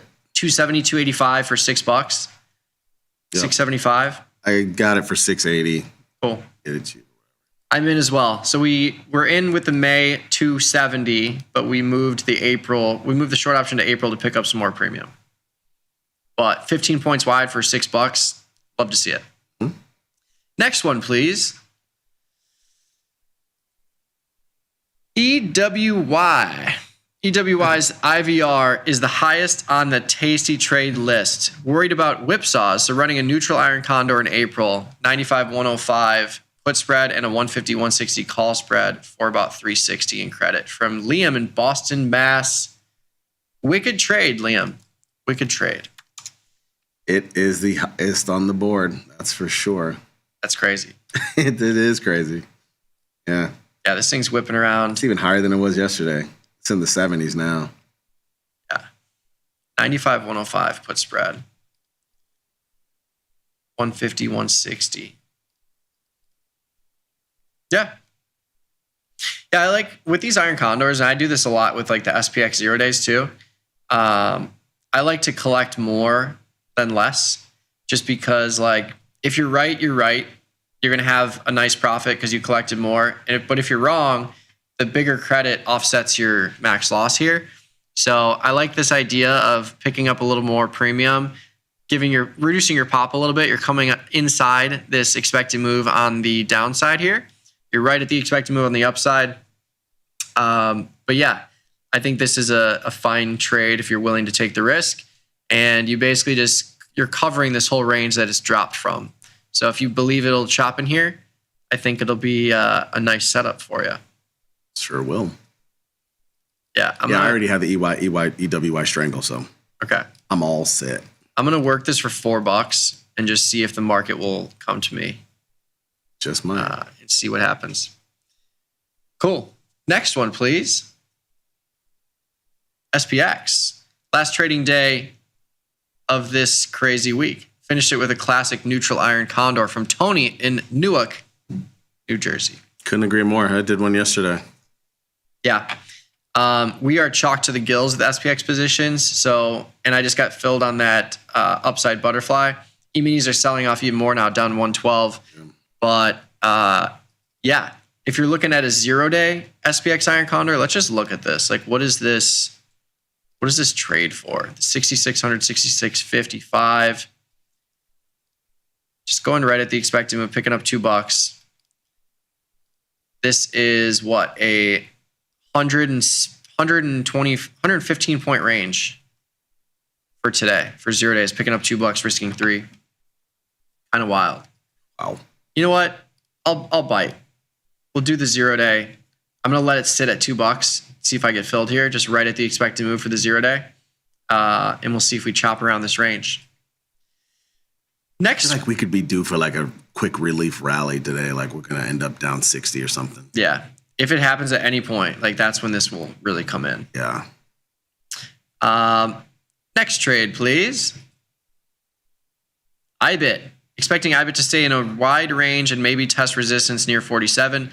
selling the 35.47 strangle in April.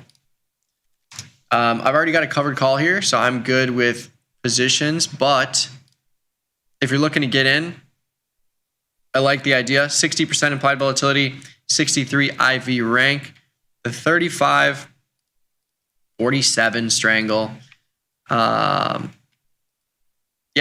47 isn't picking up that much premium relative to your put. So you are leaning bullish here, picking up $1.50, selling this for 50 cents. But I would rather just like bring this in. If you're trying to play for a bounce here, the whole strategy that I did last year was like selling premium on both sides. But then if I get tested on the upside, just move the put up to like 42 and then move this up to like 47. So you can just completely manipulate this strangle if you're willing to stay in this for a little bit of time. But I hear you if you're just trying to open up some space to the upside. But 50 cents for me is a little low on the premium side. I'd rather bring it in, pick up more. But yeah, I can't fault you for the setup. Next one, please. Thank you, Ralph from Albany. Ralphie. 6J, Japanese yen and other currencies could rally hard once the crisis passes. Buying near the lows now from Blake in San Antonio. Yeah, I mean, this thing is selling off near the lows of 2026, the lows of 2025 as well. Crazy move here. I was just filled on the SPX 0-day for $2. Nice. Yeah, Japanese yen selling off here. I think you can get involved in this market. You can trade this market with options if you want to. The next active contract is the M contract, which has 3 different options expirations. If you're trying to create like a calendar spread or diagonal spread, that could be interesting. If you're looking at just having this thing rally higher to like 6.5, buy the 6.5 in the May cycle, sell the 6.5 in the April cycle. It's a $375 calendar spread here. So that's how I'd play it if you're just trying to keep it small. Otherwise, you can go to TastyFX and trade something like the dollar-yen pair. We can find it real quick here. The dollar USD over JPY, same story. You would short this if you're looking to get long the dollar, or sorry, long the yen. You would short this pair. And this one you can get real small in terms of the sizing. So it just depends on what you want to do. Yeah. I mean, it's I agree with you. Like if I'm gonna do that 6J, I'm gonna do a spread, like option spread. That's the only ones I ever really trade. I've never really traded the actual future. Much rather the futures options. Yeah. I'll route this calendar spread and see if we're filled on it. But yeah, I just went long May, short April in the M contract at the 65 strike. Next question, trade idea, please. For solar, from Colin in Portland, Maine. Post earnings setup, 175, 165 put spread, about 42 days out. Assume they mean selling. 24 IVR. 175, 165. Stock's down on its butt a little bit. Yeah. Yeah, I don't mind this. The only issue with this is the bid-ask spreads here. This markets aren't great. You're dealing with $1 on the 175 and almost $2 on the 165. So it's kind of tough in that regard. And you're inside the expected move, picking up 260. I would like to see more premium being inside the expected move. But if this is the strategy you want to go with, it's still a high probability trade. I think I'm going to pass on this one just because the markets are so wide. But I like the idea of getting long at these low levels, of course. Thank you, Colin, though. Next one, please.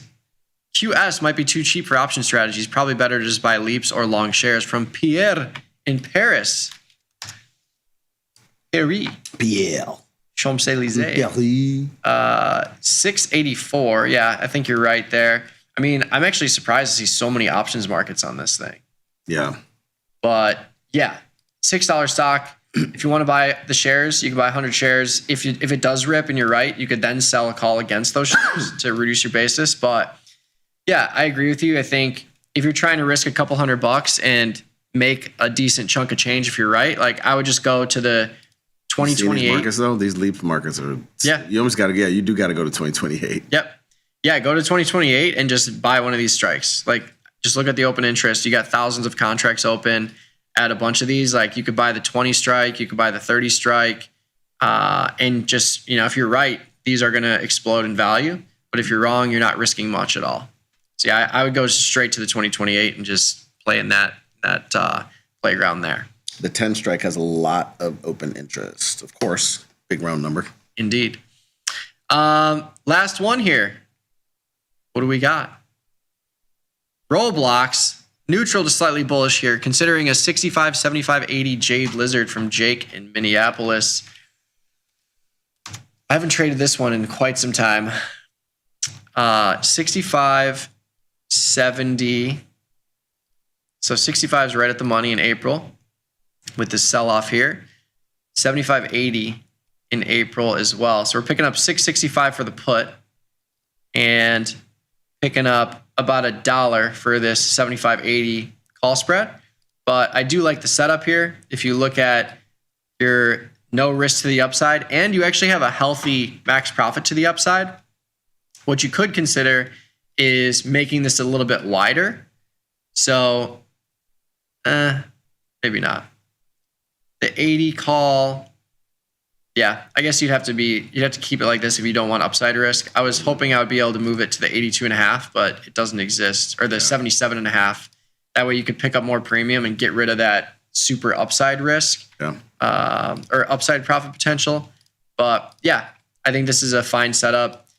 Only issue is it's elevated buying power. You're putting up $3,000 on a $60 product, so slightly elevated here. But yeah, I think the setup is fine here, and you got a nice max profit of $750 in the middle. And then if it really rallies, you'll have $250, $300 in profit in that sense. Yeah, that's a good one.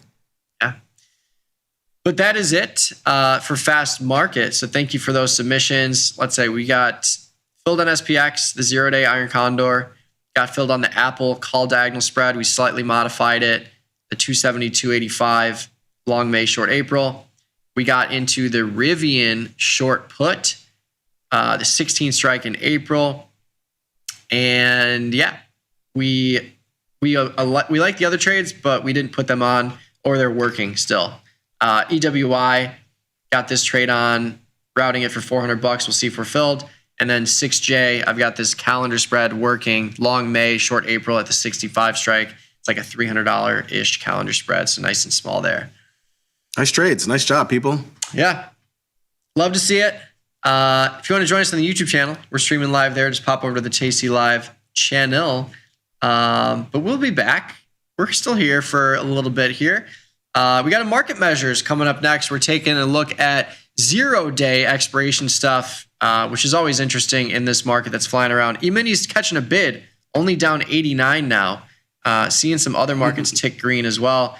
Crude oil still ripping higher. But we're going to take a little 90-second break. We'll be back with market measures, talking 0 days in just a second. You're listening to Tasty Live.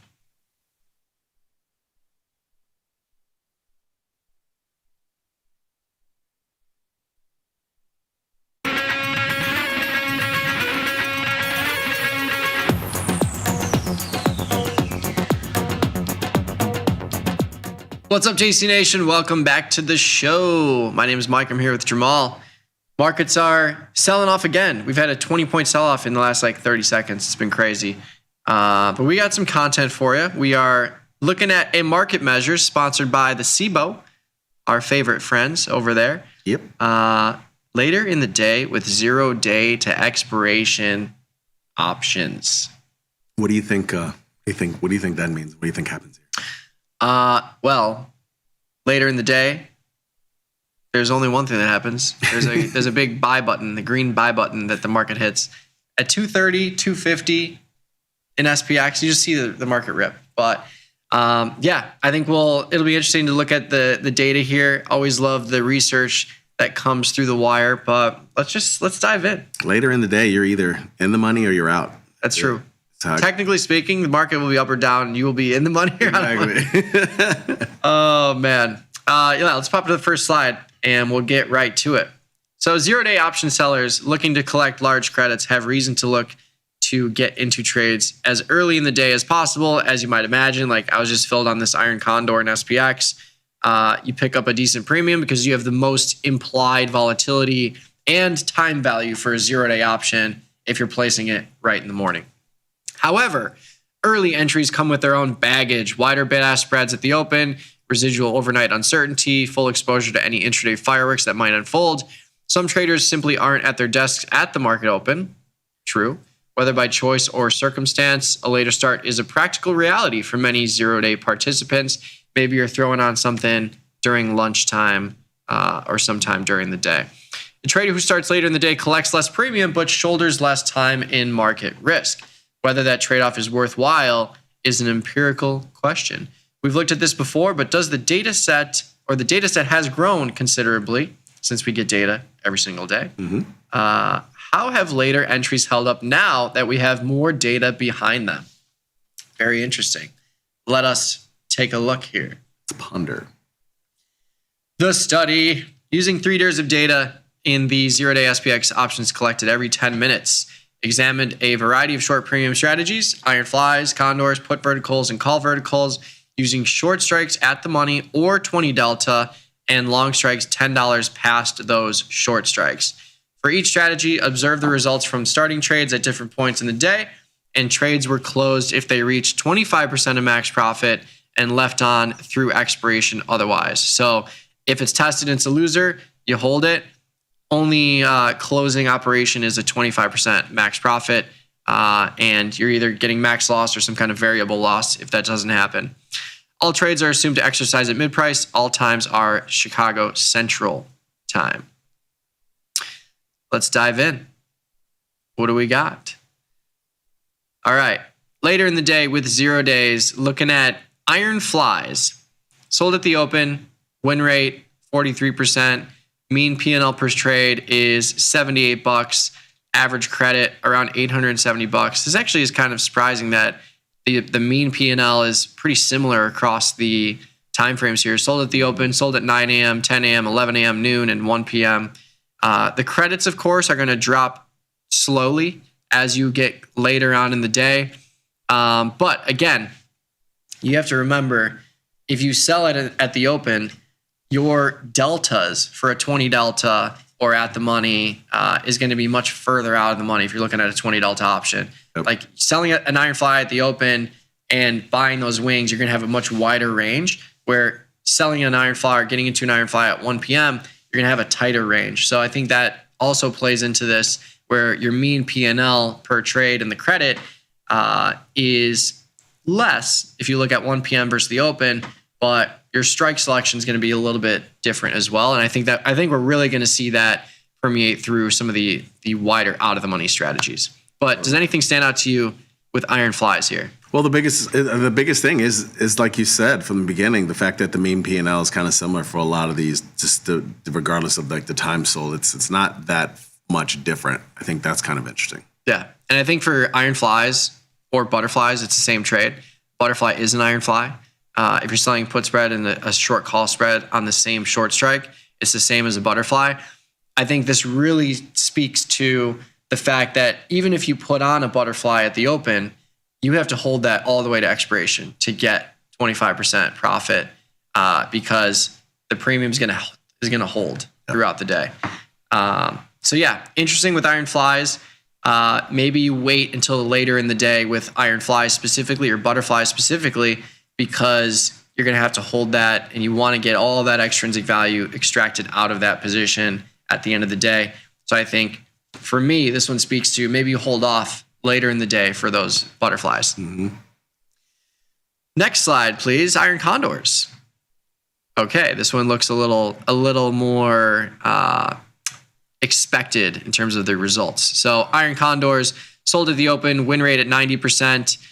Still across the board, 90%, 89%. This is, again, 20 delta wings. So you're looking at outside of the orange bar expected move in SPX. And if we were to look at SPX right now, we're 45 minutes into the open.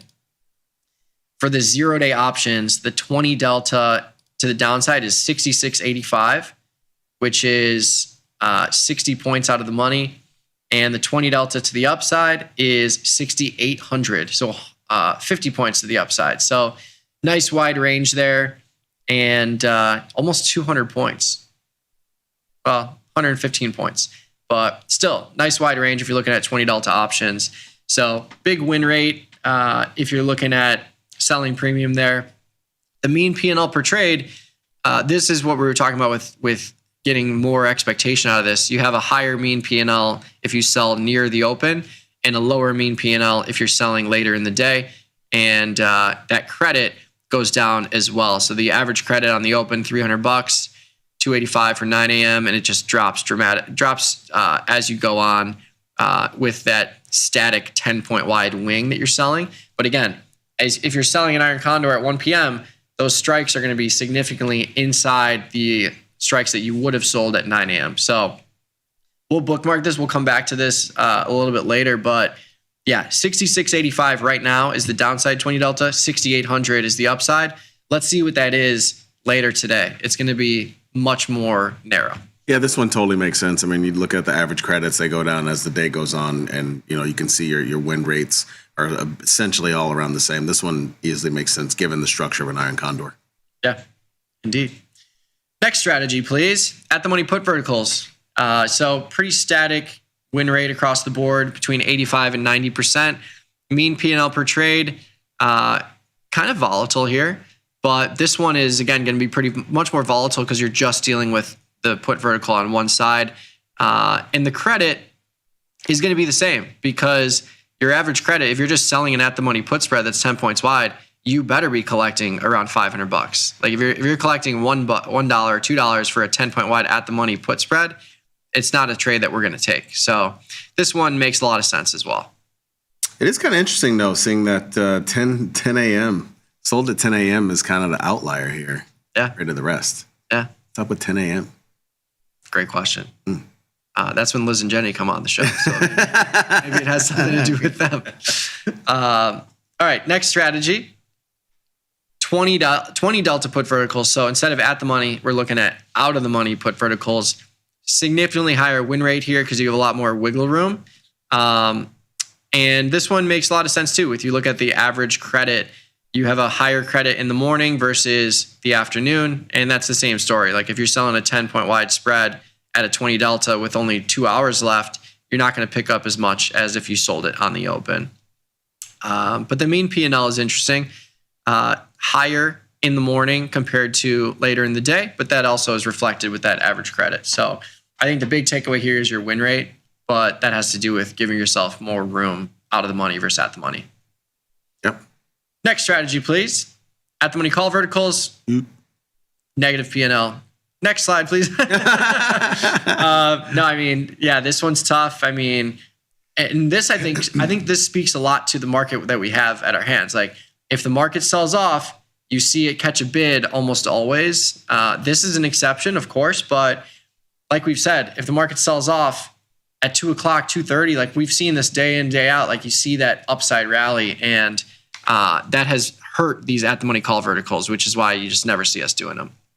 I mean, it's interesting. Like if the market bounces at 10 a.m., I mean, that's not crazy. I feel like a lot of times we do see the bounce heading into the European close, which is 10:30 a.m. our time. Mm-hmm. So I think that's why 10 a.m. is kind of an interesting marker. Yeah. But yeah, this isn't a strategy I like to deploy. I would rather wait for a sell-off and sell the put spread, personally. Yeah. Next slide, please. 20 delta call verticals, a little bit better. Wow. Look at the mean P&L at 1 p.m. This is the buy button I was talking about before the show, when the show started. Minus $200. That is nuts. Yeah. And that's kind of crazy, but you're not only at the mercy of the 2 o'clock window where you tend to see that rally if it's going to happen, but you're also not picking up nearly as much. It's all a risk and you're not picking up anything else. So that's kind of crazy, but yeah, this isn't necessarily a strategy I like to deploy by itself either. I'd rather just go with an iron condor, pick up some of that premium and offset some of that upside risk if it's going to come into play. Wild. Insane. Last slide, please. Takeaways. Strictly call selling was unsuccessful. unsurprising with SPX climb over the course of the study and just like during the intraday sessions that we tend to see. A delta neutral at the money approach performed comparably to pure put selling. For timing, 9 a.m. entry tended to be best. And I think that works out when you think of like the narrower bid-ask spreads too, because you do see the chop in the morning right on the open. You see the widening, you see the markets fluttering around, and then they kind of settle as you get an hour or two into the day. As the long wings get cheaper over the course of the day, credits received did not decrease as much as one might expect for some of those strategies, and relatively consistent results were to be had from 10 a.m. through early afternoon. But even if you are ready right at the market opening, waiting until 9 a.m. might be wise, just because you get that narrow bid-ask spread, and of course, there's always going to be opportunities throughout the day. I mean, this doesn't really surprise me that much. It's a great study, by the way, done to kind of confirm a lot of things that I think about. I mean, I feel like 8:30 to 9 is kind of amateur half hour, right? Like it starts at 9 Central Time. 30 minutes into the day, I think, is usually probably when I put maybe my first trade on, 30 minutes to an hour in the day. Yeah. And I think it's an exercise in patience too, where you see what's happening in the market, you see if it holds. Like this morning, we were down 90, then we got down to 110, 120. And if you're looking to buy that dip, you have 40 points of a better opportunity in that situation. And it would have already worked out. The market's only down 80 now. Yeah. NASDAQ down 260 only. That's a big rally in the NASDAQ. But crude continuing to stay afloat right above that 87, 88 level, up 7 points. Yes, let's take a little 90-second break here. Join us on the YouTube channel. We're streaming live there. Hop over to Tasty Live. You can join the chatter. Lots of activity there today. We appreciate you all watching us and listening. But let's bring in Quentin in a little bit, live from the trade desk, and we'll take a look at these markets again. And then at 10 o'clock, we got Liz and Jenny. So yeah, let's take a little 90-second break. We'll be back in just a second here. You listen to Tasty Live.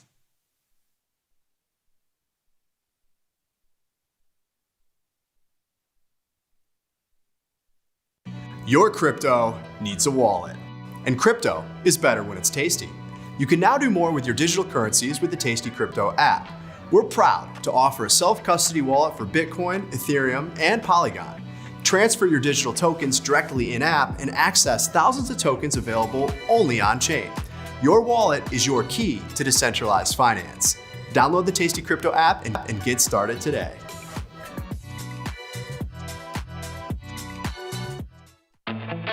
There's a beast in the financial world, and it's not the bull. If that's you, join us on Tasty Trade. Genius loves company.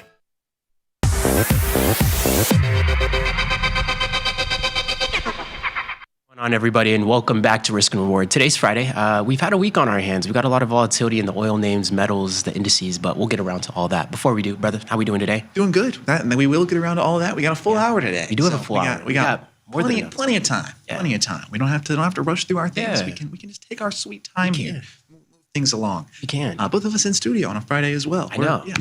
You made it through the foggy weather. You've been peeping that the last 24 to 48 hours. It's been crazy. It has been really gross. Rainy this morning. Apparently, it's supposed to be glorious this afternoon. Oh, yeah? So we'll see. Yeah, 65 and sunny. Allegedly. Hold on. I'll believe it when I see it. Oh, I like that. We'll see. Spring is here, it seems. But yeah, we got another down day today. Oil. Oil absolutely flying. And that's going to be the first move that I go to make here. I think I'm going to get short some oil. As crazy as that seems to say, I think USO is going to be my vehicle here, just to be able to kind of keep the premiums low, attack some good options. But this just feels like we're getting into a silver type situation. Obviously, this is very much a substantiated move in oil. I'm not doubting the legitimacy and the reasoning behind the giant swing that we're seeing in oil here. But I just feel that I don't know. I'm starting to get the vibes. We might be a little bit overextended. Things have to come collapsing back down sometimes. So I'll target something like 60 DTE.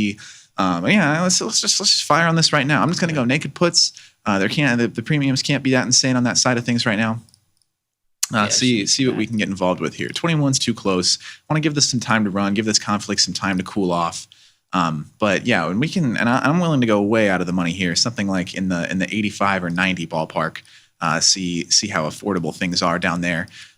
Yeah, a little bit pricey. Let's these 85s. This is a wee bit enticing here. Yeah. Where is 85? I don't know. That seems like a more reasonable level. I mean, that's pretty much where we started, but I'm not hoping to exercise these or anything. I'm not hoping that they'll wind up in the money. I just think that sometime we'll get the one day where we get a big collapse and I can sneak out for a tidy gain. So, this is really good liquidity at this 85 strike. I'll fire on this right here and see if we can't get a fill at the mid. So that's a solid oil product right there. Yeah, there we go. So get those open. Somebody's got to be the contrarian on this network. So I will fade oil in the face of this massive conflict that we have going on. Since I mentioned silver, I guess we can pop over and have a look at these metals as well. Nice natural segue there. Yeah. Silver, GLF. They've GLD. slowed down. The volatility on some of the metals had slowed down a little bit. It has. Than I had anticipated, kind of staying within that range now. Yeah, we're beginning to consolidate a little bit. If you're a fan of technical analysis, there's triangles to be drawn here. I'm not going to draw them, but somebody could. Can visualize. Yeah, but we are just catching a little bit of an up move in the metals, but things seem to be stabilizing a little bit.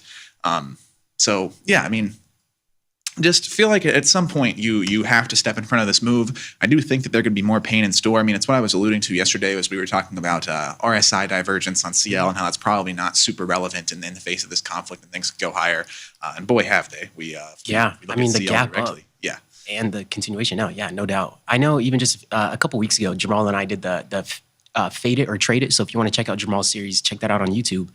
But I know we'll hop on in there with Jamal, and we had spoke about oil a couple of weeks ago, Trade It or Fade It, before we got this gap up and run to the upside. So PSA to Tasty Nation, don't fade Jamal when it comes down to oil. He's 1 for 1, and he's 1 for 1 on a big one so far. But no, the gap up and continued run to the upside has just been insane. Maybe that's where a lot of the volatility and momentum is shifting in the market right now. It's got the eyes on close watch. I love the Trade or Fade YouTube series with Jamal because it makes us all like mini enemies with him on these hyper-specific positions. Doesn't it feel weird though? He just got short Coinbase against my longs the other day, so that's one I've been monitoring just so I could stick it to the man a little bit on that one. I would say he's winning right now, but he's really not. We got this gap up first, so we're pretty much unched from when we made that video on Coinbase. We'll see what comes of that. But yeah, Jared's saying I was waiting for 100 to short oil. I did June 90s. Only fade Jamal on Meta. What's Jamal's stance on Meta? I am deeply long Meta. So if he's short Meta, then I concur with the stance on Meta. The thing is, going back and forth with Jamal, I'm just like, no, we got to be more opposition. Like we always come to like an agreement towards the end to see each other's point of view. I'm like, no, we gotta be a little bit harder on our side. No. Yeah, absolutely. But yeah, no, Meta's been putting in some amazing days. What has some of the headlines been on Meta? I know Meta's been in the headlines in terms of the performance from Meta over the last week or two. Yeah, logging a bad one here. I mean, Meta, and yeah, this thing is just such a good vehicle if you're shorter term. I have long-term bullish theses going on Meta, so I'm very long dated and just waiting for the gradual move to the upside, which I believe is a inevitability. But I think this thing just if you're a day trader or a swing trader and you like the weeklies, the momentum that you can get out of Meta in any given week is insane. It feels like every time I look at this, it is a 2% move in one direction or the other. It's never stagnant. Things always going on with Meta. Oh yeah. Getting more involved in the AI space. It's an interesting situation. Apple was in some of the headlines recently, right? They released a new MacBook? I think a cheaper version. Yeah, they had decent specs on it. I seen that becoming a little bit more popular than Apple being thrown around more often. Did not help their share price. That was Wednesday that they made that announcement. So we're looking at daily charts here. That's this candle. You can see the market did not really care for that announcement. Frivolous MacBooks. Yes. Frivolous MacBook. Apple needs to roll out one of those. Remember in like 2012, and it would be like iPhone 26 concept, and it's just like some like really long phone or like a hologram or something. That's what we need. We need the hologram phone. I need Apple glasses that just project my hologram phone onto my hand. I mean, I think that's the next step if we want to innovate. I'm just kidding. I mean, I don't know. I mean, I think when it comes down to the technology, how further can you really go with Apple? I mean, you gotta. They enlarged the phone. Apple said they would have never done that, and then Samsung started doing that first, and then they released the iPhone 6 to compete with the larger iPhones. They've made it thinner. I mean, they made the cameras amazing. Like you can get almost not on a DSLR, but on a very expensive camera. How far can you go with the technology? Do you just develop the software from here? But like the hardware, I mean, what do you do? Yeah, I mean, I saw people floating the idea of perhaps a folding iPhone in chat the other day, which would not really be an innovation. Samsung or somebody has already moved on that, the folding smartphone deal. You know, are you a fan of those? I think I could be a fan of that. I could use a little more real estate. I like it because of the way that you can fold it over and still keep it as like just one screen if you want it. Valid. So it's not like this big bulky thing you have to deal with all the time. Valid. But there are certainly times when I'd like to be able to fold it out. You know, Gen Z, we're starved for dopamine, right? I'd love to be able to put YouTube on my top phone screen as I continue to do whatever else. You got to be able to watch the Tasty Network at the top and look at your Tasty. Yes, exactly. Yes, precise use case right there. You could be flipping between your charts and everything. Have Tasty Live on the top screen. So. Tim Cook, where you at? Give us the folding. Tim iPhone. Cook has not been. Don't tell me to just buy the folding Samsung phone. Okay, let's not be blasphemous here. All right, Apple has me firmly in their ecosystem, which is the one thing they still have going for them. Once you get stuck into the ecosystem and you have all the products, it becomes quite cumbersome to switch away. Who knew an AirDrop would be the invisible handcuffs? Right, like just having the AirDrop feature has been massive in staying inside the ecosystem. So we'll see what Apple does from here. Yes, absolutely. And yeah, broader tech space, Microsoft is just kind of been resilient against the slight drawdown that we've seen in tech over the last week, which I suppose is just a microcosm of the broader drawdown that we've seen in tech over the past few months. Yeah. But Microsoft showing some resilience off the lows here. You heard the headlines about the Xbox. Correct me if I'm not wrong. I could have swore I'd seen some headlines about them not moving further with the Xbox, and then somebody had quoted the tweet and was like, does this mean PlayStation 1? So I don't know if anybody else heard anything about that, but I hope they're not going to discontinue the Xbox, or I don't know if they're not going to develop a new one or a next generation. But I have to look deeper into that. Yeah, that's It'd be kind of interesting. sad as an Xbox guy. I haven't seen anything about that, but I don't know. I suppose that wouldn't surprise me. I mean, consoles have just lost a lot of market share to PC over the past few years. I'm in that demographic. I don't own a next gen console. I'm full PC now. Yeah. And it's become so rare to see any games that are console exclusive that it just is, I don't. It doesn't make too feel much like sense at this I see point, the need for a console, but I do think we will see a little boost in console sales when GTA 6 comes out, if ever, because that is going to be a console exclusive release, at least for the first few months. The meme that we got, we might get, that's such a tongue twister for me. World War III before we get GTA 6 is astonishing. Yes, the number of things that have happened before GTA 6 is incredible, but I do think that being a console exclusive might boost console sales a little bit. I mean, I can certainly say from my point of view, it's the first thing that's ever made me consider getting a next-gen console, is just to finally get access to that game at the time that it comes 100%. out. But it's not like they'll release it on PC sometime, so I might just... I've waited what, 10, 12 years at this point. I can wait another 3-4 months, whatever. Lastly, on the consoles before we pivot, I know Steam is coming out with their console. I know Matt was giving us the lowdown on that lastly. So it just kind of surprised me with the Xbox. It's like, what's going on here? Is it just going to be console domination by one console and there's not going to be these competitors anymore? If it's just going to be the PC route? Because I've kind of been on the edge of getting a PC as well. So kind of in the same boat. Yeah. I'll be in the market for a new PC before too long. Mine's still chugging, but it's 6 years old. It's Let us know how it goes. Starting to show its age a little bit. Let us know. They bought Steam. No, Microsoft. I mean, did Microsoft buy Steam? Did they? I'm not aware. Matt, let us know. Did Microsoft buy Steam? I know he might be listening to something right now. I'll do some hot button research here. How you guys feeling about the move today? Errol scalping any NASDAQ? Yeah, we'll touch on that a little bit here in a little bit. We did take some scalps to the downside. Microsoft has not purchased Steam. Valve still owns Steam. Valve is private. I gotcha. That's the deal. Yeah, a couple scalps to the downside today, JT.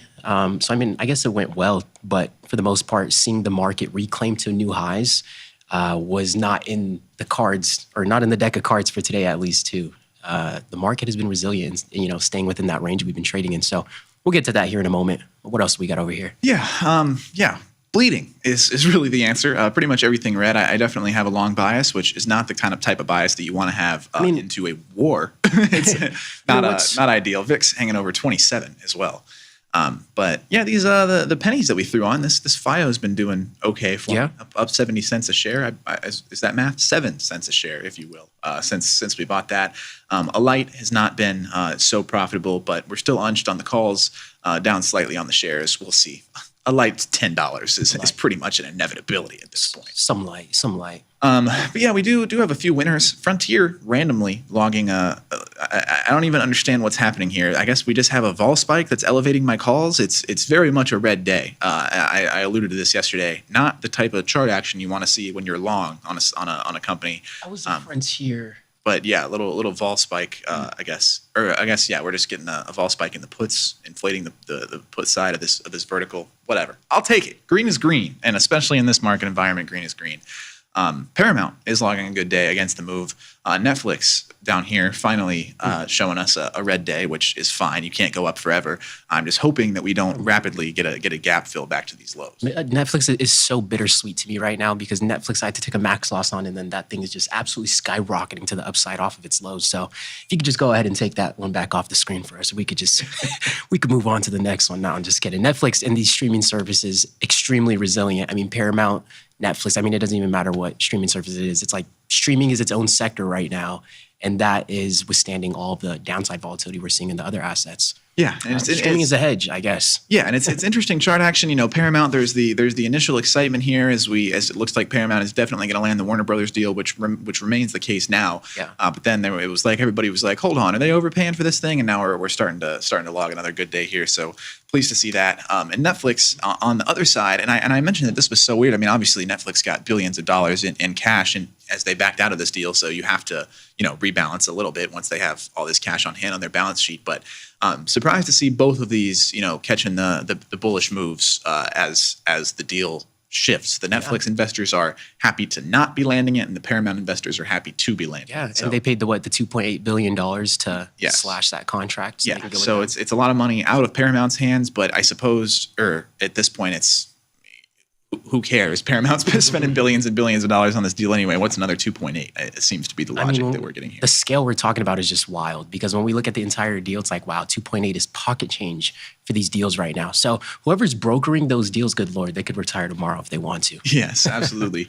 And yeah, Steve, this is a great point. Part of why I feel like out of Netflix for now, sometimes these companies pop or drop with gaps on news don't always last. Sometimes I might nibble long again if Netflix goes back to 90 or 95. That's absolutely true, and it was definitely something that I considered, especially with how long I am on Netflix. I have the full ladder here of short put verticals all the way up to 90. I considered, maybe taking off this bottom one as we're very close to max profit, and I still may if we start to pull back a little bit. Not too much meat left on the bone for me to grab there, but. This is just sort of different than your typical news pop to me because there was actually money that changed hands. I mean, Netflix's valuation just empirically does move up $2.8 billion like that when you get $2.8 billion all cash given to you. So there does, in a valuation context, there simply must be some increase in share price when that sort of thing happens. So I think it's substantiated. This gap here is what worries me, though, because these two candles were what we got after the cash influx, and that felt fine to me. That felt healthy. Then all of a sudden we take this giant move up, and I don't know. That's a little scary to me in a chart context. Yeah, you know what? I'll trim this. We don't have to take the full thing off. This is why I got two of them. Let me know when you guys start nibbling back on Netflix after a pullback. Might have to join you guys on that one whenever it comes. So we can downsize these middle ones as well. We'll just got 4 of these. We'll take off one. See if we can't get a fill there. That's a little bit less liquid at those strikes, but somebody will take the other side of that thing if we let it sit long enough. One of the few bearish positions in my portfolio, Affirm, has been lagging, has logged a few good days here, but is finally logging another red one. I'm hoping that this is just a dead cat bounce, and we will see lower lows. This company's going to zero. You guys know my stance on it. Wow, those oil shorts. I don't know if I top ticked it or what, but already starting. Seen a little bit of a pullback. Yeah, here we go. So happy to see that. Yeah, I just feel like we gotta be overextended here at some point. Even and like I said, I don't expect these to necessarily get in the money, but even if we just get the dip back to 100, I'm sure I could get out of these for 25%. Showing a little resistance after floating with 100 yesterday. I took some profit yesterday too. Yeah, good. Yeah, we gotta lock those profits in. Turn these higher ones into some house money. I'm not racing to let myself get slipped to get out of the middle of the ladder, but these ones that are close to max, I might as well take one of those off. Happy to get a fill there. Good Lord, USO. Oil's doing it again. Oil is doing it again. Yeah. Insanity. I haven't looked at crypto today. Let's do the big reveal. Yeah, this is a big reveal right here. Where are we at? Back down. Back to scratch off. Back to 67. Right yep. we were. It was a dead cat bounce. I obviously didn't load anymore, but could really use this move in crypto. Quick synopsis on the IBIT position all the way freaking down here at the bottom. Just naked calls to the moon here. We got 315 DTE, 468, 651, 686. Pretty much pure gamma play. I don't actually expect IBIT to get to 100 or 105 in the next year. That would be, I don't even know what the correlated price on Bitcoin would be. Something like 200 to 250,000. I don't believe that that's in the realm of possibility. But if we just get all of a sudden, as Bitcoin loves to do, the run back to 100K, these look great. But it does not look like we are going to get that move. Obviously, very similar chart action on IBIT to the Bitcoin chart that we just looked at. I put on some ETHA as well. Yeah, also pain, but not as much pain because we got those on pretty freaking late in the drawdown here. So it's just really interesting. I don't think I've seen this type of volatility in crypto, the metals, the indices, and oil simultaneously. I don't know if I've been trading to see this level of volatility in all four of those different asset classes, which is interesting to see. So we'll see how these pan out. Yeah, and let's see if there's anything else I want to get involved with here. Let's what else do we got? Hop over to the what we got. What else are you guys looking at right now, Jared, Steve, Grumpy Mike? What are you guys eyeing right now? Oh yeah, Salesforce. This is one that I've been eyeing. I've seen some TikToks about people that work at Salesforce. They do their vlogs and stuff. They live out here in Chicago, and I was walking downtown. I had seen that Salesforce building. So I don't know. Always funny to see public companies that you look at in the market on a daily basis. You know what I mean? Yeah. This is one that I've been eyeing to get long. Way down here near. I mean, crazy lows we're talking about with Salesforce. I feel like the recovery is inevitable. I don't know what am I able to get on some. I want some like crazy leaps here, like a June 17th. Obviously, these are going to be way too inflated for me to get longs. But what if I maybe like a 250 type situation? I feel like that's very reasonable.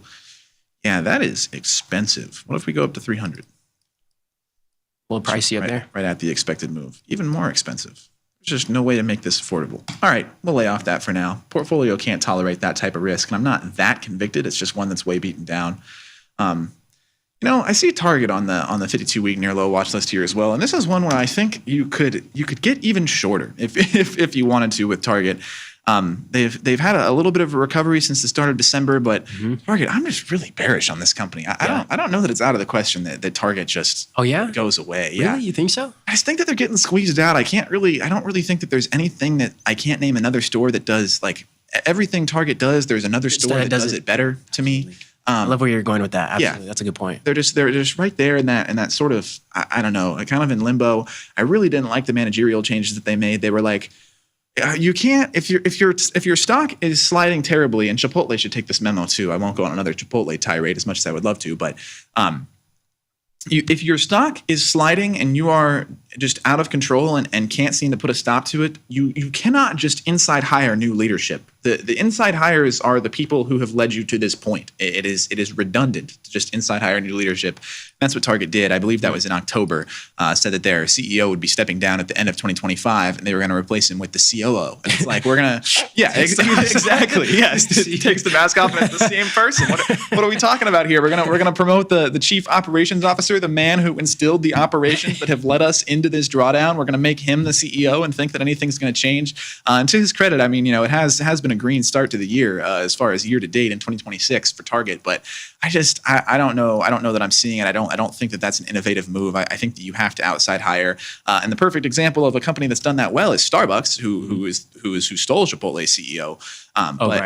Since hiring Nickel, they've seen a solid increase in share price, and you got to shake it up. If things, and that seems like the most basic business thing ever. If things are going poorly, don't do more of the same. It's the definition of insanity, doing the same thing and expecting a different result. Must be such a small pool of those CEOs up there to see, Chipotle CEO go right over to Starbucks. So it must be a small pool they're really pulling from, to be honest. Just take a shot on somebody. I mean, especially in the case of Target, which just had, such a bad year in 2025. We're down from highs of, pushing 200, 190 level, getting all the way down to well below 100 by the end of 2025. And you just do the same thing. It doesn't make any sense. You might as well take a shot, to me, and they did not. But like I said, things are going well for them right now. I just don't know how long that can continue. This is sort of enticing for sure to me. Interesting. I wonder if how many CEOs have aggressive incentive based contracts, and I wonder if how common of a thing that is. Especially whenever a company's like Target is in a state to figure something out. So we'll see. Yeah, I know that is becoming more common. I mean, obviously Elon has the biggest incentive based contract of all of them, but I know GameStop just did that with their CEO as well. He's got the same structure kind of as the Tesla situation where there's tranches and the business must do better for him to earn any money. I think that we could definitely see that become a much more common thing in the coming years. Yeah. Yeah, Target. I mean, there's some cheap puts down here at almost a year out. Honestly, yeah, Target with the Gus stash, that would go crazy. Gus for CEO. Get that polka dot dog out of here. We got the stash. Jambo Life says he's available. Let's call him. We'll interview both of us. See who's the better fit for the company and the culture. We can go from there. I'm available. Target, get at me. Yeah, I think I am going to grab one of these 75 puts on Target. I've talked myself into it here. See if we can't get a fill at the mid there. How convicted am I about this? Oh, of course. Oh, now we move up $2. Okay, there we go. So yeah, we'll get those on as well. And also, just generally, I don't think it hurts to add any short delta back into the portfolio amid all of my long delta into this time of turmoil. Speaking of, I'm going to reposition on VIX here. Let's get off of these horrible losers from the last time VIX was elevated. These were profitable and I didn't exit them. Just holding the bag too long. You hate to see it. Get me out, man. Jeez. Okay. Here we go. And then we're just gonna, as I just talked about, the definition of insanity is doing the same thing over and over and expecting a different result. Let's get short VIX again. So we're gonna dive right in here. We'll go. Let's give these a little bit more time. Yeah, these are cheapies. I like this. And little cheapies. Because we can get to like a very reasonable VIX level. I mean, we've generally seen the consolidation at like the 17, 18 level. Mm-hmm. So yeah, let's grab a couple of these 18s. And we can kind of phase out of these as VIX begins to collapse, which obviously is inevitable. We can't be volatile forever. It just becomes a matter of time. Give me a fill. Thank you. Golly. Give me liberty or give me a fill. I'm a day late and $1 short on these fills today, quite literally. Target sells out of Pokemon cards constantly. At 1 a.m., they just push 50,000 items in less than an hour. Bots suck. Yes, I know Target has been. I actually just watched a 40-minute long documentary on the Pokemon card ecosystem the other night. Oh yeah. And yeah, it's a real problem. These bots, and they don't have cart limits for people in person. And there's like whole communities of trying to figure out when Targets will restock their physical cards. They have bad backdoor problems, people stashing stuff, employees stashing stuff in the back and getting them out to their friends and everything. That sounds like the stock market, but on a very way smaller scale. I mean, it is. It basically is. So supply and demand for assets and the market prices that they are released at. Unfair practices. Yes. And as information. Yeah, and it's just so tempting for employees to backdoor these things when you know that this thing that you're about to put on the shelf for $50 is actually worth $300. Right, you're CEO of Target. You know you're about to be hired as CEO. You know what I'm saying? Like someone just watched you in that conversation. It's so easy just to buy some shares of Target before it pops 20 points. Yeah, I saw just yesterday on Instagram as well that there's a guy who's facing prison time right now because for years he would go to Target and buy all the Pokemon cards out, but he was getting he would grab a seasoning packet and he would put it over the barcode and then go to the self-check and he was scanning all the Pokemon cards out as seasoning packets. That's crazy. Turned like $60,000 in profit on all of these Pokemon cards, and now they've it's finally caught up to him. So they patched it. Yeah, and it's just greed on top of the greed. You know you're going to make a profit on these things anyway. You have them in your hands. Just pay the money, man. You don't have to grab a packet of taco seasoning and pay 99 cents per pack of Pokemon cards. What are we doing here? It's valid. Haven't been to Target. You know, it might not be busy because understaffed checkout. I see what you're saying. I can't imagine buying a Pokemon card. That's just such a funny statement. That's such a funny statement. Yeah, everybody's got their things. I like sports cards myself. I've never delved into the Pokemon realm, but I do dabble in the sports cards. I got some long-term holds there. Yeah. No, lastly, I think the craziest thing is people that impersonate like law enforcement. I'd seen another video pop up again, and I'm just like, do people think like they're legitimately always going to get away with impersonating like a police officer or whatever it is? Just watching them continue to ask for the ID and whatever the case is. And it's just like, bro, I just don't know. Do you not recognize you're going to end up in a position like this? Yeah. But it just reminded me of a lot of these bad practices, all these behaviors. Yeah, no, they patched it, JT. Don't try They patched it. Don't try the taco seasoning. You got to get a chicken seasoning. You can try to find some new exploits if you so choose, but the taco seasoning one has been patched. But anyway, that's pretty much everything I have going on my side of things there. A couple new positions in Target. I got some short VIX. liquidated some of that Netflix and got some short oil going as well. So that's that'll be the quick synopsis for my action this morning. There we go. I'll kick it over to you. What do you got going on over there? Yeah, no, we can jump over here to this Tasty Trade platform. Big money in shining cardboard. Big money in shining cardboard. I got a question for you right there, Gus. Don't know if you know. Replacing the order. Oh, yeah. I do know that you can do that, but it's become so habitual because before I knew that for like 2 years. That's actually something that I learned since I've been working here. But for such a long time, I just did it. I replaced orders the way that you've seen me do it here. That that's just the habit now.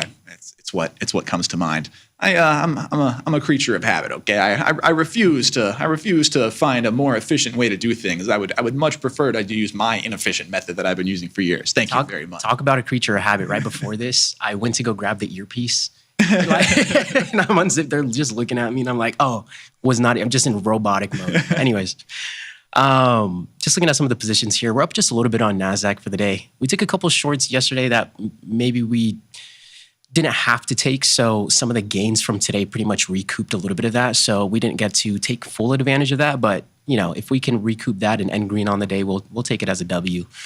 Gold has been panning out a little bit better here. These expire in 3 days. I'm just happy that we're getting a little bit of a bounce. We didn't really get that directional run that I was kind of hoping we'd see in the metals. So I'm happy that theta was able to cook in our favor, and hopefully we can get a fill on this. Hopefully the markets aren't too wide. We'll let that sit for a little bit. QQQ, this one is just extremely emotional. This one is very well deep out of the money and then almost testing the call side. It feels like with how volatile this market's been. So this position has been very, very volatile P&L wise. We're going to be a little bit more patient. 14 days left till expiration. Unless like we get an insane reclaim on QQQ, like maybe above this range at 616, then maybe I'll look at maybe cutting this position off. But until then, we'll stay as patient as possible.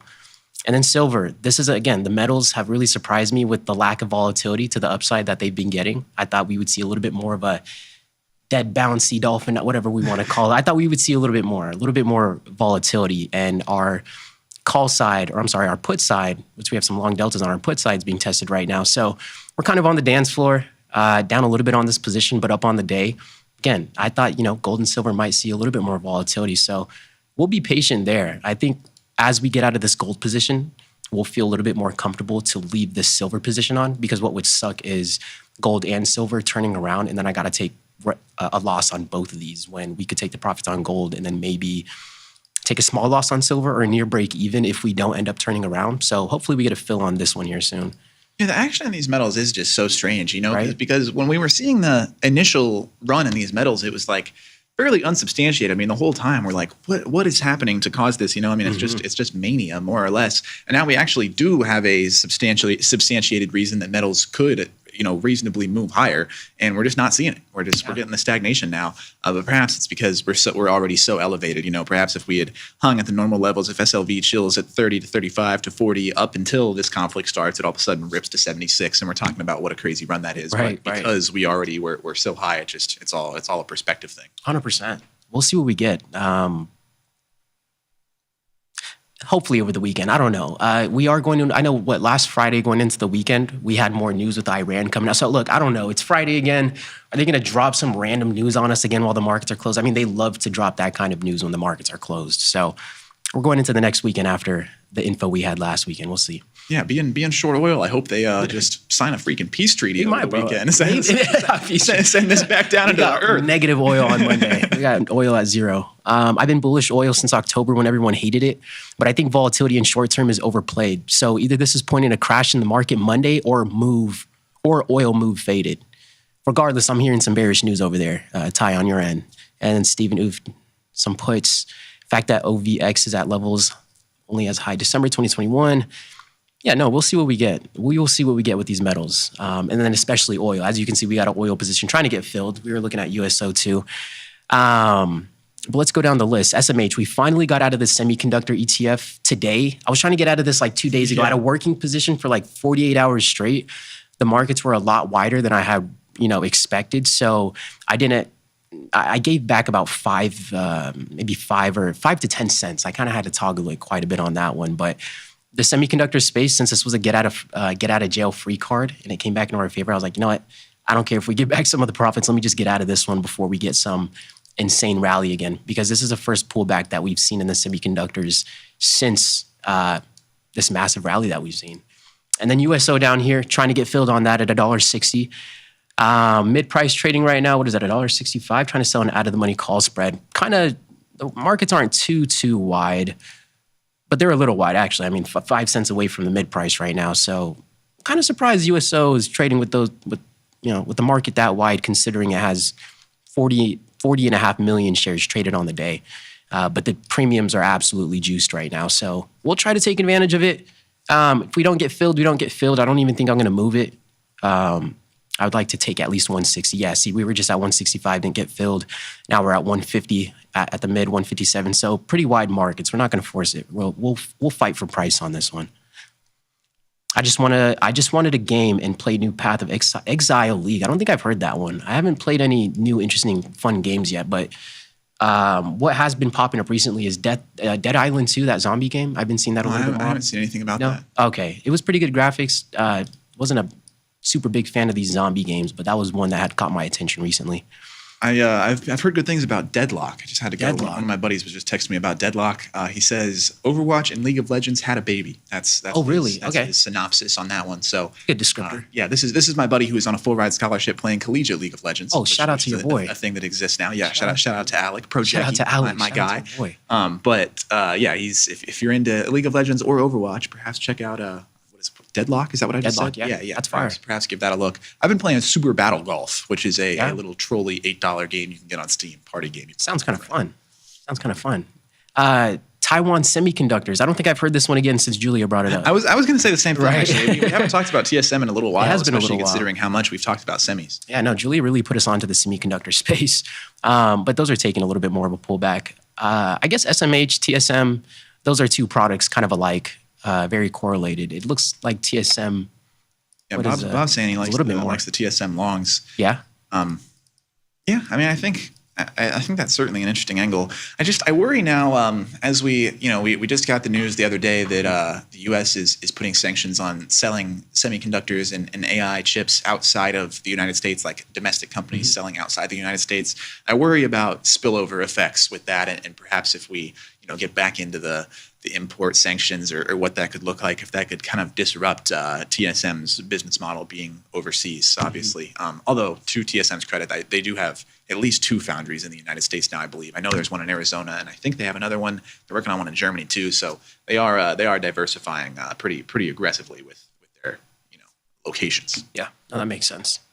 But that said, what about ASML? ASML, yeah, let's take a quick peek at that. If we're talking NVIDIA supply chain, might as well. Sure, it's fairly similar chart action. Yeah. A lot of volatility. I mean, gap down on the day, but it's rallying to its highs. I mean, it's moving. There's eyes on it. Certainly is moving. Minecraft seems to be the only game you play anymore. Yeah, shout out to Minecraft. I mean, it's always going to be, I will never disrespect Minecraft. It's an OG. Really sparked a lot of our creative juices. I mean, just coming up, you know what I mean? Isn't that Peter Thiel's goal to be a zombie? That's Brian Johnson that wants to be a zombie. Is that what he said? That's not, he wants to live forever, but like at some point, turn into a zombie. I don't know if anybody saw. Brian Johnson posted a photo the other day where he was like pretending that he ate a bunch of unhealthy food, but it was like so clear that it was just a staged photo. Because his whole thing is like his entire life is so regimented to try to live as long as possible. He's got his team of doctors. He's got his whole list of supplements. He eats very specific way. And he posted a video like sitting on the couch the other day with like a bag of chips in front of him and a pizza box next to him. But it was like so clearly fake. Like the pizza box, it was an empty pizza box and it had no grease or anything. This was like an AI prompted. Just like a brand new pizza box. Yeah, and everybody was like, "This guy's a fake eater." That's what That's what I kept seeing thrown around. Yeah. This guy's a fake eater. That is actually hilarious. But I wouldn't put it past Peter Thiel to want to be a zombie either. Perhaps he already is. Guy's a fake. Some might argue he already is. That's been going around on social media a lot. We can jump over here to the Trading View platform. It's just funny seeing like businessmen just getting like memed. You know what I mean? No, but with that being said, these are a couple of the shorts that we had taken today. They worked out pretty well. I was hopefully looking for a move to the downside, taking out the pre-market lows and potentially further, but based off of how the market has been, it has been very nice. So as we got that first pullback, I was like, you know what, I'm going to take off 2 contracts because we stalled right here. I was like, I'm not even going to wait for us to take out this low over here before we start scaling out. 30 seconds later to 60 seconds later, we come and get stopped out on our last contract. So you can see on the P&L, we ended the day up about $40. But this was a larger position, right? This was about maybe a 90 or 80 point move. But the reason why the profits got eaten into today was because of some other decisions that were made beforehand in the Asia session. And it's like, if we would have, once again, this one does come down to discipline, I will admit, because we already recognized, and we even said earlier in the week that we shouldn't take more trades off of this value area high. And we did that in the Asia session. So that put us down like 150, 180 off of some paper cuts, but such unnecessary losses that could have been completely avoided. And then today would have been a day where we could have sat in the profit a little bit more. So with that being said, it's nice to get these opportunities and it's nice to still end green. But when you recognize certain things that you can just cut out of your trading, sometimes that really can make all the difference. You know what I mean? So that's kind of how the cookie crumbled for today. Market rips back into this level of value. Kind of using this as a support now a couple of times. But I'm not going to be too keen on jumping into anything for today, at least, just with all the uncertainty. We got all the oil names popping off. I feel like oil is top of the headline right now, especially for a lot of traders too. So I'm going to try and keep it as patient as possible. But now that we did make it down to these lows, it will be interesting to see if the market can make it back up to these highs. But still leaning bearish overall, even if we can make it back up to 25,000 and try and keep on that QQQ position to the downside to at least express that larger time frame bias to the downside. But it was not an easy week for sure in this market. Good Lord. Do you usually enter with 2 contracts and then add if you get confirmation? Sometimes I like to do at least 2. Sometimes I feel like 1 contract can be a little bit of a waste. And I think using 1 contract sometimes can butcher your whole trade. Because like here, for example, if we would have only entered in with 1 contract and we were looking for a profit target at least down here to take out some of these lows, I mean, we would have gotten screwed, literally, if we weren't able to scale out of these positions. So I think 1 contract can sometimes mess you up. So I think if you enter with at least 2, then you can at least scale out 1 and you can manage the trade a little bit better. But to answer the question, usually 2, but I'll enter them most of the time, one after the other. Yeah, I would say even with options, I generally operate under the same thesis. Yeah. It's nice if it moves your way right away. You can often cover your entry, and basically you've got a runner that's free to you now. Yeah. If it starts moving against you, and you're wavering in your convictions, you can begin to scale out, but still hold on a little bit and make sure that you don't wind up feeling 100%. Like you have paper hands and kicking yourself for that. So yeah, multiples are the way to go if you can tolerate the risk in your portfolio, obviously. Which, like this USO position I just put on, this naked put, is a good example of something that I just took 1 on because it's a $500 notional, and that's pretty heavy already. It is. I don't it is pretty get into deep portfolio allocation just to make sure that I have 2. So 100%. Give and take to everything. 100%. Contract is the riskiest way to trade. That's a lesson I learned 15 years ago. You need to have options to scale out, in, out, etc. Yeah, absolutely. Yeah, I learned that. Took the words right out of my mouth. Yeah, Steak yeah. Joe. I love that name, by the way. You cook a lot of steaks. Are you the steak? Let us know. Streets are asking. The stakes are asking. The streaks are asking. Marvel bullish trade already coming in hot. Yes, Marvel. That's one that we need to that we should touch on as well. I saw this popping up everywhere. MRVL moving aggressively post earnings, still rallying to the upside, up 22.5%. This is one that I'm going to step in front of here pretty shortly. I want to make sure that the highs are in, and we've just been continuously moving to the upside all day. Definitely seems to be a sustained move. Everybody's excited about the data center side of things, and I think that's reasonable. But Marvel is one that I will be looking to get short on here sometime, just because I feel that this.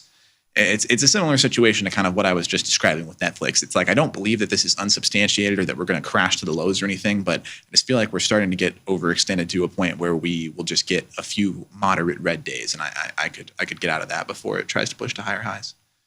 Carnivore for the last 6 years. How about that? That's awesome. Yeah, carnivore diet's a hard one to stick to. It is a tough one. Yeah, gotta be careful. But yeah, Steak Joe, to your point as well, you learned that lesson 15 years ago. I definitely have not been in the market for 15 years, so I did not learn that 15 years ago, but I did learn that from a ton of frustration and a ton of like, bro, how do you manage this while still trying to get your profit targets? And with the uncertainty of the market, sometimes it almost feels like that's the only thing you can do, because you just don't know for sure what the market's going to, like, you just have no idea of telling that. So it's nice to take advantage of something whenever the market does something, because it doesn't have to do what it just did. Yeah. But 15 years ago, I was in 4th grade worrying about the playground and the girls I had a crush on instead of buying Bitcoin. We don't worry about frivolous things like tetherball and girls at recess. I'm not here worried about Foursquare when I should be jamming Bitcoin. I don't know what I was thinking. To be honest, though, let's say you have kids. When are you going to start introducing them to digital assets, the stock market, those type of things? I don't know. I mean, I think as it comes out, as it comes up, I think that it's much more important to teach the value of money first. Mm-hmm. So I think that that's something you can begin to work in very early in life. There's a lot of methods in that regard. I don't love a lot of his teachings, but I think Dave Ramsey has some really good doctrine on the good ways to teach kids the value of money very early. So I think that's kind of step one. And then the stock market is just, I don't know, sort of however it happens, 10, 12, as I think they would actually be able to comprehend what I'm talking about. Yeah. And I will learn from my father's mistakes. My dad tried to teach me about the stock market starting with gold. And that really... did that bore you? It didn't bore me. It really didn't make any sense because gold I was thinking about as like this physical thing. And I was like, what do you mean you own gold in this account in your phone like That's that? very valid. That really didn't click. Think about taking a company and chopping it up into a bunch of little tiny parts analogy is much more like intuitive. And the gold thing really threw me for a loop. I was like, you virtually own gold. Where is the gold? Where is it? Who has the gold? Yeah. That I haven't seen any gold. What do you mean? Is there a safe deposit box somewhere with your gold in it? Where is it? Just let me know. Yeah. Harold, why do you trade M&Q and not MES? Just the volatility on NASDAQ. They definitely are very highly correlated products. So you'll recognize that they move similarly towards each other. Like whenever we're breaking out on one, we're typically doing the same thing on the other. And whenever we're range bound on one, we're typically range bound on the other. But to answer the question, it's really just the volatility. And I think if you trade both the assets, you'll kind of just become attuned to one and you'll have a preference from one or the other. So all it is a preference. But you will recognize that something like NASDAQ, I think that stands out the most is the fact that it's a lot more wicky. So it'll wick a lot more. So NASDAQ really loves to wick out highs, right? And wick out lows. And if you'll notice, right, ES will have very similar trading behavior, but it's not as wicky to the highs and lows as something like NASDAQ is. And I mean, it makes sense from a volume perspective too, because volume or ES has a lot more volume traded in it. So it's a thicker product. So it's not as thin. And that's why NASDAQ is a little bit more jumpy because it is a thinner product. So it kind of goes and grabs those orders all over the place. And ES is more of just like a well-oiled machine because of all the volume that it gets every day. So it's a little bit smoother in price action. But tomato. Yeah, I'm just kind of on the other side, but it is just literally whatever you like more and you feel like you have a better read on. I've always been an MES, SPX, SPY guy, but there's really no particular reason for that. It's just the way the cookie is crumbled. One thing that I have noticed just in the industry, I think when you trade larger sums of capital, like hundreds of thousands or millions, typically you notice those type of market participants tend to gravitate towards the S&P 500. And I think the lack of volatility introduces a more attractive level of risk to take on when you're using larger sums of capital too. So that's something you might notice out in the industry at the same time. It's just not as volatile, less risk, those kind of things. For sure. This move in oil is crazy. I wound up accidentally top taking this. I was talking about I might have to tolerate a little bit of pain before things turn over, and we've just ripped straight down. I'm up 10% on this put. So might be catching that 25% threshold a little bit quicker than I thought. Well, there we go. Look, we're on the 1 minute chart right here, and just about 10 minutes ago, we've finally pulled back from its highs. Yeah, starting to really rocket to the downside. Well, not the downside, but starting to come off those highs a little bit. So yeah, pleased with that. I think it was right up just pushing 110 when I entered, and now we're already trying to get under 107. So I'm beautiful and pleased. Happy camper. Yeah, CL obviously same deal. And then I was looking at some of these underlyings as well as far as oil, like a Exxon or a ConocoPhillips or a BP. But I don't think there's anything XOM. I don't think there's anything that's super attractive in this regard. I feel like just targeting the broader indices is the way to go about it. Yeah. XOM works or COP. Any of these. But it's just I don't know. I mean, they're obviously inflated and have been running up since the start of the year, but why? It's like the inverse of what I say about MicroStrategy all the time. MicroStrategy, why would anyone buy MicroStrategy just freaking buy the Bitcoin. Why buy the Bitcoin treasury company when you can buy the Bitcoin? All you're doing is adding a little bit of risk, and they do have a fundamental business that's in the equation. It's going to mess things up for you. And so I would say the same thing about targeting these underlies with oil as opposed to just targeting the broader oil. Is like, if you think oil is going to go down, trade the oil. Why trade it? Why trade a company that's affected by the oil that has a balance sheet and side businesses and refineries and all this other stuff that could come in and muddy the waters? Just give me the oil. Give me that light, sweet crude, baby. Light, sweet because of the taste, as we've established. Light and sweet. Don't believe me? Try some. There we go. Look, oil, it's looking like the oil's pulling back a little bit more here. Let's go back to the 1 minute chart over here on oil. We might be able to get down to that opening price on oil at around 105. We're about $1 away. Volatility. U.S. agency to create USD $20 billion reinsurance facility for Gulf shipping. I see. I'll take it. Sold. Sold. Happy I got short. Keep it coming. Got another 20 billion, boys. I know we do. We're trillions of dollars in debt. It doesn't matter. Money's fake. You're not supposed to say that out loud. Quickly check out some Bitcoin. The boy Bitcoin. We're rallying a little bit. Oil's pulling back. Crypto's rallying. Life is cut. 68 Bitcoin right now. Ethereum probably following shortly after. Yeah, a lot more green in the portfolio now than when we went on air at the beginning. So happy with that. Target puts already paying me a little bit as well. So and the VIX puts. We're 3 for 3 on the things I frivolously threw on at the beginning of this. So can't complain. There we go. Caesar's so beaten down. Just noticing this as well. Which one is that one again? CZR. CZR. Let me pull that up. Yeah, we're hurting. These I was saying the other day that these casinos that have like physical properties seem to be performing better than like the DraftKings and FanDuels of the world. But Caesars seems to be the exception to that rule there. MGM looks fine. It doesn't look good, but it looks fine. Wynn, it's kind of same story. Off its highs, but looks fine. But then Caesars just down here. Rallying, to be fair, but it is rallying down here. It's had a great week actually. Everything else in all assets are going down low, and we got the casinos just ripping to the upside. ES just inverse oil now. Hey, is there an inverse oil ETF? I'm sure there is. I don't know it. I don't know it offhand. If anybody has that off the top of their head, feel free to shout it out. Could present some interesting opportunities. Yeah, no, it's looking like NASDAQ wants to take the high for the day. So that's the kind of market that we're in right now. Might take the highs, maybe back to the point of control, have volatility coming in a little bit more here. So although it's been choppy, I mean, we've been moving. Yeah, with SPX, it's like hilarious how inevitable the 6750 support is. I mean, we just, no matter how hard we try, we cannot get below 6750. We opened today at 6712, and we just go right back. Same story on Tuesday, like 6720 range, and we just go right back.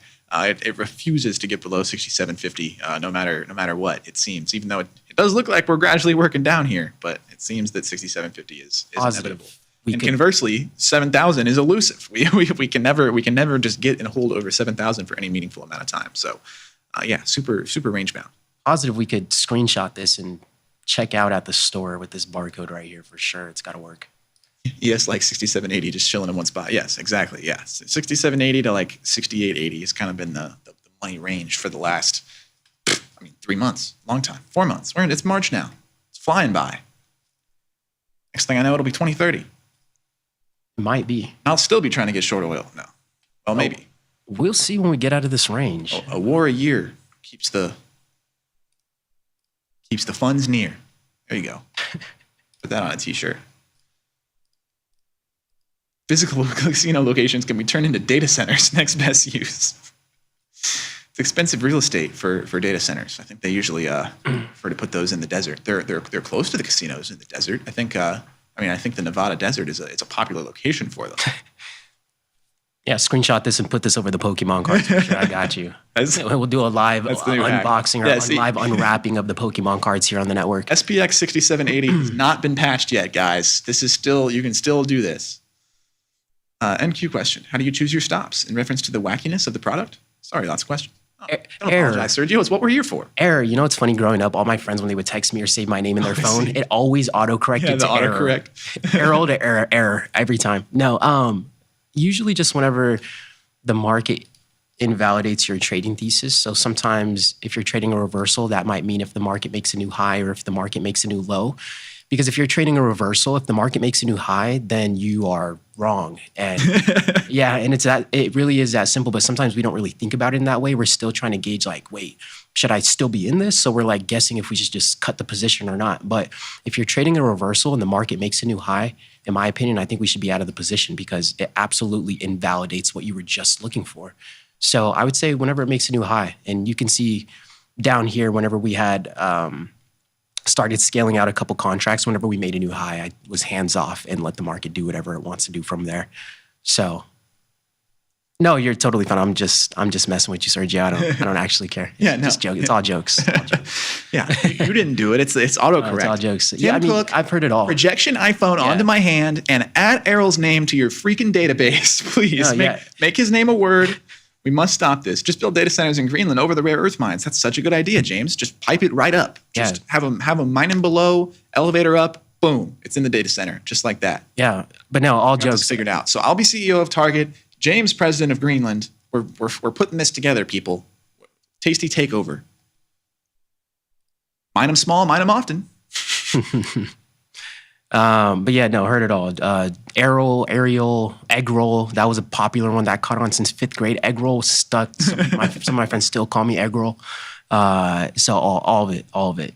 But no, we are coming to a close here. Anything else top of mind before we wrap for the day? Yeah, no, nothing else. Happy to have seemingly top ticked USO here, although the higher highs could still come in. I'm not putting it out of the equation that the pain had come through there. Beautiful. Target to zero, affirm to zero, iPhone that can project onto my hand, folding iPhone. All right, that's everything. Hit all the points. Make me CEO of Target. Okay, I'm done. Let's do it. All right, Neil, Sergio, James, Big Deal, Grumpy Mike, JT, Jared, everybody, thanks for taking the time to hang out with us. That's going to do it for today's segment. Be sure to stay on for more next. We'll see what we get this weekend, but we'll catch you guys next time. Peace.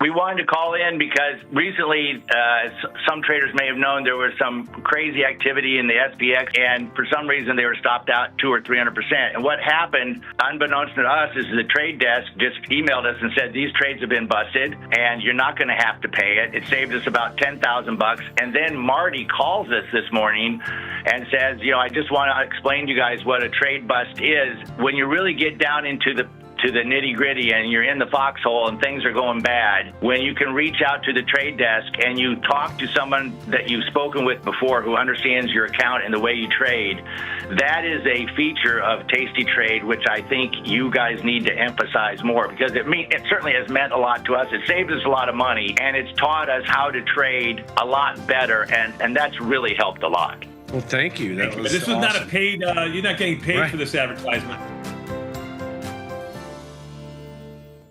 If your trade's not going how you expected, it's not necessarily that your assumption is wrong.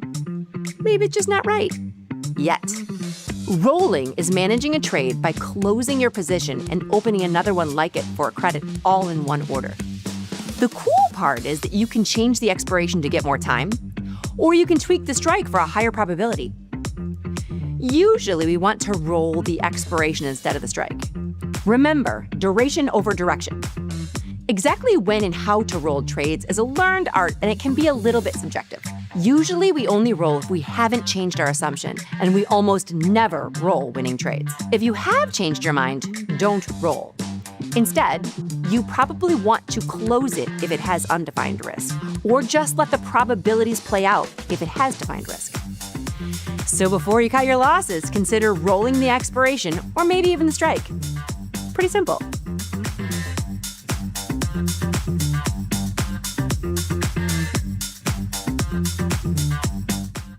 We built Tasty Trade's web platform for today's traders. Drill into data, find opportunity, and track the action with hundreds of indicators. Fund your account and start trading right in the app. Join the club. Tasty Trade. Grow a strong community with Tasty Trade's referral program.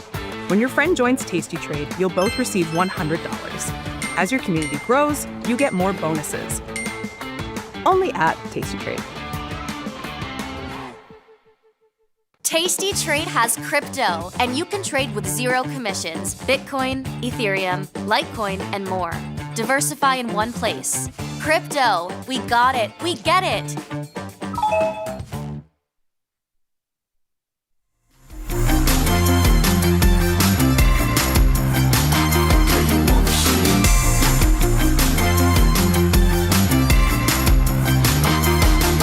I'm high speed on a bit. Look at me, I'm on it. Yeah, my talent is reflex. Got a mean whip, let her rip. Everybody count to 3. Okay, you wanna see?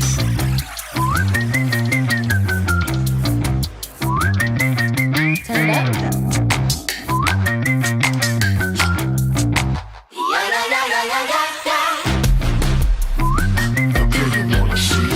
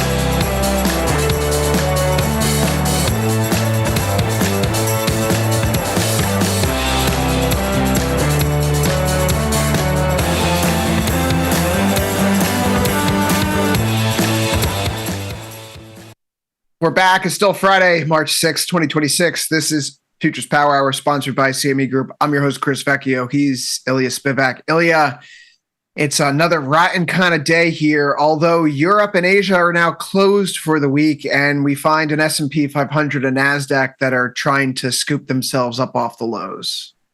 Yeah, it's going to be an interesting rest of today because this is either the end of the bleeding or the interregnum.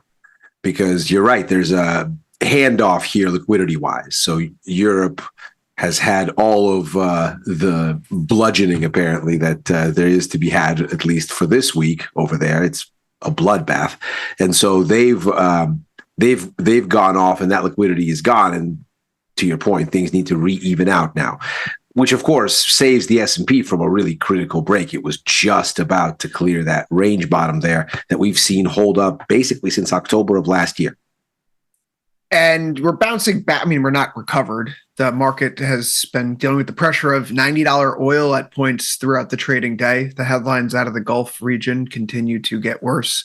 Qatar telling us that they may have to, the broader Gulf region countries may have to halt all energy production if there isn't a ceasefire or slowdown or reopening of the Strait of Hormuz in the coming sessions. We also had the non-farm payrolls data this morning, which points us in a not so happy direction, Ilya.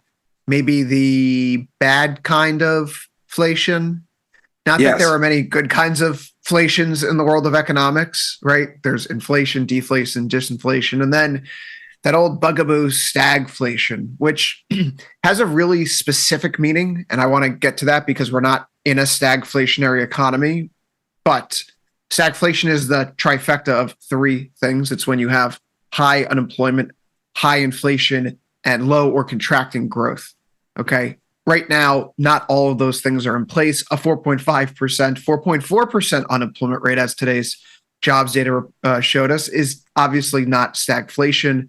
4.4%, in fact, is the number the Fed sees in the unemployment rate settling at this year. So kind of right on the nose. But we already know that inflation's up prior to the invasion of Iran and the U.S.-Israeli attacks there, which, if you're following the news today, the 82nd Airborne canceled military exercises in Fort Bragg, Florida, which is raising more eyebrows about a potential boots-on-the-ground scenario. So with oil having crossed 90, there's likely going to be a very significant knock-on impact to headline inflation over the next few weeks. Look no further than AAA gas prices to see that.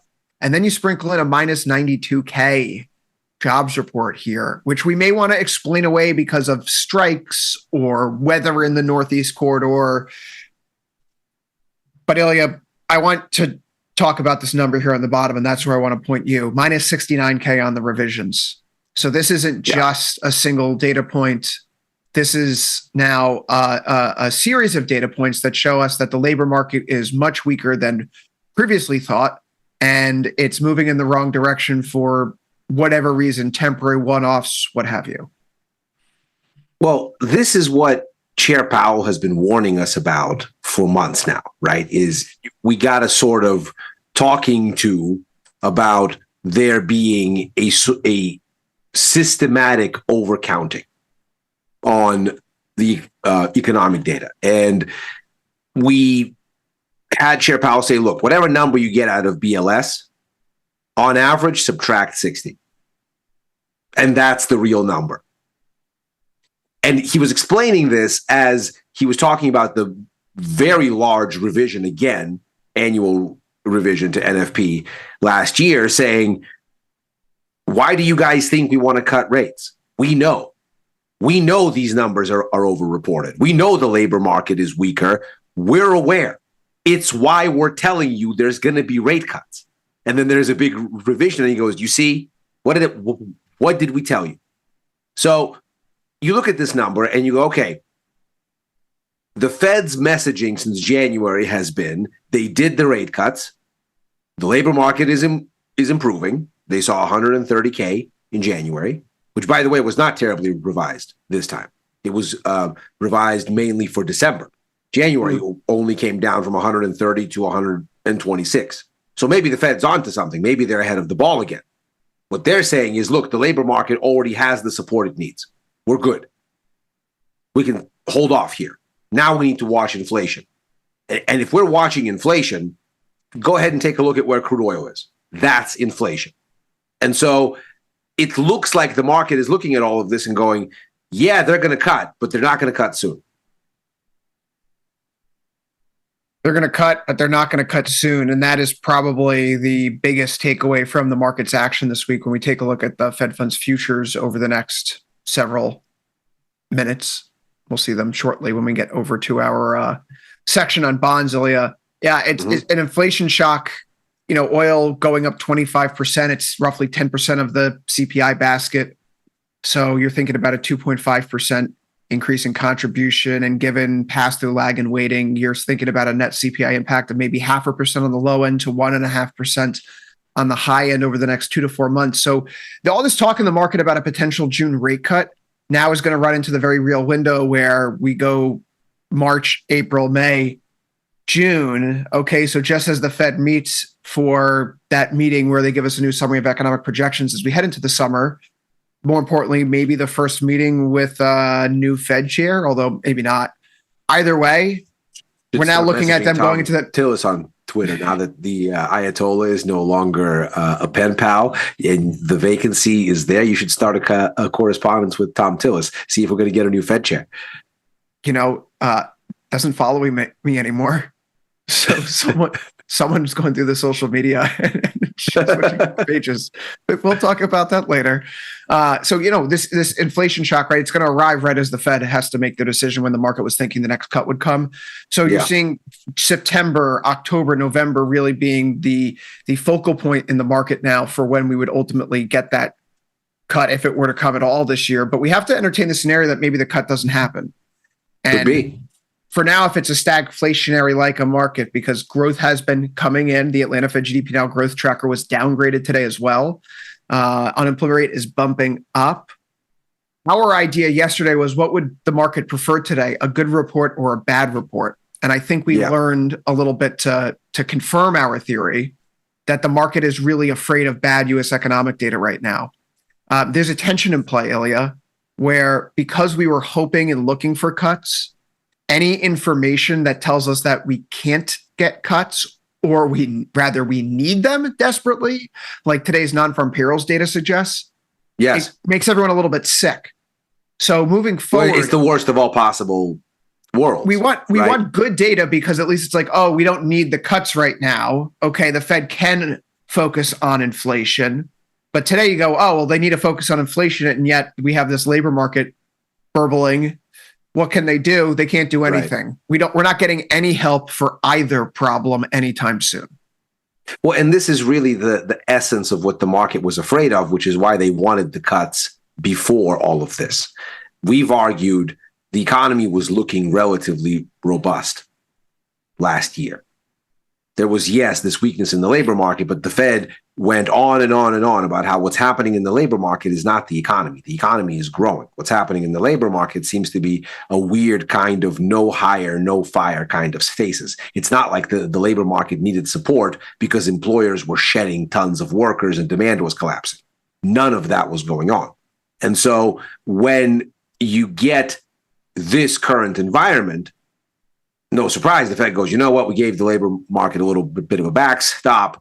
Not like anything was collapsing, but it got a little soggy on the hiring there. Maybe we'll give it a little nudge, but that's it. That's all you're getting. We're focused on inflation. It's above 2%. And then you get this shock. The markets, of course, have been outpacing Fed rate cut signaling by at least one cut for like a year and a half now. And what they're really saying is that which the Fed ostensibly cannot do, but reactively, because it has a mandate. The markets have been saying, look at all these balls we have in the air.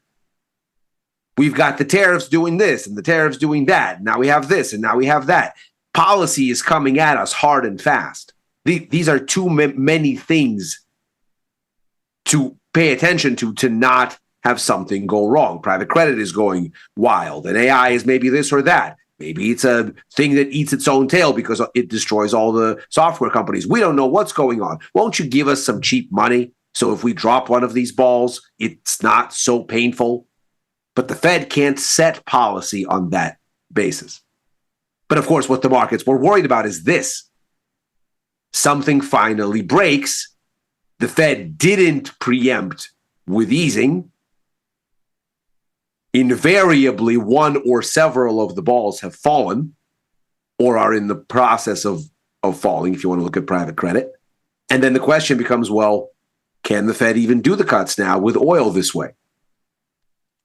Not a happy thought for risk sentiment.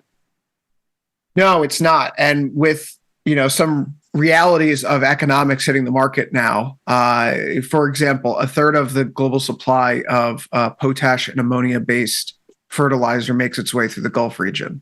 Most of that goes to Asia. A small portion of it goes to Europe. Yeah. But it's spring sowing season coming around the corner. And when you look at stocks that did really, really well during the initial onset of the Russia-Ukraine war, like Intrepid Potash, which back then, Ilya, going back to just a 10-year chart, you could see how the stock went vertical for a few weeks there as the supply chain disruption really became realized. It's going vertical again here today. So we talk about economic disruptions, not just oil and gas, which look like those disruptions may come to fruition much faster than many people anticipated. We need to be cognizant of the fact that we're going into a weekend here. I appreciate that there are those who are buying the dip on a day like today, but you're now subjected to 48 hours and if you're a single stock trader, longer than that until Monday morning, where you can't manage any of your risk. And you're hopeful that maybe a ceasefire deal is announced over the weekend. Iran has indicated that they are trying to get mediators in place to ultimately stop this. I think China's putting a good deal of pressure based on the news flow as well. So it's possible that no matter what happens over the weekend, right, we're waking up on Sunday to a big divergence from where we ultimately close today. For what it's worth, though, if you've been trading this market in that dispersion, directionally neutral, things are going to stay choppy. The directional beta isn't going to be great. So might as well just play for the churn. It hasn't been that terrible of a market. And I'm thinking about some of the short iron condors that I have on here in the S&P 500, particularly at 42 days to expiration. We've moved a little bit lower within the trading range, but the trading range that was set on is for the highs and lows going back to the second week of September. And we have not really deviated much beyond the midpoint of this range, even with this week's event. So for those that out there in the directionally neutral boat who have taken advantage of the volatility to find strikes that sit outside of recent technical highs and lows and get your 60%, 70%, risking 2, 3, maybe close to 4 to make 1 in your typical tasty mechanical methodology, it feels like we've just been riding this out. It's nauseating, but it is also, to a degree, those strategies are working still. So maintaining them into the weekend seems like the appropriate thing to do, as much discomfort as that one may breed. I mean, I sort of have a similar philosophy that's expressed differently. I'm not structuring the trades as playing for chop, but the portfolio that I've assembled is a kind of mix that caters to that idea. So on the one hand, I have the inflation is going to be higher and rate cuts are going to be later kind of a trade on, but I don't have the bonds, for example. I have oil and I'm long dollars. So it's a little bit more diluted from sort of overt bets on policy and a little bit more like, well, if sentiment caves, then the dollar goes up. If inflation is a scare, then the dollar goes up. And it's a little bit more thematic. So if there is some sort of a deal and crude oil caves in, obviously that's not going to be good for my exposure on that end. But at the same time, I'm long Bitcoin, I'm long Brazil, and I'm a little bit short gold. So if there is a kind of sentiment relief thing that happens, I have exposure to that side of it. And so I'm trying not to get overcommitted on any angle of the narrative, because who knows what happens here. It's a very tenuous kind of thing that the markets are trying to balance. Just taking a quick look at the short iron condor that we put on for 40, that's now at 42 days to expiration. If it was put back on today, it would give a very similar risk to reward setup where it's risking 3 to make 2, right under 40% probability of profit. And I know that's not the typical place where we like to look, but given where the strikes are and the highs and lows that we've seen over the past 6 months, it kind of makes sense. If we wanted to just swap this over, right? If we wanted to get out of the position today, it's not a huge winner by any stretch of the imagination, but it's working, so to speak. Yeah. It's why I kind of want to hang on to it, because when you get your 40 IVR in the S&P 500, that doesn't happen that often, but consistent with the idea that we have now seen a market where we do have a 40 IVR. Let's look at this with fresh eyes, Ilya. I mean, I don't think we should run away from the opportunity to layer in, as Druckenmiller might say, invest and investigate. And it has been something we've been talking about this week with oil, with equity vol. And now, thanks to that vol expansion, we can go actually a little bit further out in time and look at some strikes that are maybe 400-500 points away from where we're currently situated. I want to go a little bit further than 42 here. Let's go out to, say, 49. More than that. We'll go 55, end of month. We could go right now 6150, 6100 on the short put spread side and go 7400, 7450. And we could start to tinker in and compress from there to find maybe a 3-to-1 or a 4-to-1. And you know what? At 7255, 7300, and at 6250, 6300, that's where you get your very typical tasty risking 3 to make 1 kind of setup with north of a 50% probability of profit. That's far above the highs that we've seen carved out in recent months. That's well below recent lows that we've seen in recent months. I don't think we should look vol in the face and ignore it. There are decent risk to rewards to level into where we can have the benefit of these pricing structures to maybe give ourselves some breathing room, where this market can just bounce around. It could drop 200-300 points, rally 200-300 points, and it's still a viable opportunity for us over the next few weeks. That is certainly something to keep an eye on. I would say the most important thing with something like this, I mean, keep in mind there's a good bit of duration here, and you are probably going to get a lot of these types of spikes along the way. So don't get stuck looking at the P&L. If this is the approach that you're taking, you just got to work the system.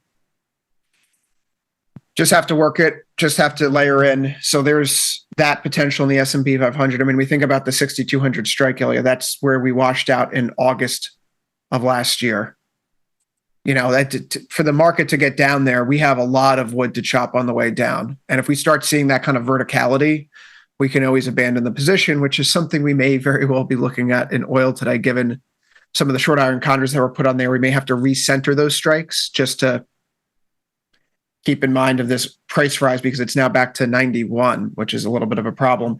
The Russell here, Ilya, earlier this week, trying to layer into some things.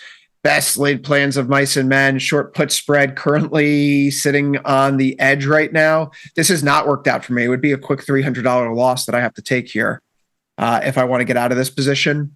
I'm not thrilled about how this has performed, but the chart is not really telling us that this is something it's worth holding on to. Those bounces I got a little bit short today. Yeah, those bounces at the 50-day moving average were enough of a reason for me to hold up, given how it had been behaving the last few months. But the continued plunges, you know, I almost pithily say in joke, you know, that's a double bottom, that's a triple bottom. Wait, that's quadruple bottom's not a thing. Neither is a quintuple bottom. So the more you test a level, the more likely you are to break through it, because the market chews through whatever supply is sitting there. Resting orders, people coming in, yada, yada.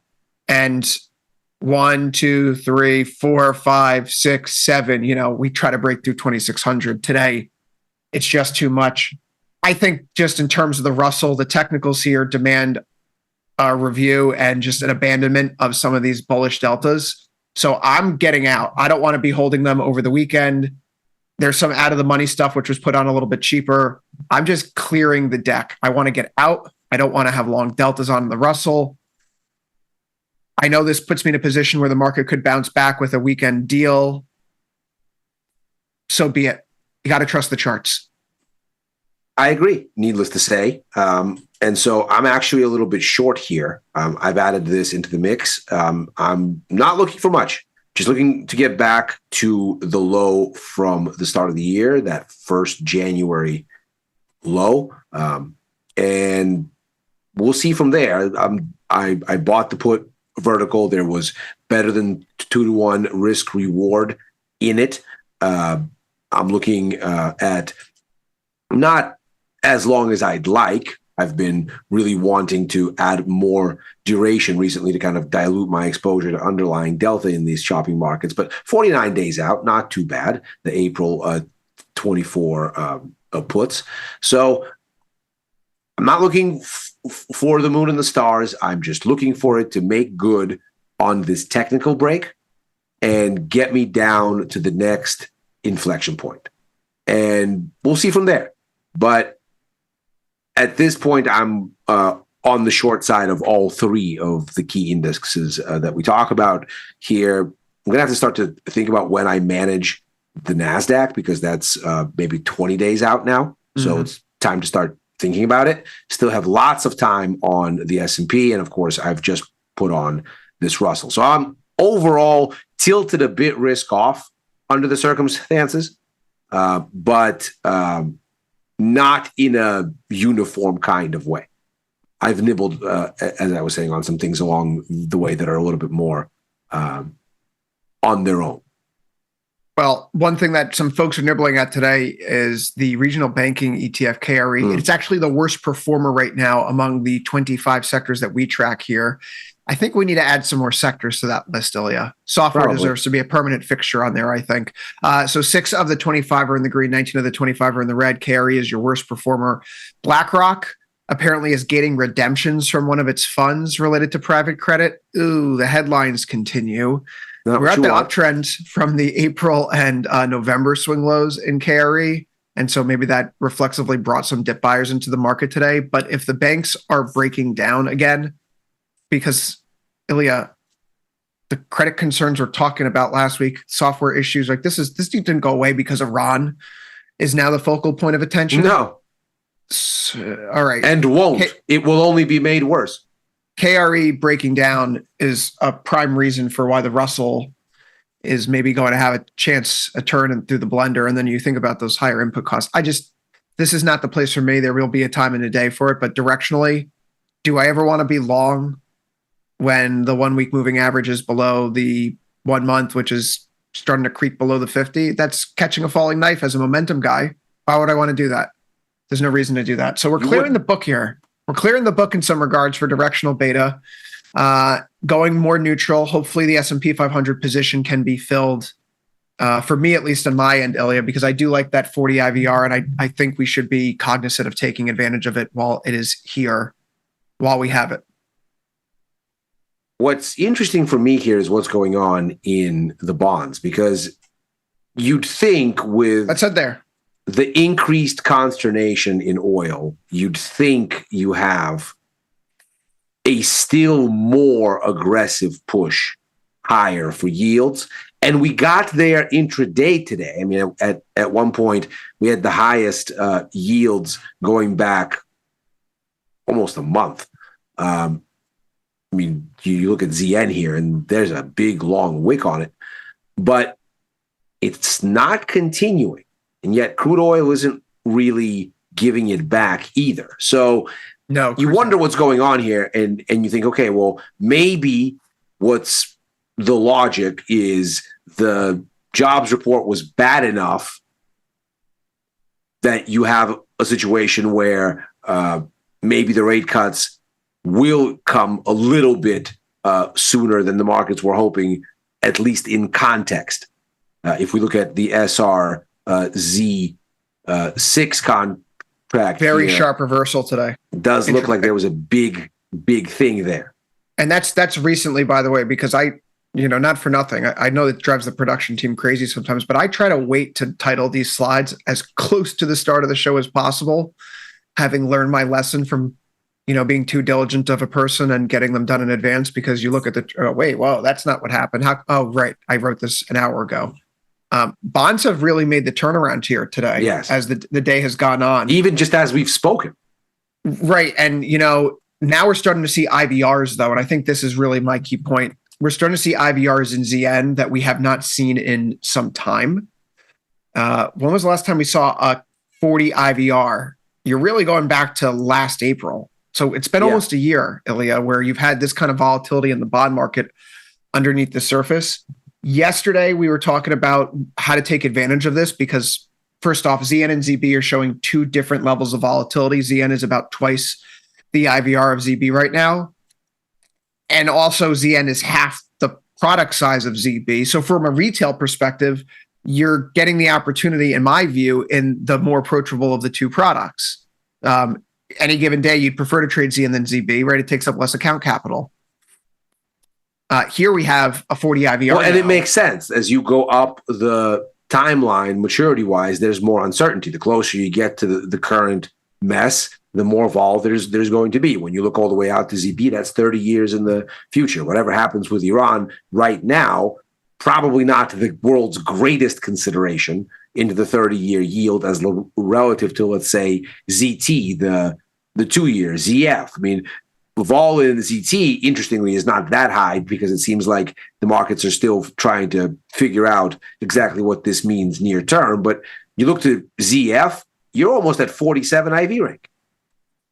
A lot of that is, cropped up in the front here, where you could effectively go to the one just right outside the one standard deviation move at 14 days at 114.5, 115, 115. So we're just outside there. And then 110.5, 111.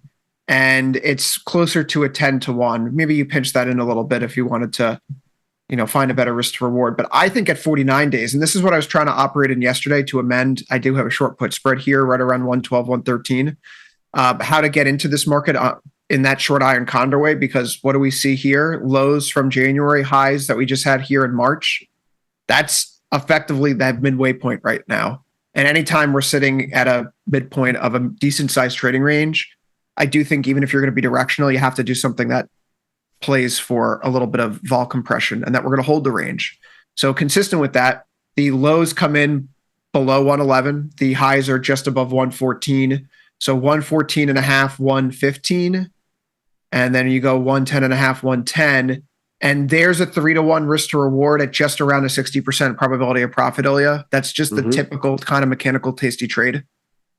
And I am looking for bonds and notes to rally. That's why I do have a short put spread on. I don't think they're going to fall too hard. There will be a tipping point where, energy's going up. It's now producing the economic shock problems that will reduce growth. The decline in growth is ultimately what the Fed pays attention to. The real output falling. They look through the energy shocks and they're more concerned with those knock-on effects. Yep. I think we're going to find stability here at the long end of the curve soon enough. So maybe day 2 of trying to get this filled here. And I do want to do 2 lots, not just one. I'm going to put this back into the queue. With that expansion of vol, we can actually go a little bit wider on the strikes, even though we're trading right around the same levels as yesterday. So not going to look to get force in the mouth. Hopefully the market allows me to fill today's trade. I mean, certainly the price action is very interesting here because the bonds are showing an impressive amount of resilience now that we've had this sort of change in sentiment with Europe going out and U.S. markets kind of left to their own devices.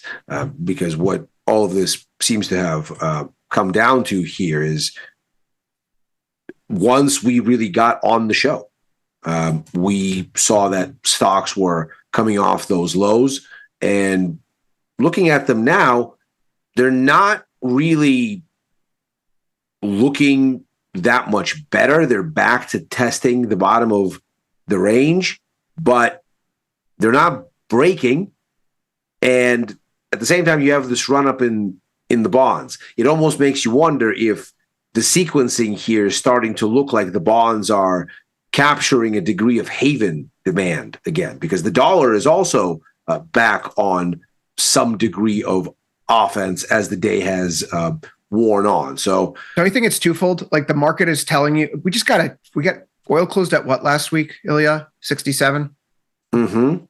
We're now at 91. We just had a $24 rise in oil prices in the span of a handful of days. And we only got 2 points off in notes, 3 points off in bonds. The bond market is telling us that this is not going to be a long war. I mean, that's the vote right now. The inflation problem that the oil market's posing, it's not going to run much further than where we are in it. Like, we're kind of at a ceiling. That's one interpretation. Otherwise, how on earth do you say that at 116 ZB looks properly situated with oil having just gone from 67 to 91 in 5 or 6 if this is what you're thinking, then this is potentially a trade setup of trade setups. If that's what you're thinking, you're clearly wrong.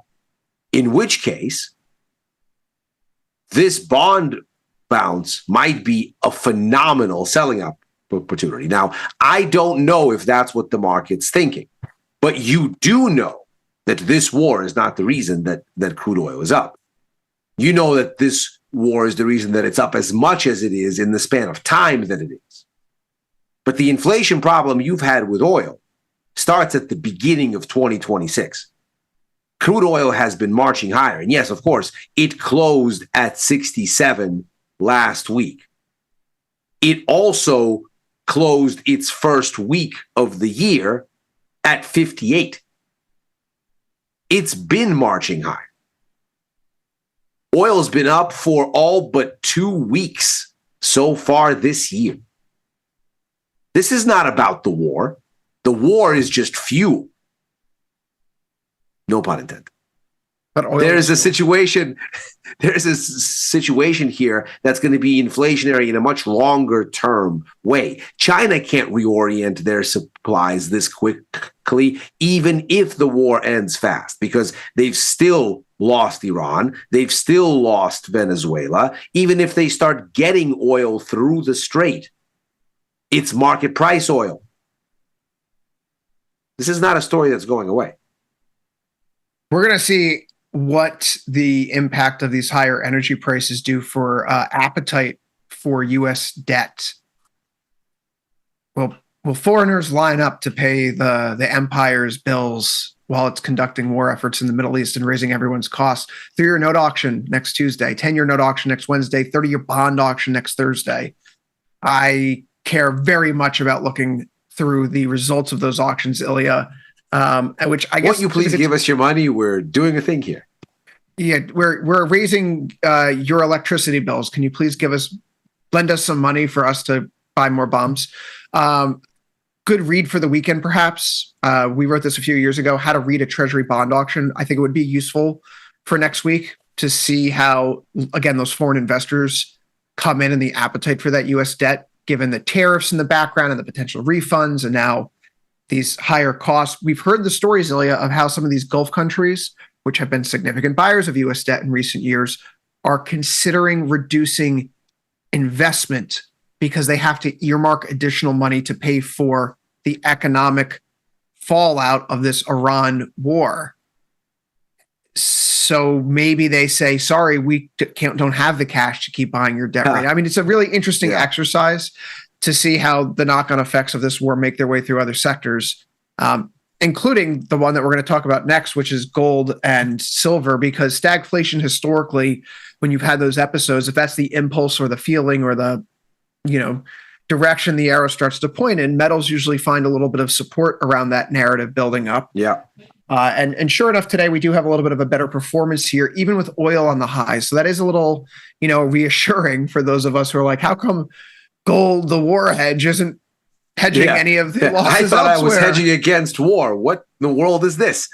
Yeah. And so today you're getting a little bit of that kick in the pants that's necessary, Ilya. We are sitting near session highs now, which is a nice way to go out on the week.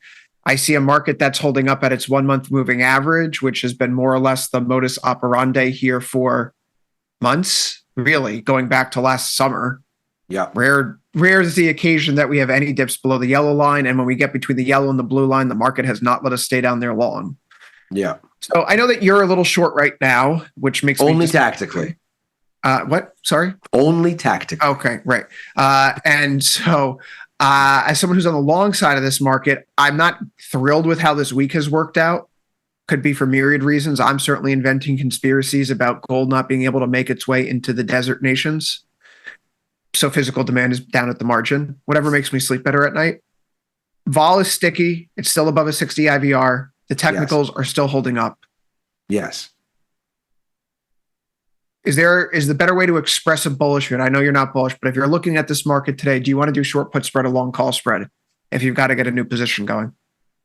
So I am bullish, just not for the immediate moment. And I look forward to getting back on the long side of this again, because I think what we've been watching over the past several days is gold reacting to things that it's been busy shaking as influences for the past year. But the move was so aggressive that it was impossible to ignore. The story since the beginning of 2025 has been gold doesn't care what the dollar is doing. Gold doesn't care what yields are doing. Gold's going up because it is your deglobalization trade. If you are concerned that crazy sovereigns are doing crazy things and breaking down the system that kept everyone in check, what's a better hedge than a pointedly non-sovereign asset? So you look at, and by the way, in case you were thinking Bitcoin is the alternative, it isn't. That's now basically a sovereign asset because most of the volume that's brought it to its current level of normal asset liquidity came from it becoming an on-exchange asset in the US. So at this point, gold is your deglobalization trade. What are we seeing it respond to this week? Surge in inflation expectations, stronger dollar, higher rates. These are not things that gold has had very much sensitivity to, but the moves this week were just so momentous that there was probably a level of reflexive response here. But the narrative hasn't changed. That deglobalization story is very much still here. So I'm looking at this and thinking, okay, we had a little bit of a leg lower. There was a little bit of a range break internally. It's putting some pressure on the larger downside range bottom. Let's see if that cracks. I have it on through the 1 ounce futures because I want to go real small here. All I would be looking for is gold having some sort of a freak out. Because I think structurally, the narrative remains. So if I was putting on something new and I wasn't attempting to be too cute with near-term swings, certainly there's plenty vol here to be a seller of puts.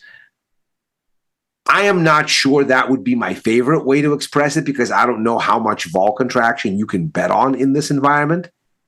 But gold vol contraction, maybe. If it gets back into some sort of, I don't care, I'm a deglobalization hedge, forget everything else kind of mindset. I wouldn't be doing this in silver. I would not be selling vol there. It is much more sentiment sensitive. But gold, there's probably something that can be structured there with enough time to expiration. Silver has been bouncing back and forth between the levels that we've identified since effectively the start of the week as the feeling better, feeling worse zones. Silver is above 87. We're feeling better. If it's below 79.5, we're feeling worse. And so we're just left in a general state of malaise, mediocrity right now because the market's not giving us any directional push or pull. If you're a diagonal person, you're looking at it hug the uptrend. And really, it's been oscillating around the uptrend the last few days from the lows that you have back in February, intra-month. Not ready to give it up yet. Is it ready to turn the corner and start a more significant bounce? 4-hour time frame, treating moving averages as a bit of a ceiling. So you can make the case either way right now, Ilya. Whether we get pinned here or not is a different story. I know that I've been laying in long deltas recently on these pullbacks, at least trying to, with our invest and investigate approach following the failure of the prior chain of trades in our long silver fund in the second half of last year. The January 117, 118 strikes, I don't think those are going to be hit anytime soon. However, it hasn't worked out all the time, and volatility has come in a little bit. Maybe something like a reverse iron fly, just like silver's got to go. It's going to do something. We don't know what it's going to do. We don't know when it's going to go, but it's got to do something here. And we got to flip this over to a sale. Okay. I understand why people are thinking of that. Like, who cares, Chris, if you're feeling good about things or bad about things? Let's just say that it's going to leave this little zone of congestion sometime soon. Explore that opportunity. In SI, that is a very expensive idea to execute right now in this market. You could put down buying power, and this is $85 long the $85 calls and puts, one of each, and then short the $80 put and $90 call, so $5 wide on either side. This thing's just got to move away from where we are right now over the next 81 days. You can make $2,200 on it. It's going to give you a max loss of $22,000. The buying power is going to be $27,000. This is a product. This is a way too big of a product right now, given the margin requirements and given the volatility baked in for most retail traders. SLV is the more approachable product right now, for sure.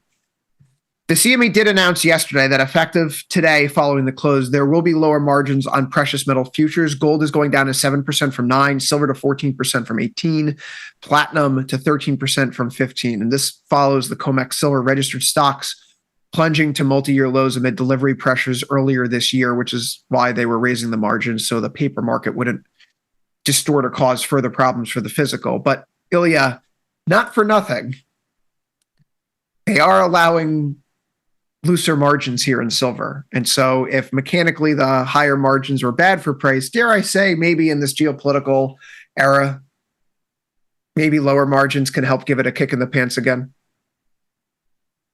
I think that's certainly possible. I think looking right now, you could price maybe 70 days out selling selling puts. You could find risk reward there that's not the worst. I would do it in gold just because silver would be too jumpy for the current environment. It's much more sensitive to sentiment. If I'm looking for kind of the long-term precious metals narrative, silver is probably not where I'm looking. No, and it's so much more growth sensitive. That's the thing. Whatever this weird thing that's happening with the labor market, is it still just demographic adjustment or is it more cyclical now? Tough to say.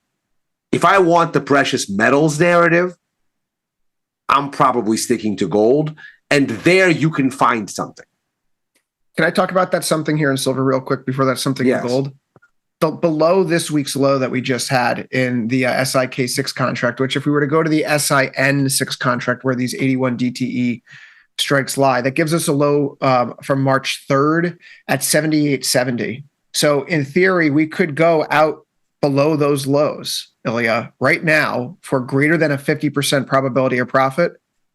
Do basically a 1-to-1, risk one to make one. It's a little bit worse than that, but it's close. Out for 13 for potentially in close to 1,200. That's not terrible. You're only going 50 cents wide here. You maybe even want to go 25 cents wide to tuck it in further, but risking 660 to make 580 on a 53%. Let's not ignore the volatility that we have right now in front of us and be a little bit creative about how we can express it, but less margin requirement, that is directionally better for people who are trying to see a market that's going up, given the recent relationship between some of these headlines around margin increasing and how prices have reacted negatively as it squeezed out paper hands that are traders, not legitimate economic participants in the silver space. You mentioned the gold side of this, though. Equivalent, if we wanted to think about the recent lows that we just had here in gold, 50.81 or so. You know, if you're out of 52 days, you're in the GCM6 contract. So we just double check our charts for that swing low earlier this week, and that's 50.43. So if we went to 52 days and we went down to 55,000 here, greater than 60% probability of profit. Not quite a 2-to-1, a little bit better that inside there. Touch of buying power is required if you're going 50 points wide. But again, you could start to scale around potential trading opportunities where you say, we're not going to dive any further. We wash that through the system. If this thing is going to go up, I can be long effectively against the lows that we carved out at the first week of March. And as long as those hold, I have something that's cooking here. Yeah. I mean, I think you can find probably something on the order of 1-to-1 risk reward with a 53% probability of profit here. 70 days out ish. Give yourself lots of time. That's kind of how I'm looking at it here. I'm thinking I want to have that on and still be a little bit short the futures, and maybe kind of straddle this idea that if we're going to get some sort of a return to a gold that cares less about near-term policy and more about structural deglobalization type of ideas, if whatever weirdness we saw this week has washed through it, then there's going to be some jostling. But vol will come out, and if I want to see vol come out, I'm going to do it with a bullish bias. So whatever tactical thing I want to have in the futures, maybe I also want to layer on here, and we'll see if I get filled. I also want to layer on feels like a little bit more of a little bit of a longer view to kind of see how gold, to look ahead to when gold is gold again. Let's say a month from now. Sound like Peter Schiff. It's lovely. That is possibly the worst thing that you have ever called me. I knew that's where you were going with that. February swing low, right? So just thinking about extreme highs and lows in the gold market here, lows that you have after the late January meltdown, and then the lows that you have in the washout earlier this week. That uptrend is held over the past two sessions. I had 5,100 here drawn on the chart as a line in the sand, where resistance in February and then support in the last week of the month. We're starting to churn through those levels again. If we really want to feel comfortable on the long side, give us 52, 56.90, the swing high we had after the sell-off at the start of this week. And if you punch through there, then you can make the case that the series of lower highs and lower lows has ended, although we've already carved out a higher low intra-week. So, Ilya, I mean, 52.21 right now in GCM6, 51.80, up 2% here today. Gold stability. You mentioned the treasury market stability, right? Maybe those are two signals hand in hand. Even though oil is still going up, gold is no longer getting hit and being, cashed out to raise capital. Treasuries have digested, okay, we're going to have higher inflation moving forward. Maybe we need to retake on our safe haven role now that this new benchmark has been reached where $90 oil is here. I'm not going to discount this. I feel really good about my gold position still. It hasn't been a great week, but we have so much time left in so many of them that were put on so many weeks ago when gold was still sniffing a four handle. Like that 5,000, 5,100 call spread, I'm happy to sit on it for the time being, given how long there's still left in the trade. Yeah, I mean, I think we're in this kind of an interesting environment here where you look at sort of the immediate, the knock-on, and the foreseeable. And I think just like with oil, if your thought was that this rally is all about this war, then clearly you're not paying attention to what is the foreseeable, which is that obviously this rally doesn't begin with the war. It happens for reasons much more structural than the war. There's probably going to be some relief in crude when the war ends. That much is clear. But also, there's a larger narrative here. With gold, it's a similar story in the opposite direction, where yes, it's run into some headwinds here. Yes, you probably get a pullback in gold if there is a relief on the risk sentiment front. Then you probably get a washout because inflation expectations improve, so you get a rebound. And there's probably going to be some jostling there, some sort of weirdness in the sauce. And it's why I'm willing to be on both sides of this market, depending on sequencing and what I'm actually exposed for. I'm exposed for short-term losses, longer-term gains. And so as I'm looking, and looks like I just got filled, I'm looking at that here and saying, just like crude oil won't be a sell if the war ends and it comes down, gold won't be a sell if the same move gives it some risk on type of pressure. Because I think the larger issue is ultimately constructive.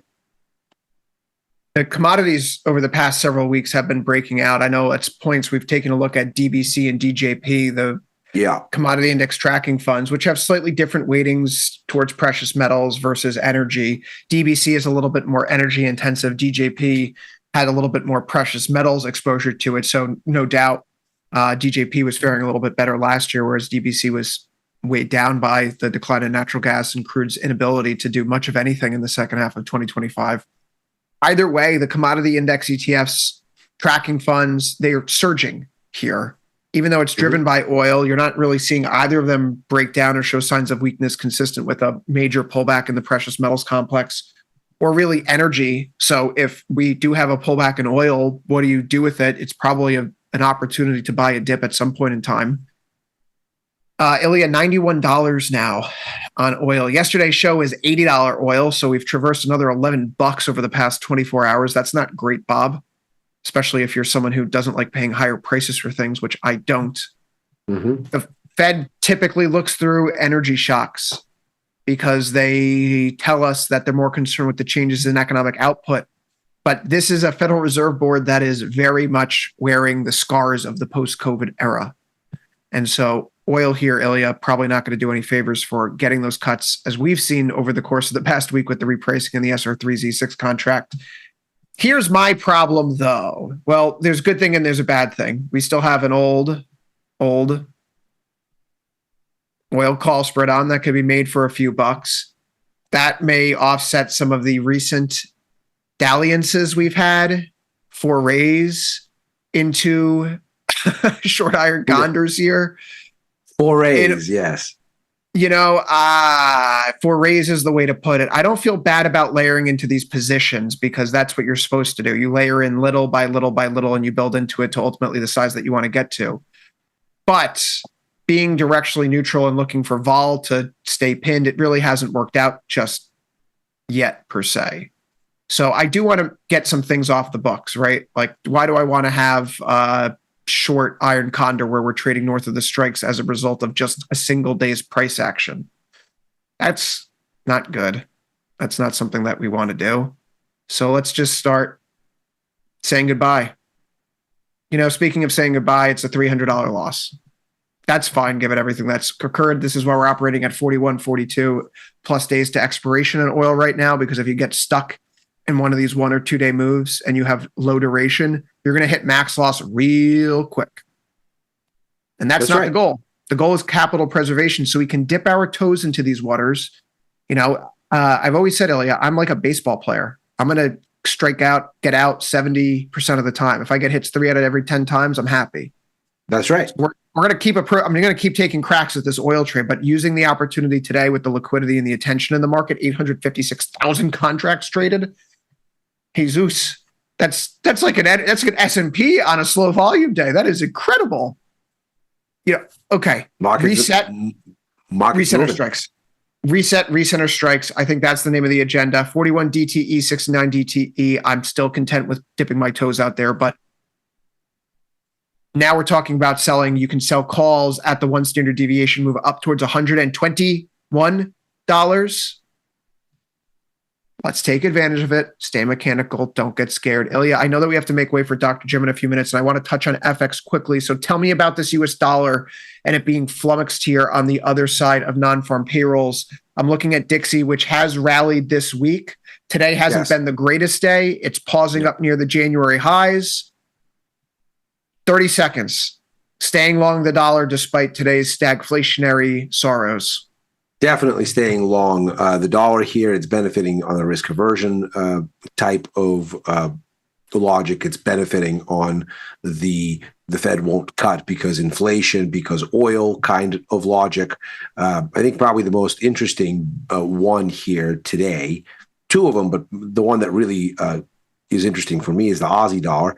It's breaking down in a way that isn't happening fresh in the euro or the pound or the yen. They'd already broken down. And of course, I am short all of those. So thank you very much. But when I look at the Aussie, it's relatively fresh. And I've been kind of tinkering with being on either side of it. It's been in a range, and I've been trying to find what I'm going to do. Today, it looks like it's broken. So now I'm short the Aussie, and I think this is kind of a fresh place where you haven't had the big dollar rally. So it might be time to think of this as a bit of a mulligan. Here's the good news about Monday. There's not much U.S. economic data. Here's the bad news about Monday, Ilya. There's not much U.S. economic data. So we're paying a lot of attention to what's coming out of Asia, although all of this is prior energy shock data. So I don't think the market's going to take too much of it into account. Yes. Although, again, bad news right now is just bad news. We want to see that there's a bulwark for our economies in the West, particularly Japan and Korea and Australia, UK, that this can be washed over. And it doesn't look like it's going to be that case. So, Ilya, you and I will be back later today for last call, 3:30 Eastern, 2:30 Central. Before then, you have some Dr. Jim coming up next with From Theory to Practice. Oil, please get back below 90. See you soon. Stay up, oil.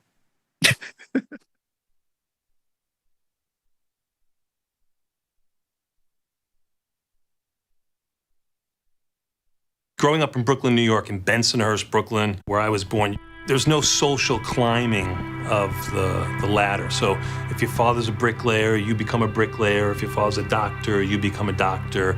If your father's a hoodlum, you become a hoodlum. My dad was, he was an original market maker, let's put it that way. Only not an exchange-regulated entity. My mom was a waitress, just trying to make ends meet. My parents were divorced when I was 11. And my mom did everything, legit did everything for me. But I idolized my dad. I was a good student. I didn't want to disappoint my mom. I was boy leader of Arista and Archon, which is the honor society in junior high school. I wanted to be a police officer or an attorney. And then I realized we were on the opposite side of the street to become a police officer, but that my dad was going to need the attorney. So I wanted to be an attorney. I did go to college for 3 months. I became the best air hockey player that John Jay College of Criminal Justice had ever seen, but I wasn't learning anything, and I just didn't think I was going to go anywhere. So I had a cousin who was working on the New York Stock Exchange, and they transferred him to Chicago for a new exchange that was opening up, the Chicago Board Options Exchange. He said, hey, why don't you, stop hanging out on the street corners, come out here and get you a job, maybe you'll make something of yourself. I left on a Thursday. I started working on a Monday as a runner. I always thought when I bought my seat in 1987, I actually bought my seat the day of the crash, that there would always be a Batista on the floor of the CBOE. And I thought that was my legacy that I was going to leave to my family. And then computers came along and ruined all of that. I coached my son in football and baseball and basketball, and my dad never did that with me. So I always wanted to be a good parent, do the right thing. And I thought, at 18, he would be the first one to go to college, which he was. My job was done, and to have him come here and then teach him, my craft, it's one of the most rewarding things I've ever done. Traders for all eternity have been looking for the reason to make a trade, whether they were looking at charts or they were looking at fundamentals. They just had to figure out what direction the trade had to be. With the research that we provide now, we kind of take the direction out, because it's just a 50-50 shot, and say, what's the best strategy that we can apply? There's so many smart people out there. I'm not the smartest guy out there, and Tom's not the smartest guy out there. There are so many smart people out there that just need a little bit of knowledge. So I think the future's bright. Where we go, what direction, I don't know, but we're gonna change the world.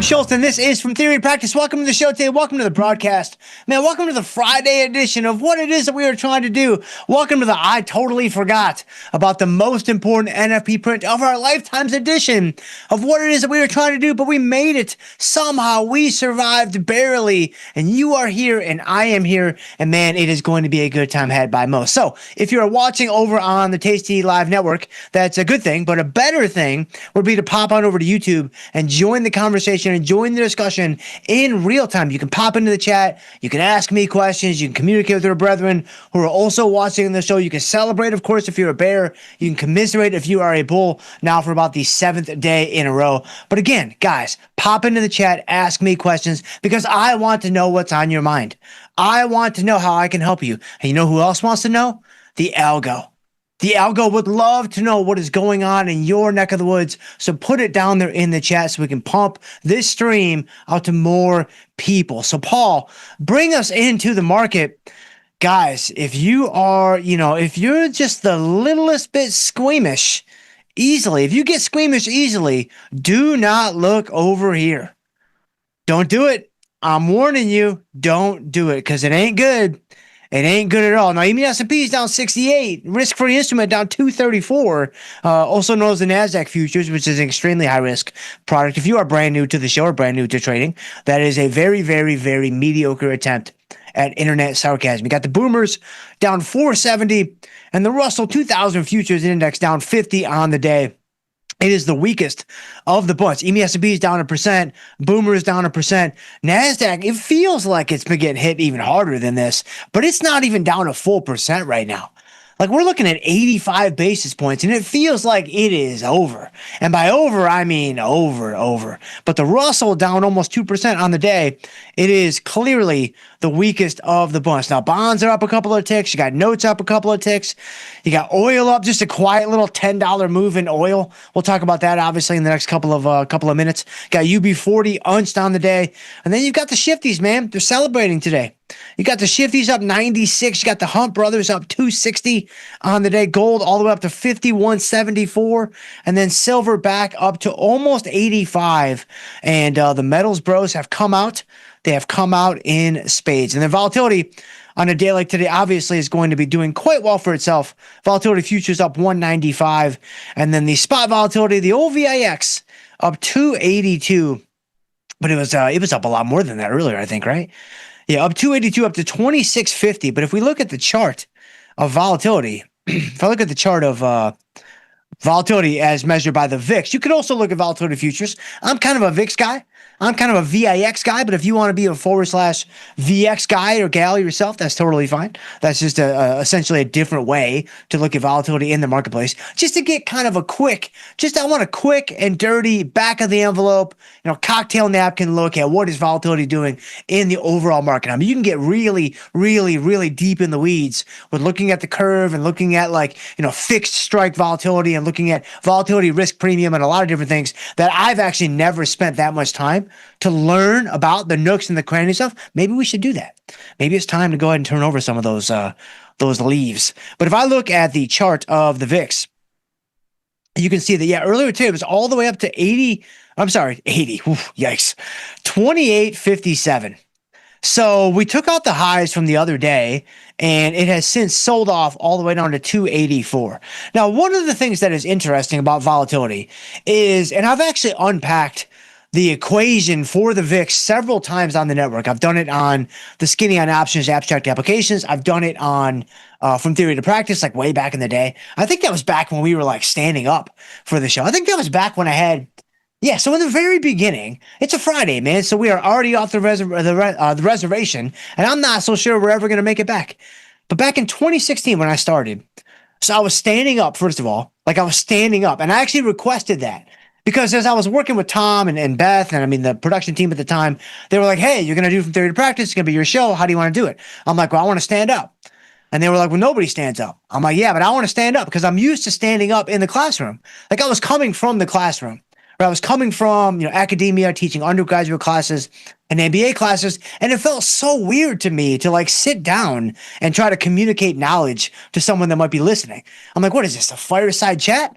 Like, what, are we about to have dinner? Like, no, this is a professional setting. We need to be standing up. And everybody else is sitting down. And now look at what I'm doing. Look at how the mighty have fallen. I would never even dream of standing up. This is way better. This is way, way, way more comfortable.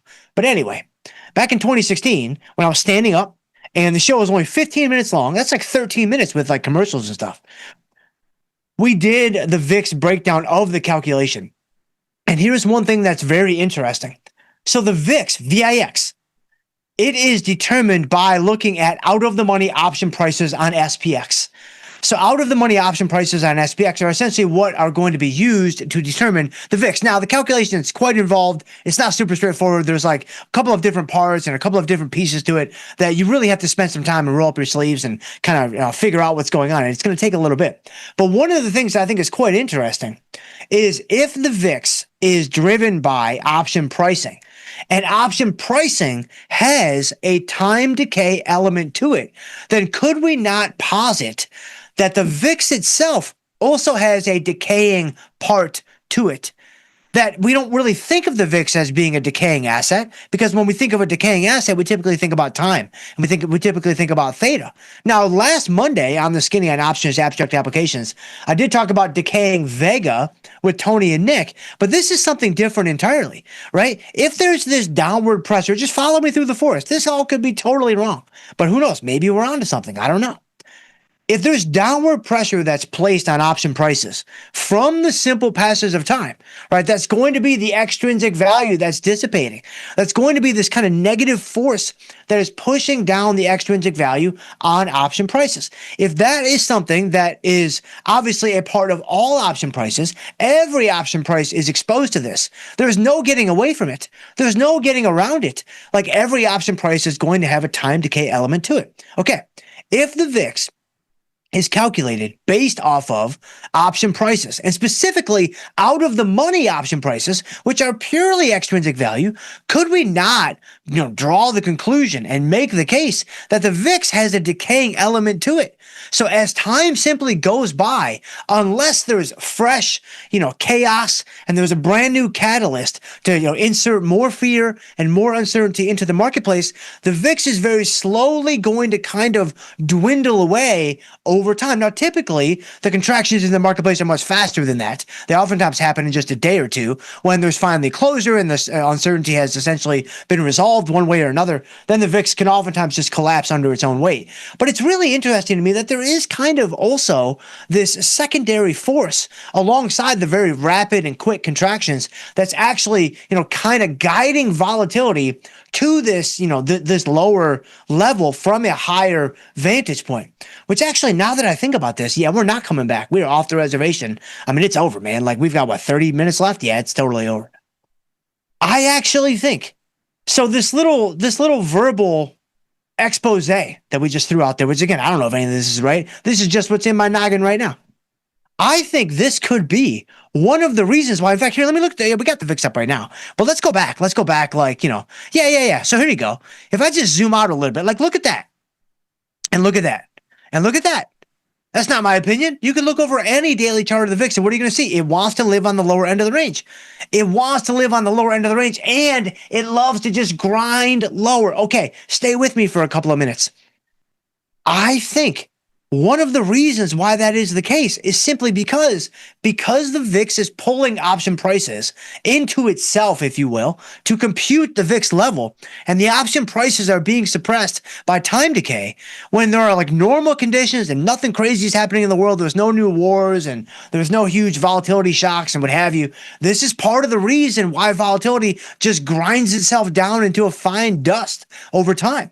Because as time passes and those option prices go down from the negative theta, well, not negative theta, it depends on if you bought or sold the option, but from the time decay on the extrinsic value, that is impacting the VIX itself because the VIX is pulling in the option prices.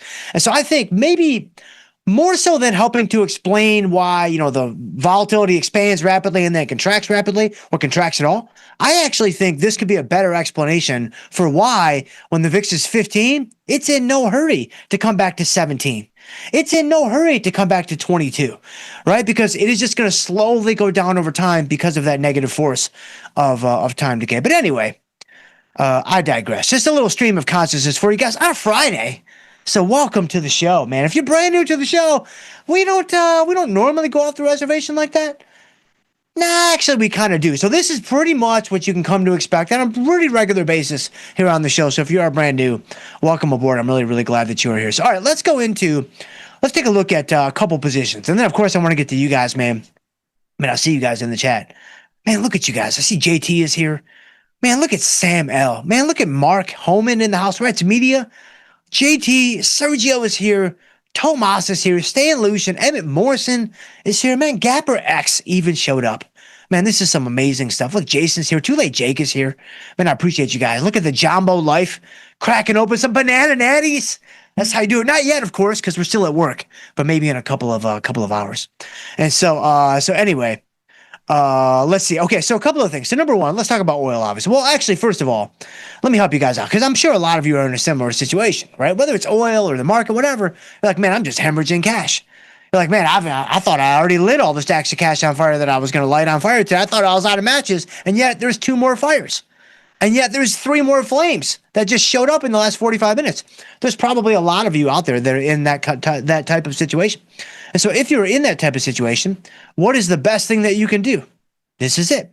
Just grab your little marker, turn it to black, and just do one of these jobs. That's all you got to do, man. It's over. Right now, if you don't happen to have any drawing tools on your laptop or on your desktop or whatever, just get you some electrical tape, man.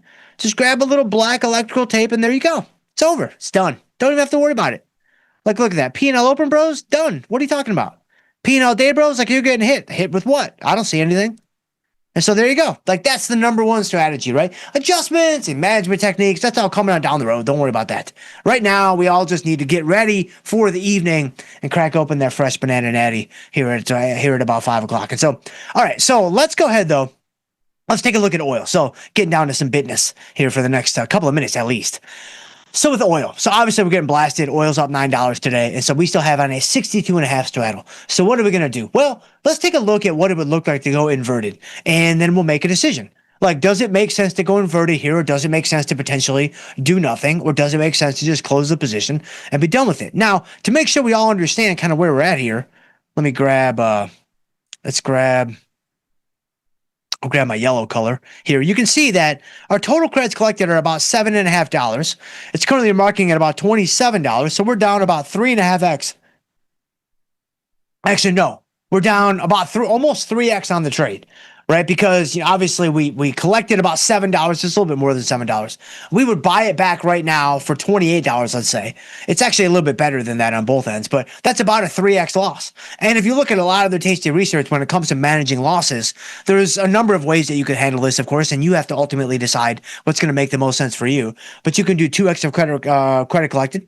You can do 3x of credit collected, or you can do essentially no predetermined exit point, and you just kind of treat it on a case-by-case basis. That's how I personally like to do it, but I respect the fact that some people would rather have kind of a hard line in the sand and say, all right, if it gets to this point, like, I'm done with it. That's totally fine.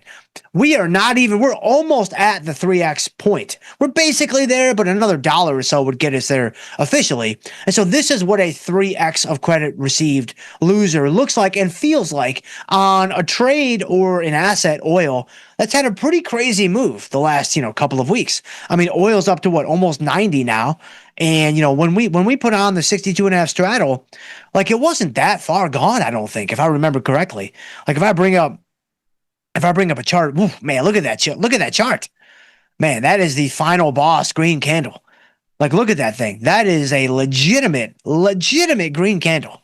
Wow, that's crazy stuff. So yeah, it wasn't even, look at that. It was like a week ago, 2 weeks ago, this thing was in the mid 60s. So on February 26th, this thing hit a low of 63.57, and it has since risen by, what is that, a 40% rise in about a week and a half? I mean, it makes sense. Just given where the uncertainty and where the tensions are in the world, in the Middle Eastern region of the globe, that is where a lot of the oil production comes from. And so because of, you got the Straits of, Hormuz or Humos, or I always read it. I've not really heard it audibly too often. So somebody help me phonetically in the chat. How do you say, is it the Straits of Hormuz? I don't know. It's something like that, though. So one of those, or something maybe totally different. When that guy gets closed down, that's going to disrupt the supply in the world. Like, that's going to go ahead and really kind of cause some problems with the price of oil from the standpoint of there could be a huge shock to the upside. And that, of course, is what we're seeing right here. But it's crazy to think that just a couple of weeks ago, it was in the mid to low 60s. That's wild stuff, man. That's wild stuff. All right, so what are we going to do? Okay. So if I was going to do something here, I would roll the put strike up, and this is how you would create an inverted strangle. So I would go into, I'm already in, April with 41 days to go. So I'm not going to add any time to the trade. I don't feel like we need to do that. I think the move is you take your put strike, you pick it up, and you bring it closer to where all the action is. We're not going to roll the call strike. Man, look at those markets on the call side. Man, those are some Vinny Batista markets if I've ever seen them. Look at that. That's pretty wild stuff, man. Look at that 23-cent bid, 11.19 offer, and they're all grayed out. So maybe we can't even trade this anymore. I don't even know. But if I go into the put side looks nice and healthy. So that's good. But if I went to roll the put side up, what I would basically be doing is I would buy back the put that I have on. And then if I wanted to do like a legitimate inverted strangle, not that there are illegitimate inverted strangles, but generally speaking, the first reference point is I'm going to take it and I'm going to roll it all the way up to wherever the at the money strike is. So that is essentially how you create, arguably the most effective inverted strangle from a maximizing extrinsic value standpoint. It's not necessarily the most effective in terms of what's going to happen next, but if your objective is to bring in the most amount of extrinsic value, then you would roll to the at the money strike, because remember, the at the money options have the most extrinsic value. And so if I roll to some other strike, then that could be a better situation for what I'm trying to accomplish. But if I want to extrapolate, or even extract, not extrapolate, if I want to extract the most extrinsic value as I possibly can out of the options, then I'm going to roll up to the at the money strike. So I would go from the 62.5 all the way up to the 87.5. And if I did that, I can pick up, hold on. No. I can pick up a $10 credit. So if I do this, I pick up a $10 credit. Now keep in mind, I've already collected $7, like $7.50. So $10 plus $7.50 would give me $17.50. So I'd have $17.50 on a 25-point wide inverted strangle. And so my best case scenario, if I do that, is I'm going to lose $8. I'm going to lose whatever that difference is, so $7.50. But that would mean I'd have to carry it all the way to expiration, and the stock, or the asset in this case, oil, would have to finish between or expire somewhere between my short strikes. It doesn't matter where it is. It could be anywhere between my short strikes. And so I don't love that setup at all. Like, I really don't love that inverted strangle. But, one thing that's important to remember is nobody loves inverted strangles. Nobody gets excited like, ooh, I get to do an inverted strangle today. Like, no, this is never a good thing. Like, this is never a positive thing. This is always some version of this kind of stinks. Now, sometimes it stinks more than other times, and that's just the way that it is. It kind of depends on when you go inverted and, how bad things have gotten and what have you. If you're more proactive, then you can obviously put yourself in a more favorable spot, but you lose out on the opportunity for the stock or asset to come back to you. If you wait longer, then you end up in a less favorable spot, which is essentially the spot that I'm in right here. And so I don't love this situation. I don't love the situation of just staying in the straddle either. And so what are we going to do? I think for this one, let's go ahead and go inverted. Let's do the inverted. Let's go all the way back, or let's go all the way up, I should say, to the 87.5 strike. So this is going to be a super wide inverted strangle. And we already did the silver trade from before where we could have gone inverted, but I didn't. I just held the short call, and it ended up working out. And I didn't know that it was going to work out. Nobody knew that it was going to work out, but it ended up working out. We ended up minimizing our losses down to just a few dollars, I think, in the end. For this one, let's take a different approach, because that's not the only way that you can do things. It's not the only way that you should do things. And so being exposed to different ways of kind of thinking through adjustments and management styles and techniques, I think it's good. I think we can all learn some things from kind of that process. So let's go ahead and let's do it. Let's go inverted. I'm going to go all the way up to this 87.5 strike, and I'm still going to be bearish in oil, but not as bearish as I currently am now. In fact, hold on a second. Let me, so if you look at my oil right now, you can see that I'm short 67 delta, right? I just want to point that out before we make this roll. You're going to see that's going to get cut probably in half would be my guess. And so right now I'm short 67 delta in oil. Let me make this roll. It's probably going to drop into the 30s, I would imagine. Let's do, I'll do like 990. That's fine. 989. It's all good. All right, so no takers at 989. A little cat and mouse action here on a Friday afternoon. All right, so we got filled at 989. So the cat, then the mouse, then the cat again. So there you go. So now, you can see. So now I'm down to 39. So I thought it might be going down a little bit more than that, but it didn't. It's fine. It doesn't matter. And so you can see that my directional bias has been trimmed significantly. Now, I'm still short. I still need oil to go lower, but I don't need it to go nearly as low as I did before holding the short straddle. So that's one of the biggest benefits. And I mean, truth be told, I mean, I was set up to lose, what, $21. If I close the position today, it's a $21 loss. Now, I just need oil to stay right here. If oil stays right here or goes any point lower for 25 points, then I'm basically going to be able to cut my loss down to maybe only $7 or $8. If I take it all the way to expiration, I probably won't do that. So a realistic, estimate would be, man, if I can get out of this trade with only a $10 or $11 loss, I'll probably do that. I'll probably go ahead and take that, and then we can kind of move on from that point. So anyway, we went inverted in oil. And that was the main thing that I wanted to cover today, of course. I mean, we're getting crushed and everything else. I mean, even Snapchat's down 16 cents. Like, yikes. When Snapchat's down 16 cents, it's bad. You can look at the indexes, you can be like, it's bad. You can look at the NASDAQ, and you can be like, this is not good. But you look at Snapchat down 16 cents, you're like, okay, it's actually here. Like, the apocalypse has arrived. And so it is not good, guys. This is not good at all. But let's go ahead and... since we're here, let's go ahead and let's look at MNQ, because I do want to take advantage of the premium being much higher today because of volatility being so high. So, the VIX is up $3. You've got volatility futures up a couple of dollars, in their own right. Volatility futures up to, $25. Let's go to MNQ. And, you could go either way. I mean, when volatility spikes, my top two strategies are short put, short strangle. It's kind of like a 1-2, short puts number one, short strangles number two, but it's really more like a 1A, 1B type of thing. And it really depends on what you want to accomplish. It really depends on whether or not you want to have the directional bias. Personally, I think that the last few days the market's tried to get its feet underneath it, but it really has struggled. I do think that we are due for a pretty vicious snapback rally at some point next week. Now, that almost essentially cements the simple fact that we're going 10 to 15% lower, because I'm just not very good at this when it comes to picking direction of an index or a stock or any asset. You take your pick. I'll tell you where it's going. It is 100% going the other direction, but still, at a certain point, you just got to dance with who brung you. And so I think we're going to sell the put here in MNQ. We go 42 days out. And I'm thinking we'll just sell like a 35 delta put. We sell a 24,300 strike. We're going to pick up, about 580 points. Now, remember, the multiplier for MNQ is $2 per point. And so that's where you see this connection between the credit that I'm collecting on entry and my maximum profit. Because in the futures options world, you have to make sure you keep track of the multipliers for whatever product you might be using. And for MNQ, it's going to be $2 per point.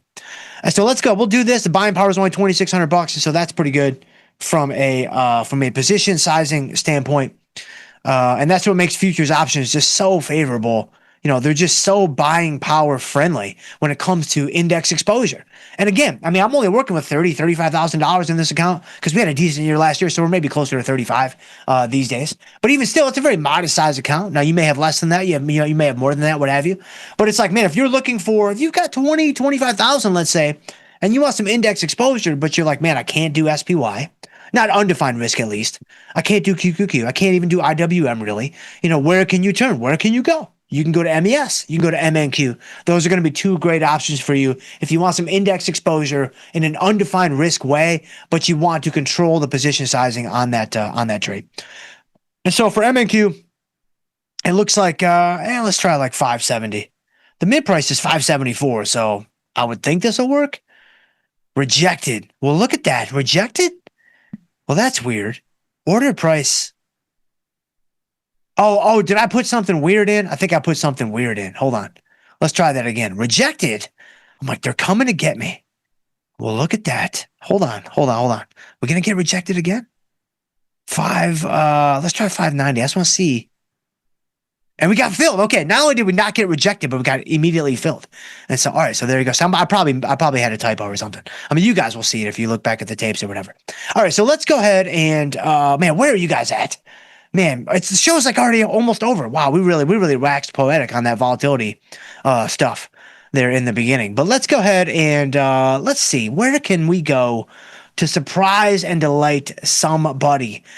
Man, I want to see you guys. Where's my Straits of Hormuz people at the end? You guys are not helping me out. I see the Straits of Banana Natties. I think that's somewhere else in the world. I think that's right near Florida, actually. But you guys are not. You guys, that's right down the road, man. Like, that's the beaches of St. Pete. That's got Straits of Banana Natties written all over it, 100%. But where are we at? Let's go ahead and, wait a minute. Archer Fire is in the house. What's up there, Archer Fire? Archer Fire, thanks for the automatic win on Marvell. Appreciate you, Dr. Jim. I told you to sell a put, but I appreciate your gimme. You pulled a page out of my Seahawks. Small win, now blowout or bust. Man, I appreciate you, my friend. Yes. So congratulations there, Archer Fire. You did say short put. I went upside butterfly. I'm glad I caught your surprise and delight there in the middle, because we are actually going to lose on this butterfly because it was too strong. Because we overshot to the upside. And so that's an important thing to remember with these butterflies, right? Like, if I do an upside expected move butterfly, I've got to get the directional move higher correct, but I got to make sure it's not too high, because if it's too high, which is what's happening with Marvell right now, then you end up missing to the upside on the butterfly. It overshoots the net. Right. So if you overshoot the net, it's no different than if you just, totally missed the mark and the stock went lower on an upside butterfly. And so for us here, I mean, right now we haven't overshot too badly. And so I could close it right now for, I would only lose about 60 cents on the trade. And I'm going to do that just because, I may not be monitoring this on the close. And so we may be missing out on a profit opportunity, but I don't really want to be short Marvell stock come time Monday. And so let's just go ahead and close this. We're going to end up losing, 40 cents on the trade or whatever. It's really not that big of a deal. All right, so we got filled at $1.30. Whoa, look at Marvell. Look at that. Wow, hold on a second. Hold on. So did we scratch that? We just scratched that Marvell trade. Look at that. Archer Fire coming up clutch. And by clutch, I mean we had to really work pretty hard there for that scratch. $1.30. $1.32. So we lost 2 cents on the trade.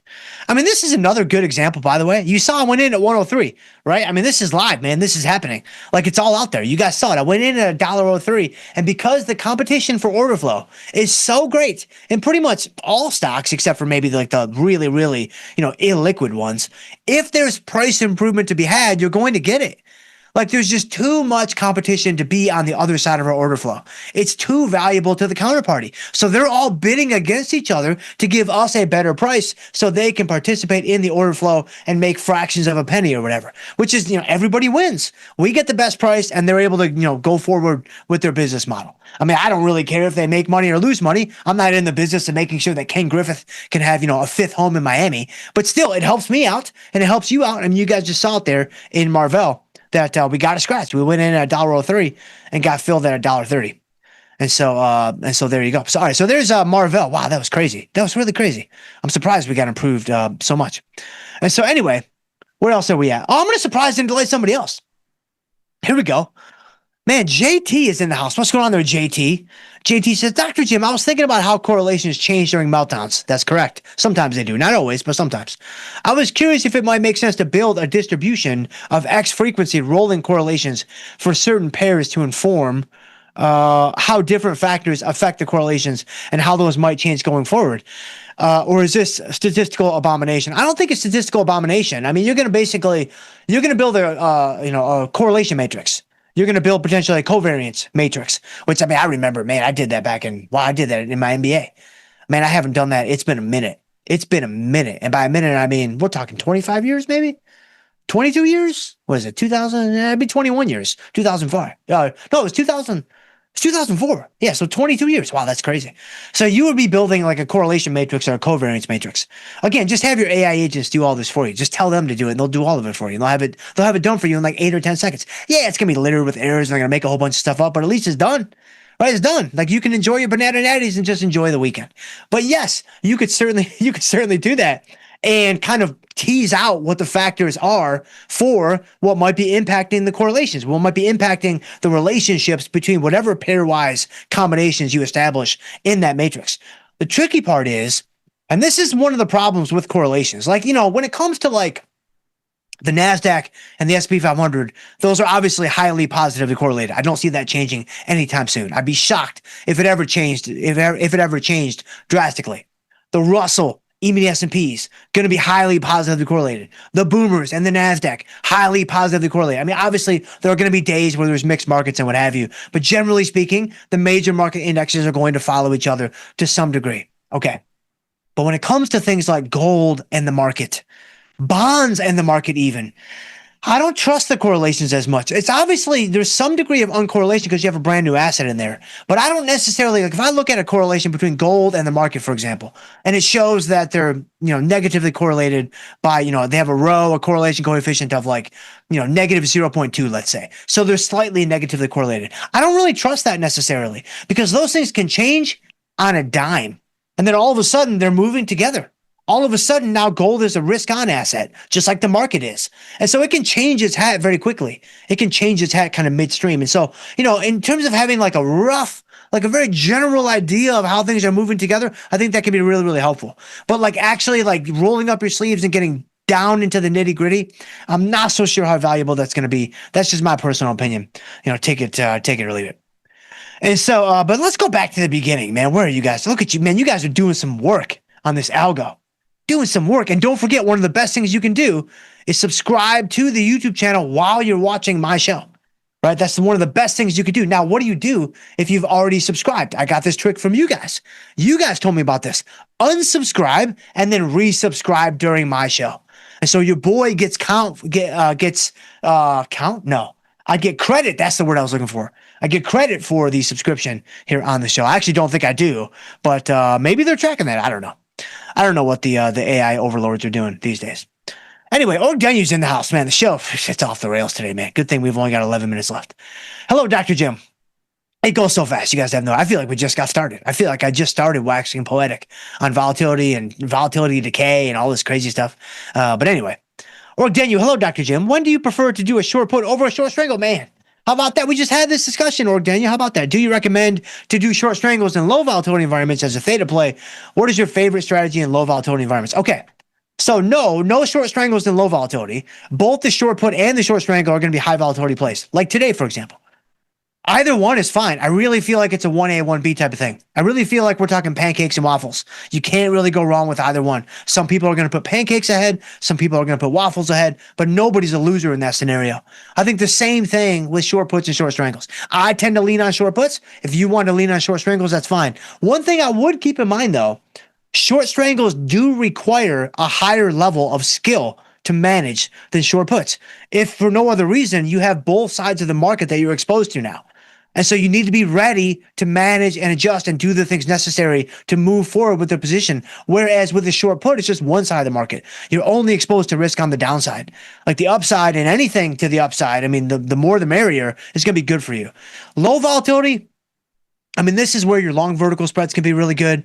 This is where your long diagonal spreads can be really good. And this is where even calendar spreads can be solid. I would say for me, it's probably long vertical spreads and long diagonal spreads. Calendar spreads are a very distant third. I don't like to trade them as much, but I know like Liz and Jenny do them all the time and they do quite well with them if I can remember correctly. And so it can be a great strategy in a low volatility environment.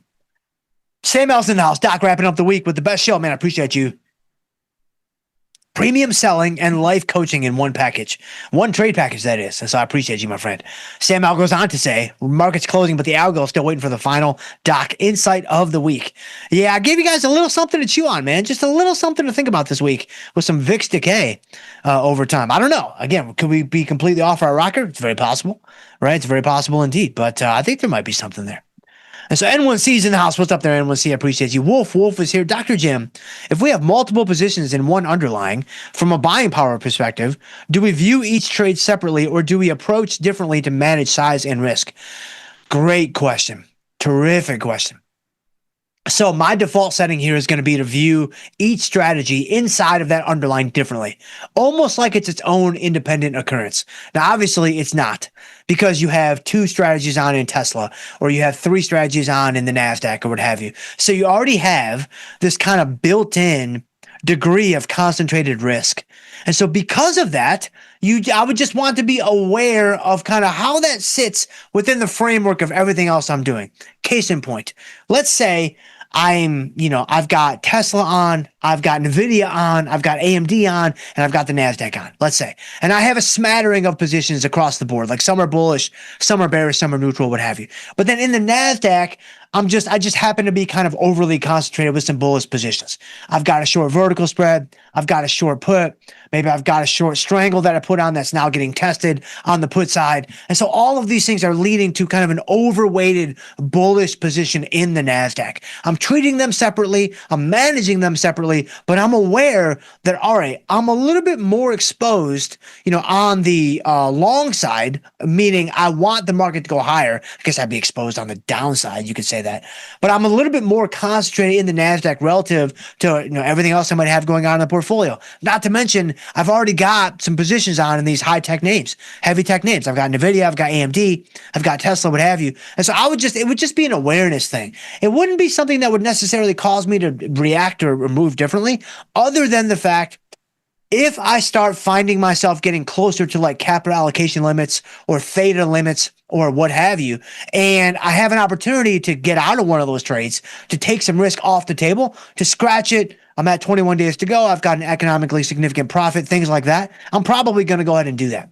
I'm probably going to go ahead and say, all right, let me take some of my unit risk off the table here because it just makes sense, right? I'm not trying to be a hero. I'm not trying to be David Ortiz in 2004. I'm not trying to be David Ortiz in 2007. I'm not trying to be David Ortiz in 2013, right? I'm just Dr. Jim today, right? And so that's ground balls to second base where we're batting about 200 on the season. And so when I think about it in those terms, it can be helpful for managing concentrated risk and kind of things like that. So hopefully that helps there, Wolf. But I appreciate you, my friend. That's a great question. That's a really good question. Ranch is in the house. What's going on there, Ranch? Appreciate you. They have the Jumbo Life with the Banana Natty and Papa John's Pizza Friday. Papa John's. That's some good stuff, man. I mean, it's no Pizza Hut, but it's up there. I mean, it's solid, right? It's solid. Obviously, Pizza Hut is number one. Hungry Howie's is number two. And then everybody else is fighting for number three. Like, you can throw your favorite in there. You can throw Little Caesars in there. I got no problem with the crazy bread. You can throw Jets in there. I got no problem with that either. Man, you could even go the CC's route. Right? I mean, if you want to go the CC's route, I mean, people are going to throw shade on CC's. People are going to hate on CC's. But if you got $8 and you walk into CC's, you are not walking out sad. That's all I'm saying. Right? I'm just giving you guys truth. I'm just giving you guys the real deal here on a Friday. And so, but obviously Pizza Hut's number one. But A. Will's in the house, Dr. Jim in the house. Is it time to sell more premium today with the VIX even higher? It is, my friend. That's why we did that MNQ trade. And so, yeah, I mean, that's how I'm seeing it. And maybe you are seeing it the same way yourself, my friend. But thank you for being here there, A. Wills. I appreciate you, my friend. Definitely a premium selling day, in my opinion. Sergio's in the house. What's going on there, Sergio? I appreciate you. Neo says, is it me or do Ilya's views not really play out too often? I don't know. Ilya's isn't Ilya a bear? Ilya's like a perma bear, right? He's got the Tim Knight fat head. He's got the Tim Knight poster in the bedroom. He's got all those things, right? If I'm not mistaken, like, he's a perma bear. So this is his jam. This is his jelly. Like, this is the whole donut for Ilya today. And even the last week or so, I think, I'm not sure. And so I don't want to put words in his mouth and misrepresent his position, but I think he's kind of perma bearish. And so because of that, I think he's doing quite well for himself in this market here. So Samuel Argo says the probability of a digression trade is 99%. I think we had one early on, didn't we? We actually led the show with it. Like, normally it's 10 or 15 or 20 minutes in, but today we led with it. Today we shot from strength, like led with the digression. And man, that's good stuff. That's funny stuff. Gapper X in the house. What's going on there, Gapper X? Morgan is in the house, joining in real time. Man, I appreciate you, Morgan. Thank you very much. Adam Armfield, the algo wants to sell you age-appropriate merchandise. That's correct. That's all the algo wants to do. Edward Lon saying hello to the algo. Appreciate you, my friend. Too late, Jake. Dr. J, when you trade iron condos, do you roll each side up and down with the price changes? No, I do not. And so I've talked about this many times before on the show, but it's been a minute. So this is a great question. With iron condors, you can roll the untested side if you want to. Like, the stock rallies, you roll the put side up. The stock goes down, you roll the call size down. But iron condor is a lot different than a short strangle, because with a short strangle, you have unlimited risk. So it's much, much different. With an iron condor, the risk is defined by the nature of the long legs and by the nature of its being an iron condor. And so because of that, that's a huge advantage. You don't need to be so proactive with the strategy, because generally speaking, that real estate between the short strikes on an iron condor, it is so valuable. I mean, we are talking beachfront, waterfront, Straits of Banana Natty front on St. Pete property. Like, this is really, really valuable stuff. And so if you shrink that down, right, if you kind of whittle that guy down, it becomes really difficult to make money in the end on the strategy. Now, if you've gotten to a point where you're just like, hey, I'm just waving the white flag, I'm done with this iron condor, I want to just kind of minimize my losses, then maybe you could consider doing that. But in my opinion, you should never be in that position, in a defined risk position, because that's something you control on order entry.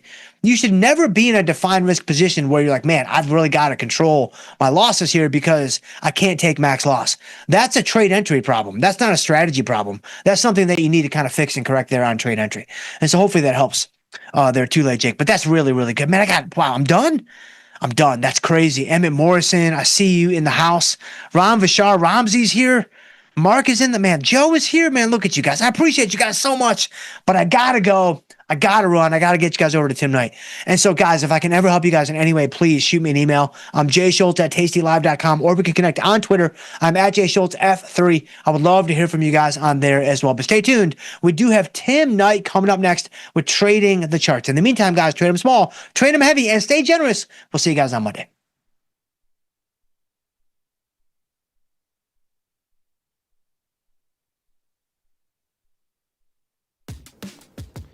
Look who's back testing. Tasty Trade now has options back testing for free. Test your trades with over 10 years of data for the most popular symbols. See how your trades would have performed in the past. Look back at profit and loss and take the guess out of guesswork. Oh, did we mention that it's free? Get back testing at Tasty Trade. Tasty Trade is now on TradingView. Trade stocks and futures directly on TradingView charts with Tasty Trade's low commissions. Try it out and leave us a review. Forbes called us best online for options trading. Investopedia, best for options trading, period. With stockbrokers.com, we're number one for options and futures trading. The Motley Fool really likes us. And so does Business Insider. So what else can we say other than boom? Trade like a trader. Tasty Trade. Make your move. Global markets never sleep. Explore them with Forex on Tasty Trade. Get in on 80 plus Forex pairs, 24 hours a day, 5 days a week. FX marks the spot. Trade it on Tasty Trade.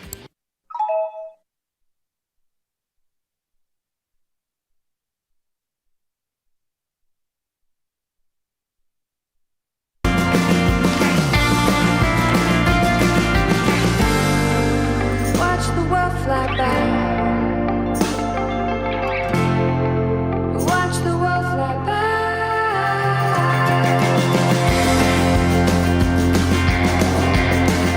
We're making our own way. We're making our own way. We're making our own way, yeah. We're making our own way.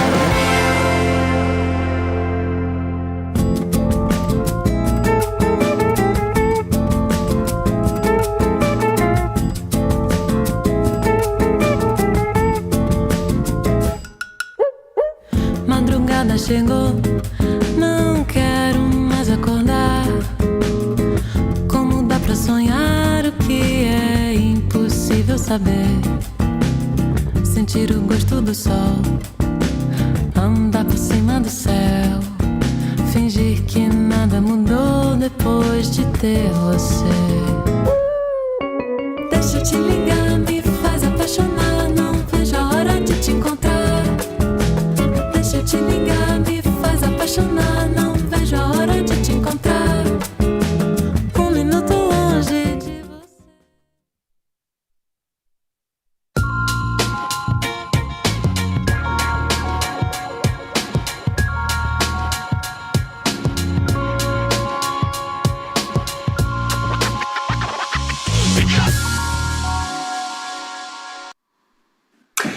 Friday, everybody. Tim Knight. It has been an amazing week.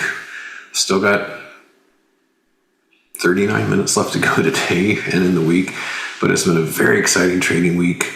As I keep saying, the market's very chart friendly right now. Breakdowns are taking place all over the place.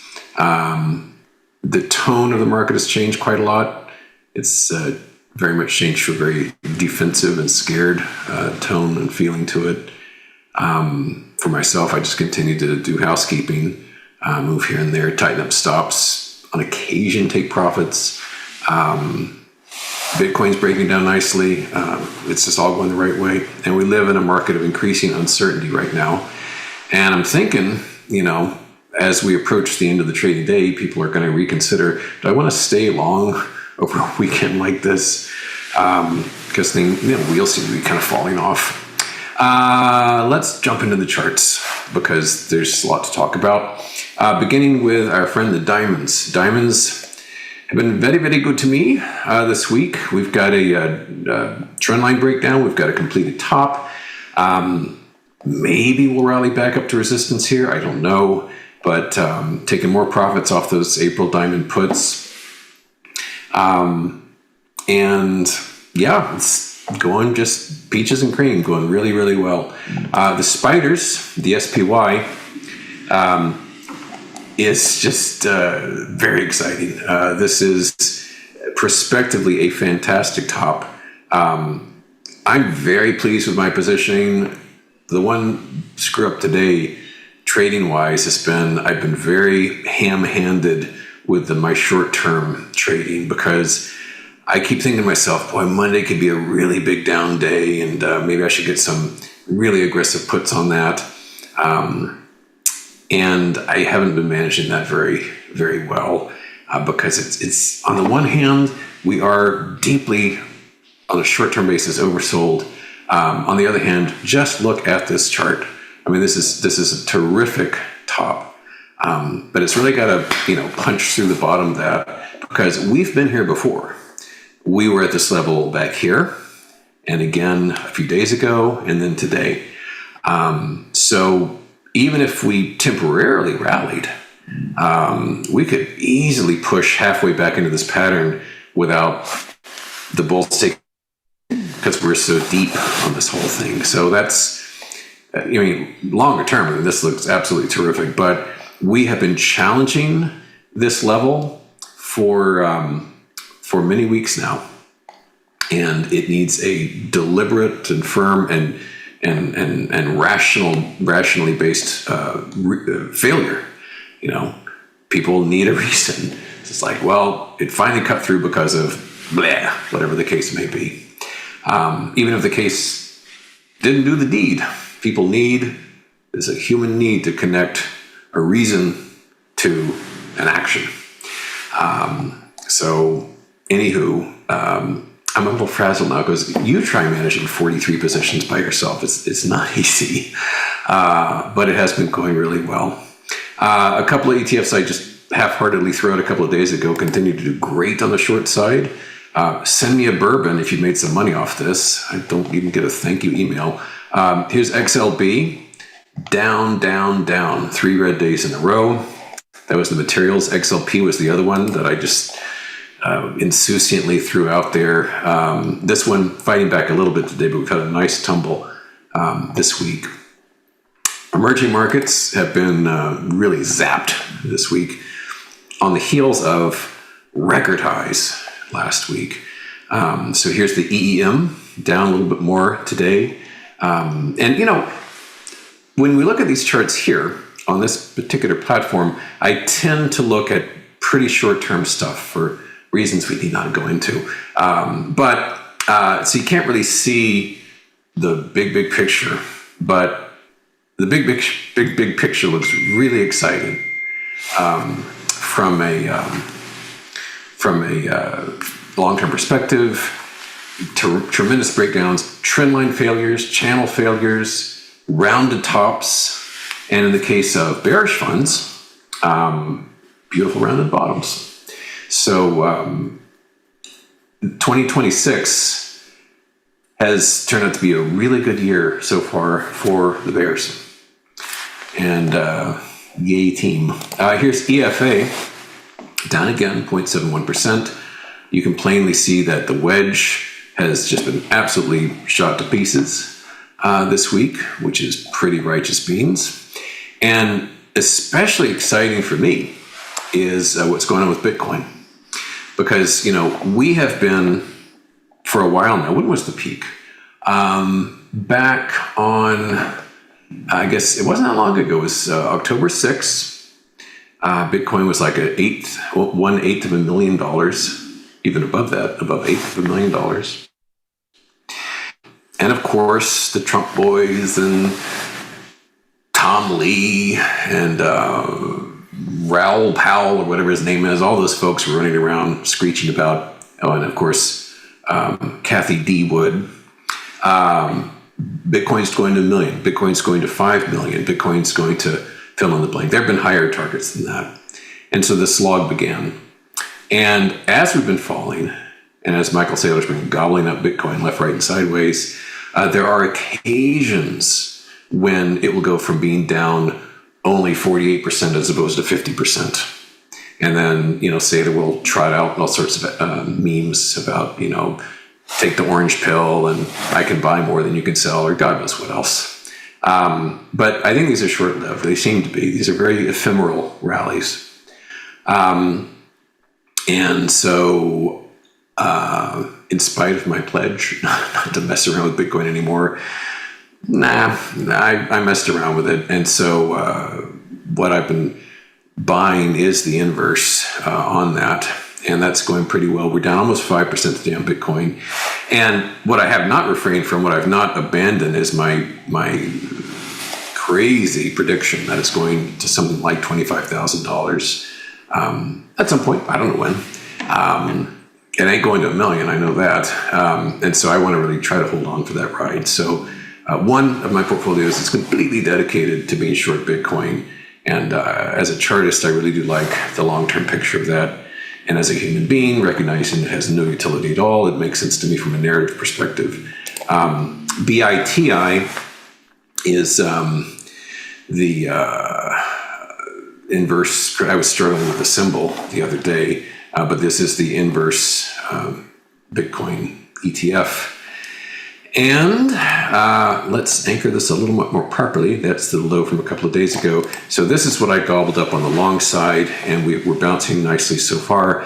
We're up naturally, about as much as Bitcoin's down right now. That's how it's supposed to work. So that's looking pretty interesting. Gold, GLD, is up a little. Of course, the war, the targeted assaults, whatever euphemism they're saying, because, whatever. Crude oil has been the big beneficiary. Precious metals have been, in a transitory sense, benefiting from this. They're not lifetime highs, but it's holding up. So I've kind of lost interest in precious metals for now. And I'm not trading crude oil either. It's just so at the mercy of whatever the latest news is. And from a charting perspective, I don't find it especially interesting. So I haven't been messing around with that. I'm not taking the approach of like, I'm going to short everything to do with biotechnology. No, oftentimes I have no idea what the company does that I'm dealing with, because it's just a chart to me. So there's no kind of top-down approach. It's strictly bottom-up. Look at hundreds and hundreds of charts a day, thousands every week. And I've messed around. Oh, great, a detour on Tim, thanks. I've messed around with AI some and created my first product last night, which I thought was pretty cool. But my experiments with AI in terms of chart recognition give me great comfort. I'm not going anywhere. Computers suck at this stuff, honestly, big time. I am vastly better than any computer at this stuff. So I'll be here for a while, because I've tried to get AI to help me on this, and it's like, wow, really? No. And so, I'm just going to keep looking at charts one by one and using my brain to come up with ideas for you. Some of the charts that I am short right now, here and there, we've got Abbott Labs, ABT, down about 0.75% today. We have ARM Holdings, which is down nicely, 5.25% today. Yay, thank you. Bath and Body Works is all taking a nice tumble, 7% negative on this. You've seen all these names before. I'm just kind of trotting them out. And I'm getting some bigger names here. You know, I trade a lot of weird stuff, but I trade normal stuff too, household names. Here's a couple. General Motors, down today another 1%. This was a nice surprise yesterday. Had slipped hard lower. We're going a little bit lower on that. MasterCard, MA. This one's down also a little more than 1%. I am noticing a lot of financial stocks. Let's back up on this one instead of being zoomed in. I'm noticing financial stocks have been topping out. And I'll just say it again, apropos of nothing. It is, I give a 20% probability that Monday is going to be a big down hard day. Yeah, 20%. I think it's going to really be zapped. But we'll see. Open, OPEN, down about 5%, having completed this right triangle top. BDN is also down almost 2%. This is one of those items where we're near lifetime lows. It's a $3 stock, but I'm still short it because zero is support. Caterpillar, another well-known name. This one's down again, 3.4%. Zoom in again so we don't have to load quite so much data. So look at this. Nice deterioration on that one. And it's not too late. I mean, a lot of these are just, you know, I think there's a prospect for much, much lower prices. I'm covering virtually nothing. JP Morgan, another very well-known name. Look at this. This is magnificent. Look at that. Is that marvelous? I mean, that's breaking down very nicely.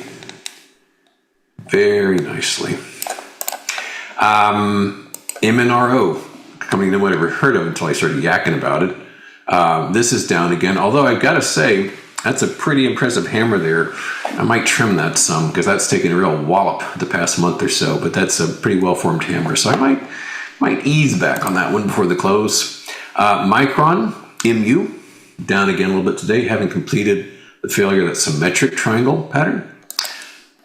Royal Caribbean, RCL, down again, having broken a nice long-term Liberation Day trend line right there. Actually way more than Liberation Day, goes way, way back. So that's a nice failure on RCL. And as I said, financial stocks are breaking down here and there. Bank of America, BAC, down, and I'll say again, pretty impressive little hammer there. Here too, I've got options on that. I might take some profits on portion of them because that's pretty beaten down and that's a pretty nice hammer as well. NVIDIA is a snooze fest, and I'm showing it to you only because it's astonishing to me how over the course of months and months and months, it has gone absolutely nowhere.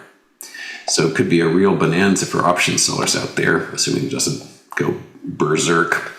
And another great success this week has been the failure of the semiconductor index at long last. We have broken this wedge. I've got puts on this bad boy, and this is, I think this is just terrific how it's breaking down. Very clean, absolutely clean failure and a retracement to the supporting line. That's enough. I really don't like going late, and the show following line's been very kind about my stepping on them for a few moments here and there, so I don't want to do it again. So I'll wish you a good weekend. Swing on by to say hi to me this weekend if you know where to find me, because I will still be here in front of my charts. So we'll see what happens on Monday. Should be an interesting one. Thanks. Bye-bye.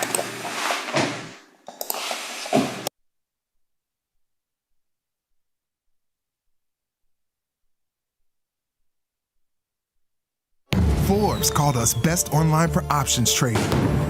Investopedia, best for options trading, period.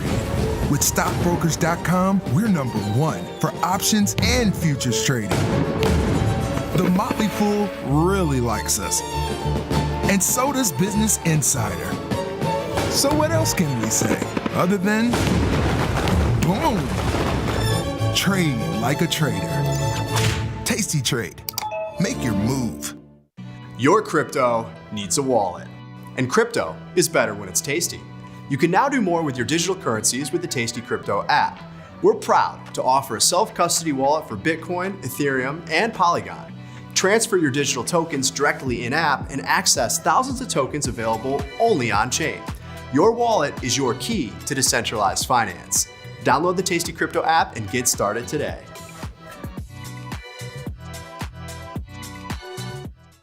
Global markets never sleep.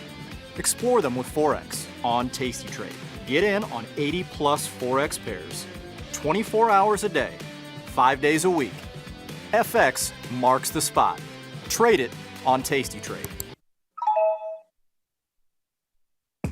Ready to take your trading skills to the next level? Dive into the world of stocks, options, and futures with Tasty Trade courses.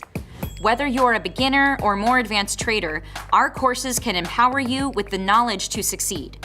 Watch as our team in Chicago shows you how to use the Tasty Trade platform and go over the basics of trading. Perhaps you'll learn about a new strategy or a potential product for your portfolio. To find our courses, go to the Manage section of our web platform or head to courses.tastytrade.com. Start taking control of your financial future. Visit our courses today. Grow a strong community with Tasty Trade's referral program. When your friend joins Tasty Trade, you'll both receive $100. As your community grows, you get more bonuses. Only at Tasty Trade. Got trader's block? We've got the cure. Get data-driven trade ideas with Cherry Picks, our weekly newsletter that gives you insights into the market. Sign up at tastylive.com/newsletters. Got friends? Get $250. We'll give you a bonus for each qualified person you refer to Tasty Trade. So spread the word and earn rewards. Terms and conditions apply.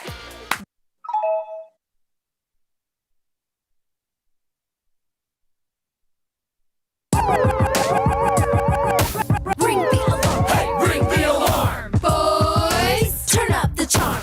Listen up, y'all. Get out the damn stall. It's the last call. Hey, the last call.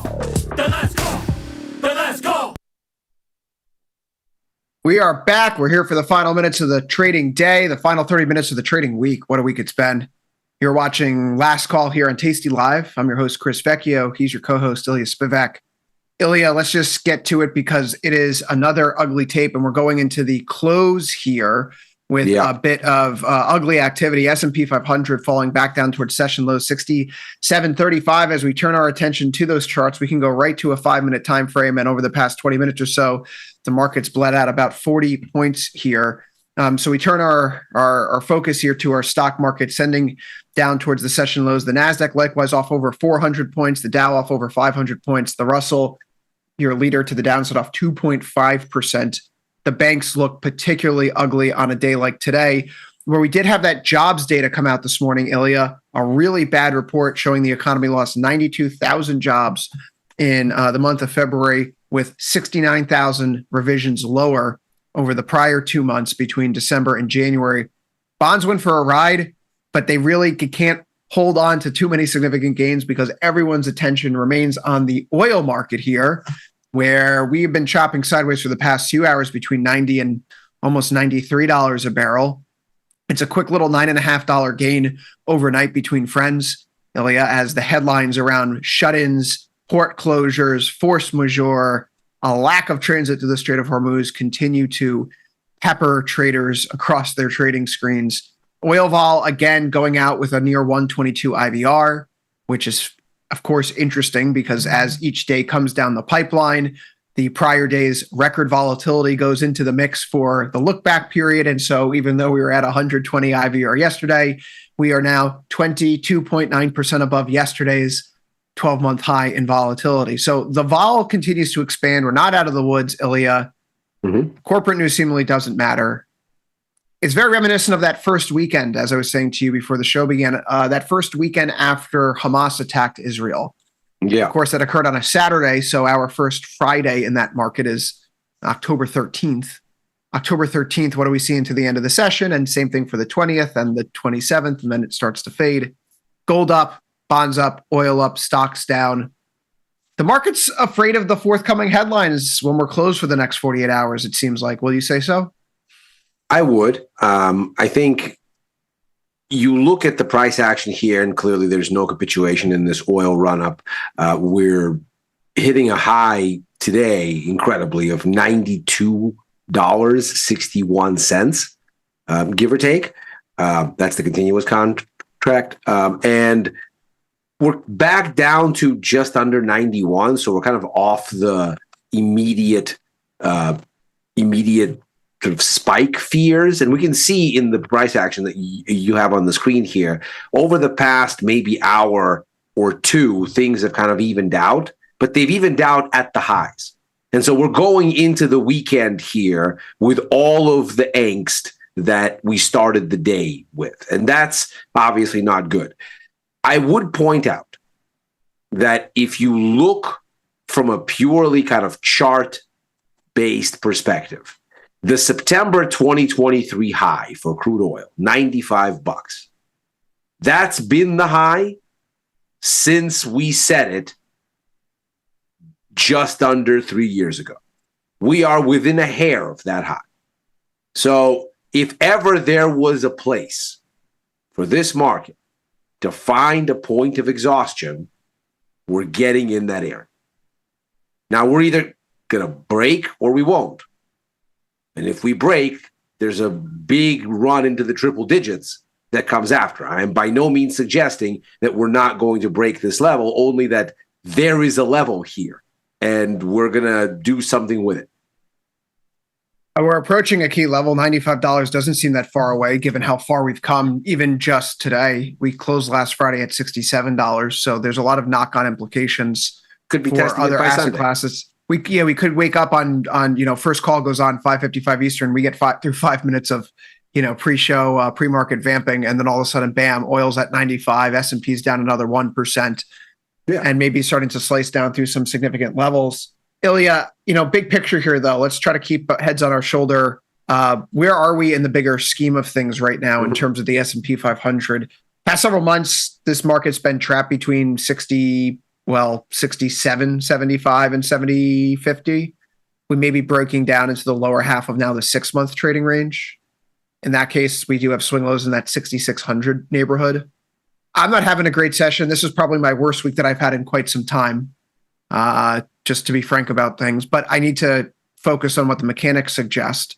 And the mechanics suggest when you have volatility up in this realm, when you're nearing the midpoint of trading ranges, you have to think about selling vol. So how does one approach this here? Do you think that it's best to wait for new positions until Monday?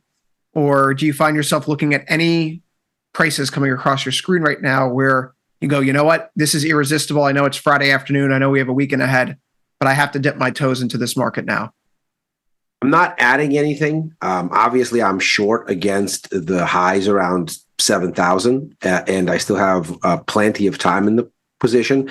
I would point out that if you look at the weekly chart for the S&P, the key spike lows there are mid-December, that low at 67.71. Then there's another one early February. That spike low is 67.51. And those levels, 51 to 71, they make for an interesting kind of range bottom. That's basically your line in the sand. And if you look at the weekly chart, we're through it. We're about to close through this support. And that's not any kind of encouraging. No, it's not any kind of encouraging, and it is still in a window with which we find ourselves seasonally on the downside. March 10th seems to be the period when the bears lose a little bit of steam, both on the equity front and the vol front. But really, we haven't taken a look at vol here yet today. The VIX is going to be closing out the week close to 29. We'll call it $28.60. It's nearly a $5 expansion. It's going to be the highest close that we've seen on a weekly basis. We're going to have to go back to last April, right? Yeah. The week after the Trump tariffs were removed, when we had that Taco Tuesday, and ultimately the markets gave us that 10% bump, 12% bump, I think it was in the NASDAQ. Yeah. That unfolded live on Futures Power Hour. And so, volatility here, it's very much in a bit of a state of, okay, things have gotten really ugly fast. Do you find yourself looking at the vol curve right now and the the backwardation that we're seeing, this little kink here at the front, you find it to be that this is a market that's panicked about the short term, but still is non-committal about longer term consequences from the past week? I don't think the market is really reasoning in terms of long-term consequences here. And so I think there is still a lot of that to price in. Because when you consider, and we talked about this a little bit on Futures Power Hour earlier today, when you consider kind of how the markets are thinking about this, and I think you really get to see it in the bonds. If the market thinks that the problem that they've identified is the war, and if only we were to fix the war, everything would be fine, well, then clearly there are bridges to be sold to folks. Because the run-up in crude oil started before this war. The issue is more structural than this war. Crude oil has been rising since the beginning of the year. This war is an accelerant. And so what we're looking at here, I think, in the immediate is, can we get a ceasefire? Can the missiles stop? Can we figure out what's going on with the Strait of Hormuz? All of that is probably a near-term conversation, and that vol will come out of the market once those immediate questions are answered. You talk about, but there's a lot more to answer beyond. There's a lot more to answer. There's a lot more to answer beyond that point. There is, the reality. You see it from Qatar that we're going to start to see shut-ins sometime soon, unless, of course, there is some sort of ceasefire or the missiles stop making their way across the strait. Very few ships have transited the strait, so even if it's not formally closed, if the spice isn't flowing, then it is effectively closed. Yes. We had an IVR jump up to nearly 42 in notes here today, which is an IVR that we have not seen in the long end of the Treasury curve going back to last April. And so to that point, I tried to put it on in Futures Power Hour. It wasn't filled. I do want to get this position on because who knows what the weekend holds. I was able to push through the short iron condor trade earlier, where given the strikes that are available to find something in that typical Tasty-S methodology where we're going 45 in, 21 out and looking to sell vol, we can go down to the strikes that we have around the recent swing lows and highs near 111 up to 114 and find your risking 3 to make 1. So I've been saying this all week long, and I'm happy. Let me take that back. I'm not happy with how some of the positions are performing thus far. But because of the vol environment, this is when you start deploying capital slowly. And I've made mention of the Druckenmiller phrase, invest and investigate, where you're not committing, the full dollar to the idea. You're committing 25 cents. And then you're watching how things perform and you're adding in the next leg. And you're watching how that works. Okay, now I can go full pot in. I have enough confidence that this is going to work out. And you may have to take some bumps and bruises along the way. So I'm doing that right now. I haven't had fun the past few days, but given the research and the data available at our fingertips, I'm going to stick to the numbers and not let myself get too emotional about some short-term P&L swings. That's probably wise because short-term P&L swings will be things that happen here. Now, what's interesting is you can get some real aggressive asymmetric opportunity here in the bonds if you look at the ETFs. So the IEF, that's the 7 to 10 year, so that sort of loosely lines up with what's going on in the 10 year. You can just outright buy a put. Just outright buy it. The 96 put, 70 days out, and you're looking at an almost 10 to 1 risk reward. So if you were going to look for this situation to give you higher yields, that 96 put is liquid.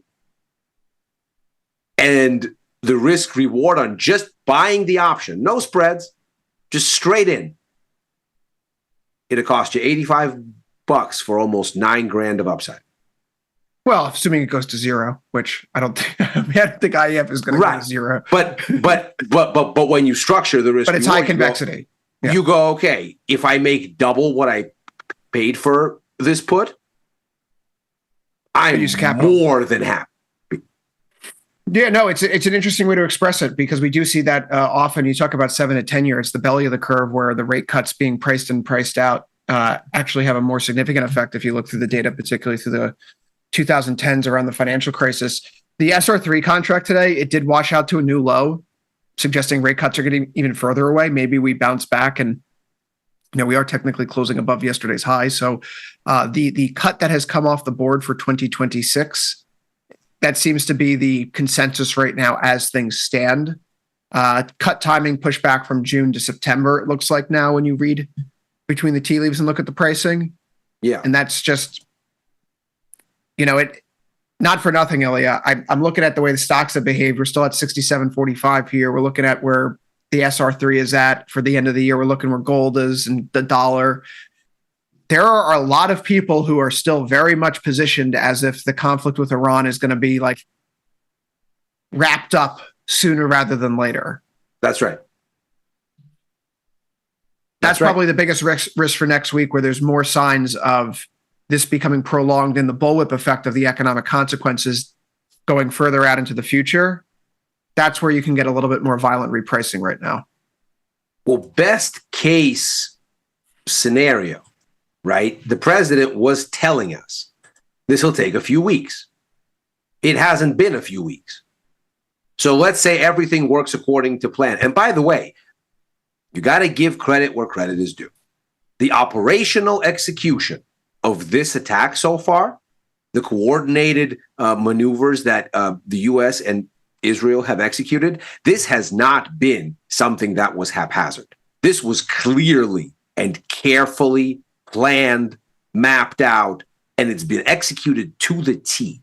So obviously the political side of this conversation has been very muddled.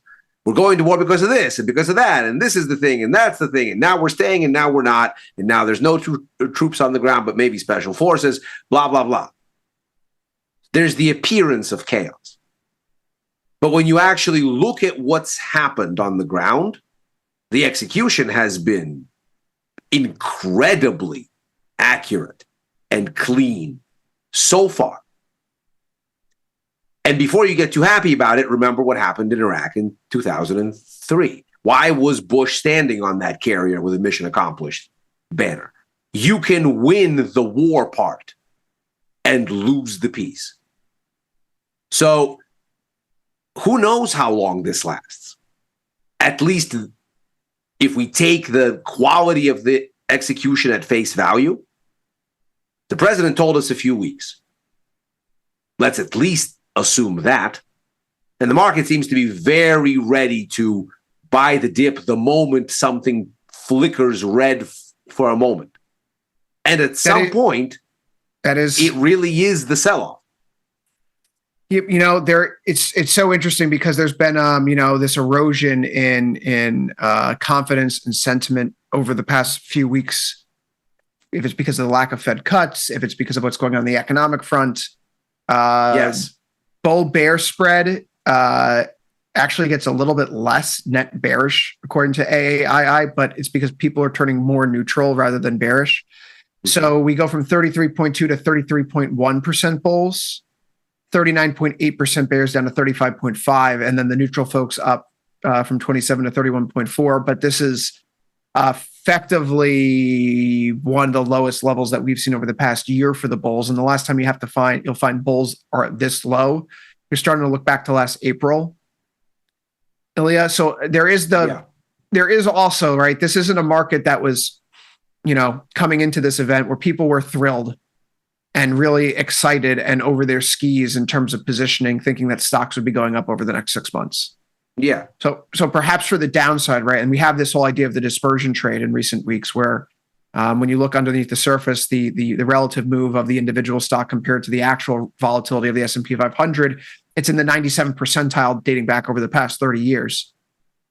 One of the unfortunate realities, which could be really, really, really frustrating for traders, is that we, for all the volume today, 1.64 million ES traded. Today's move is kind of unremarkable. And it feels like, I don't want to say that there's a floor underneath the market, but it definitely feels like we're kind of stuck. So we're going to have to see something new. If you told me at the beginning of this week, hey, oil's going to close up at 92, where's S&P going to be? Well, we're above the low that we had earlier this week, and it looks like we're going to close above that low with 10 minutes left to go. And that would have not been on my bingo card, and I would have said maybe the stock market's a little bit more resilient than we thought. You know what, though, that we're going to get very muddled. those under 67.50. It's not great. It's not great. That hurts the cause. It's not you're right.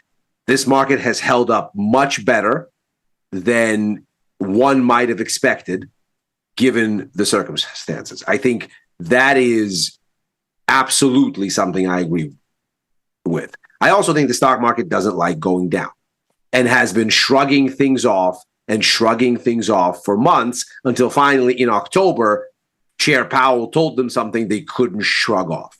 And they froze like a deer in headlights and said, wait, what?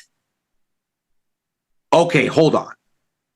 And ever since then, the market has been stuck in this holding pattern going, okay, wait, either somebody's going to cut rates or everything will turn out okay on the economy. Hold on. Nothing is outwardly broken. We want the cuts and we're concerned because something might break. But we're so concerned because there are so many balls in the air that we're not ready to buy risk. We're not ready to sell it. We're just going to stand right here. Maybe its vision is based on movement. Let's just wait.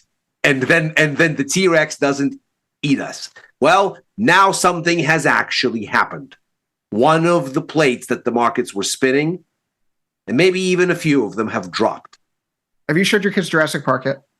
No. Trying to figure out what I took my daughter, who at the time was 7, to a Cirque du Soleil show, and she was ready to leave within the first cannon going off. Now, I talked her into staying, but I clearly overshot what she was ready for. I frequently made the mistake of like falling asleep with like the Disney Plus app open, which now has FX and Hulu offerings on it. And so like my daughter's woken me up and been like, Daddy, what's that picture of the guy with the spider on his face? And it's like, oh, that's the trailer for the new Alien, Romulus. Yeah. Oh, did you watch that? Yeah. What was that? Okay. Oh God, I'm touching. This is bad parenting. You talk about people not wanting to take risk in the market right now. You could see that in the sector breakdown today. Here's a green sector for you. It's consumer staples bouncing from their 50-day moving average. And that's not really something you want to see as a leadership group. Otherwise, even some of the energy names are coming back in here today a little bit. XLE, IYE, these are the next best performers, and they're all still trading a little bit weaker. On the other end of the spectrum, though, it's bad news for the semiconductors, which, Ilya, I guess a good question here as we go into the final few minutes. We had really good Broadcom earnings earlier this week.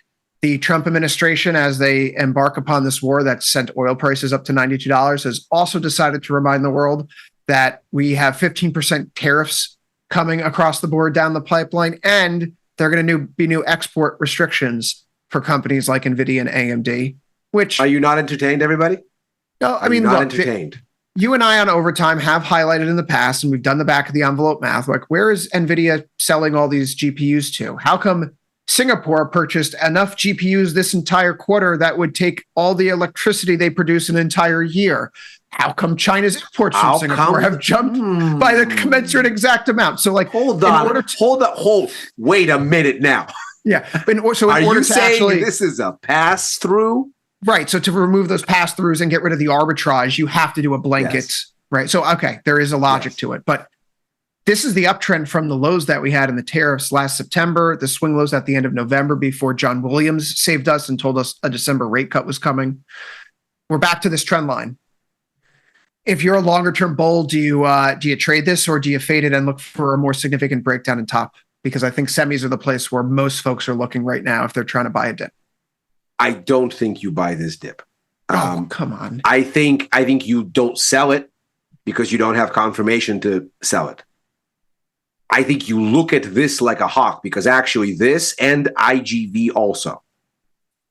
There could be bargains there if this thing off ramps. Software being up this week is just one of the great ironies. It's one of the great hilarities of life. Yes.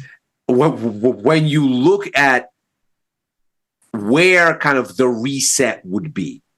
If everybody would go, okay, that was bad, shake it off, the bubble continues to reflate, we're still good. Which, by the way, you could get. Because if you had oil come off, where are you going? Fed goes, that was a terrible jobs report. Put the rate cuts back on a faster timeline. We got to go maybe in May. And as long as there's no crazy oil thing, as long as it just spikes back down and they can go, yeah, war's over, we can look through this whole thing. Yeah, there's bargains. But maybe the banks, maybe which the are banks. also at their uptrend from the April You got lows. to get there, though. Because, first of all, the oil story is not about the war, which means it's not going to go away fast.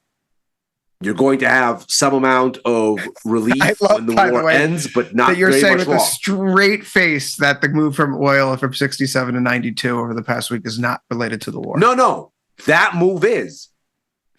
But oil had already rallied 10% by the time that move began since the beginning of the year. No, that move, absolutely. Of course. But if the nature of the problem was sticky inflation because of higher oil, solving this war is not going to make that problem go away. It'll make that problem much worse to be escalating it with this level of conflict, certainly, especially if prices get sticky up here. But the essence of the issue was already on the table. It was just moving much, much slower. Oh, yeah, I've seen some people talk a bit about some of the volatility products because when you look to the high options volume list today and you go to the percent mover section at the top of the list, you're looking at UVX, VIX, UVXY, and then a bunch of the oil names or energy names like Boyle, USO, which probably not reassuring when you think the best performing tickers that you see are all related to volatility products and energy. But that does tell a story unto itself. Not the greatest. Right. Do you, I personally don't engage with the volatility product ETFs myself, right? Like a UVXY, but when you look at a market that's defined by energy ETFs and volatility ETFs going up, I mean, what does that make you think about any fine tuning adjustments before the close here in less than 2 minutes? Well, so we've talked about the idea that since the beginning of the year, the market has disliked tech because ostensibly it's been enough years and things are cooling off. The trade is exhausted. What has the market picked in lieu of that? Right. So since the beginning of the year, energy aside, obviously energy is on its own time here, but basic materials, industrials, consumer defensive names, utilities, real estate, they've done well. Financials, cyclicals, and tech have not. That is the advent of this so-called halo trade. And I always forget what the O in halo stands for. I've been walking around my house muttering obsolescence to myself like a fool because my head keeps going to obfuscation, and that's not what it is. But anyway, hard assets, low obsolescence is what this stands for, meaning these are physical things that AI can't do, even if it's the AIest of the AIs minus robots. Well, it's all down now. So where is there to look? If you look at the sector performance today, there's no place to hide. Energy is the only thing that's up, and only by a touch. Basic materials down, tech down, industrials down, financials down, real estate down, utilities down. It's all down. The market is out of speculative narratives. Where is there to look but volatility? Volatility here as we get into this close, we're banging out at the highs, 29.66 here in the VIX. It's the session high as we go into a weekend that will be defined by uncertainty. Of course, Ilya, you and I will be back on Sunday night as we get that closing bell, and that gives us an S&P 500 that goes into the close at 67.41 off 93 points today, and VIX just short of 30. First call on Sunday is 5:55 Eastern, 4:55 Central Time. I imagine we are facing gap risk come Sunday. I'll make sure to massage my nerves with Lagavulin over the weekend to get myself ready. Oh gosh, I need to stop watching Mad Men. It's feeding some bad habits. But before we go out the door, Ilya, we should just remind everyone, tastytrade.com/refer a friend, tastytrade.com/refer a friend. Person who deposits $2,000, they and the person who referred them, $100 each. Go to tastylive.com/refer a friend for more information. Other than that, this has been The Last Call. I've been your host, Chris Vecchio. He's been Ilya Spivak. Hope you have a nice weekend. We'll catch everyone for First Call this Sunday, 5:55 Eastern, 4:55 Central, only here on Tasty Live.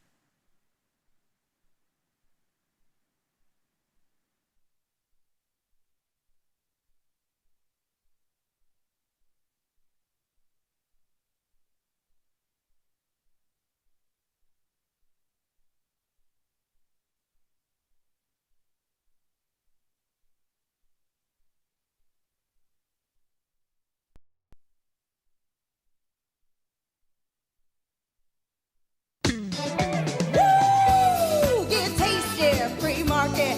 Come on, you know we can't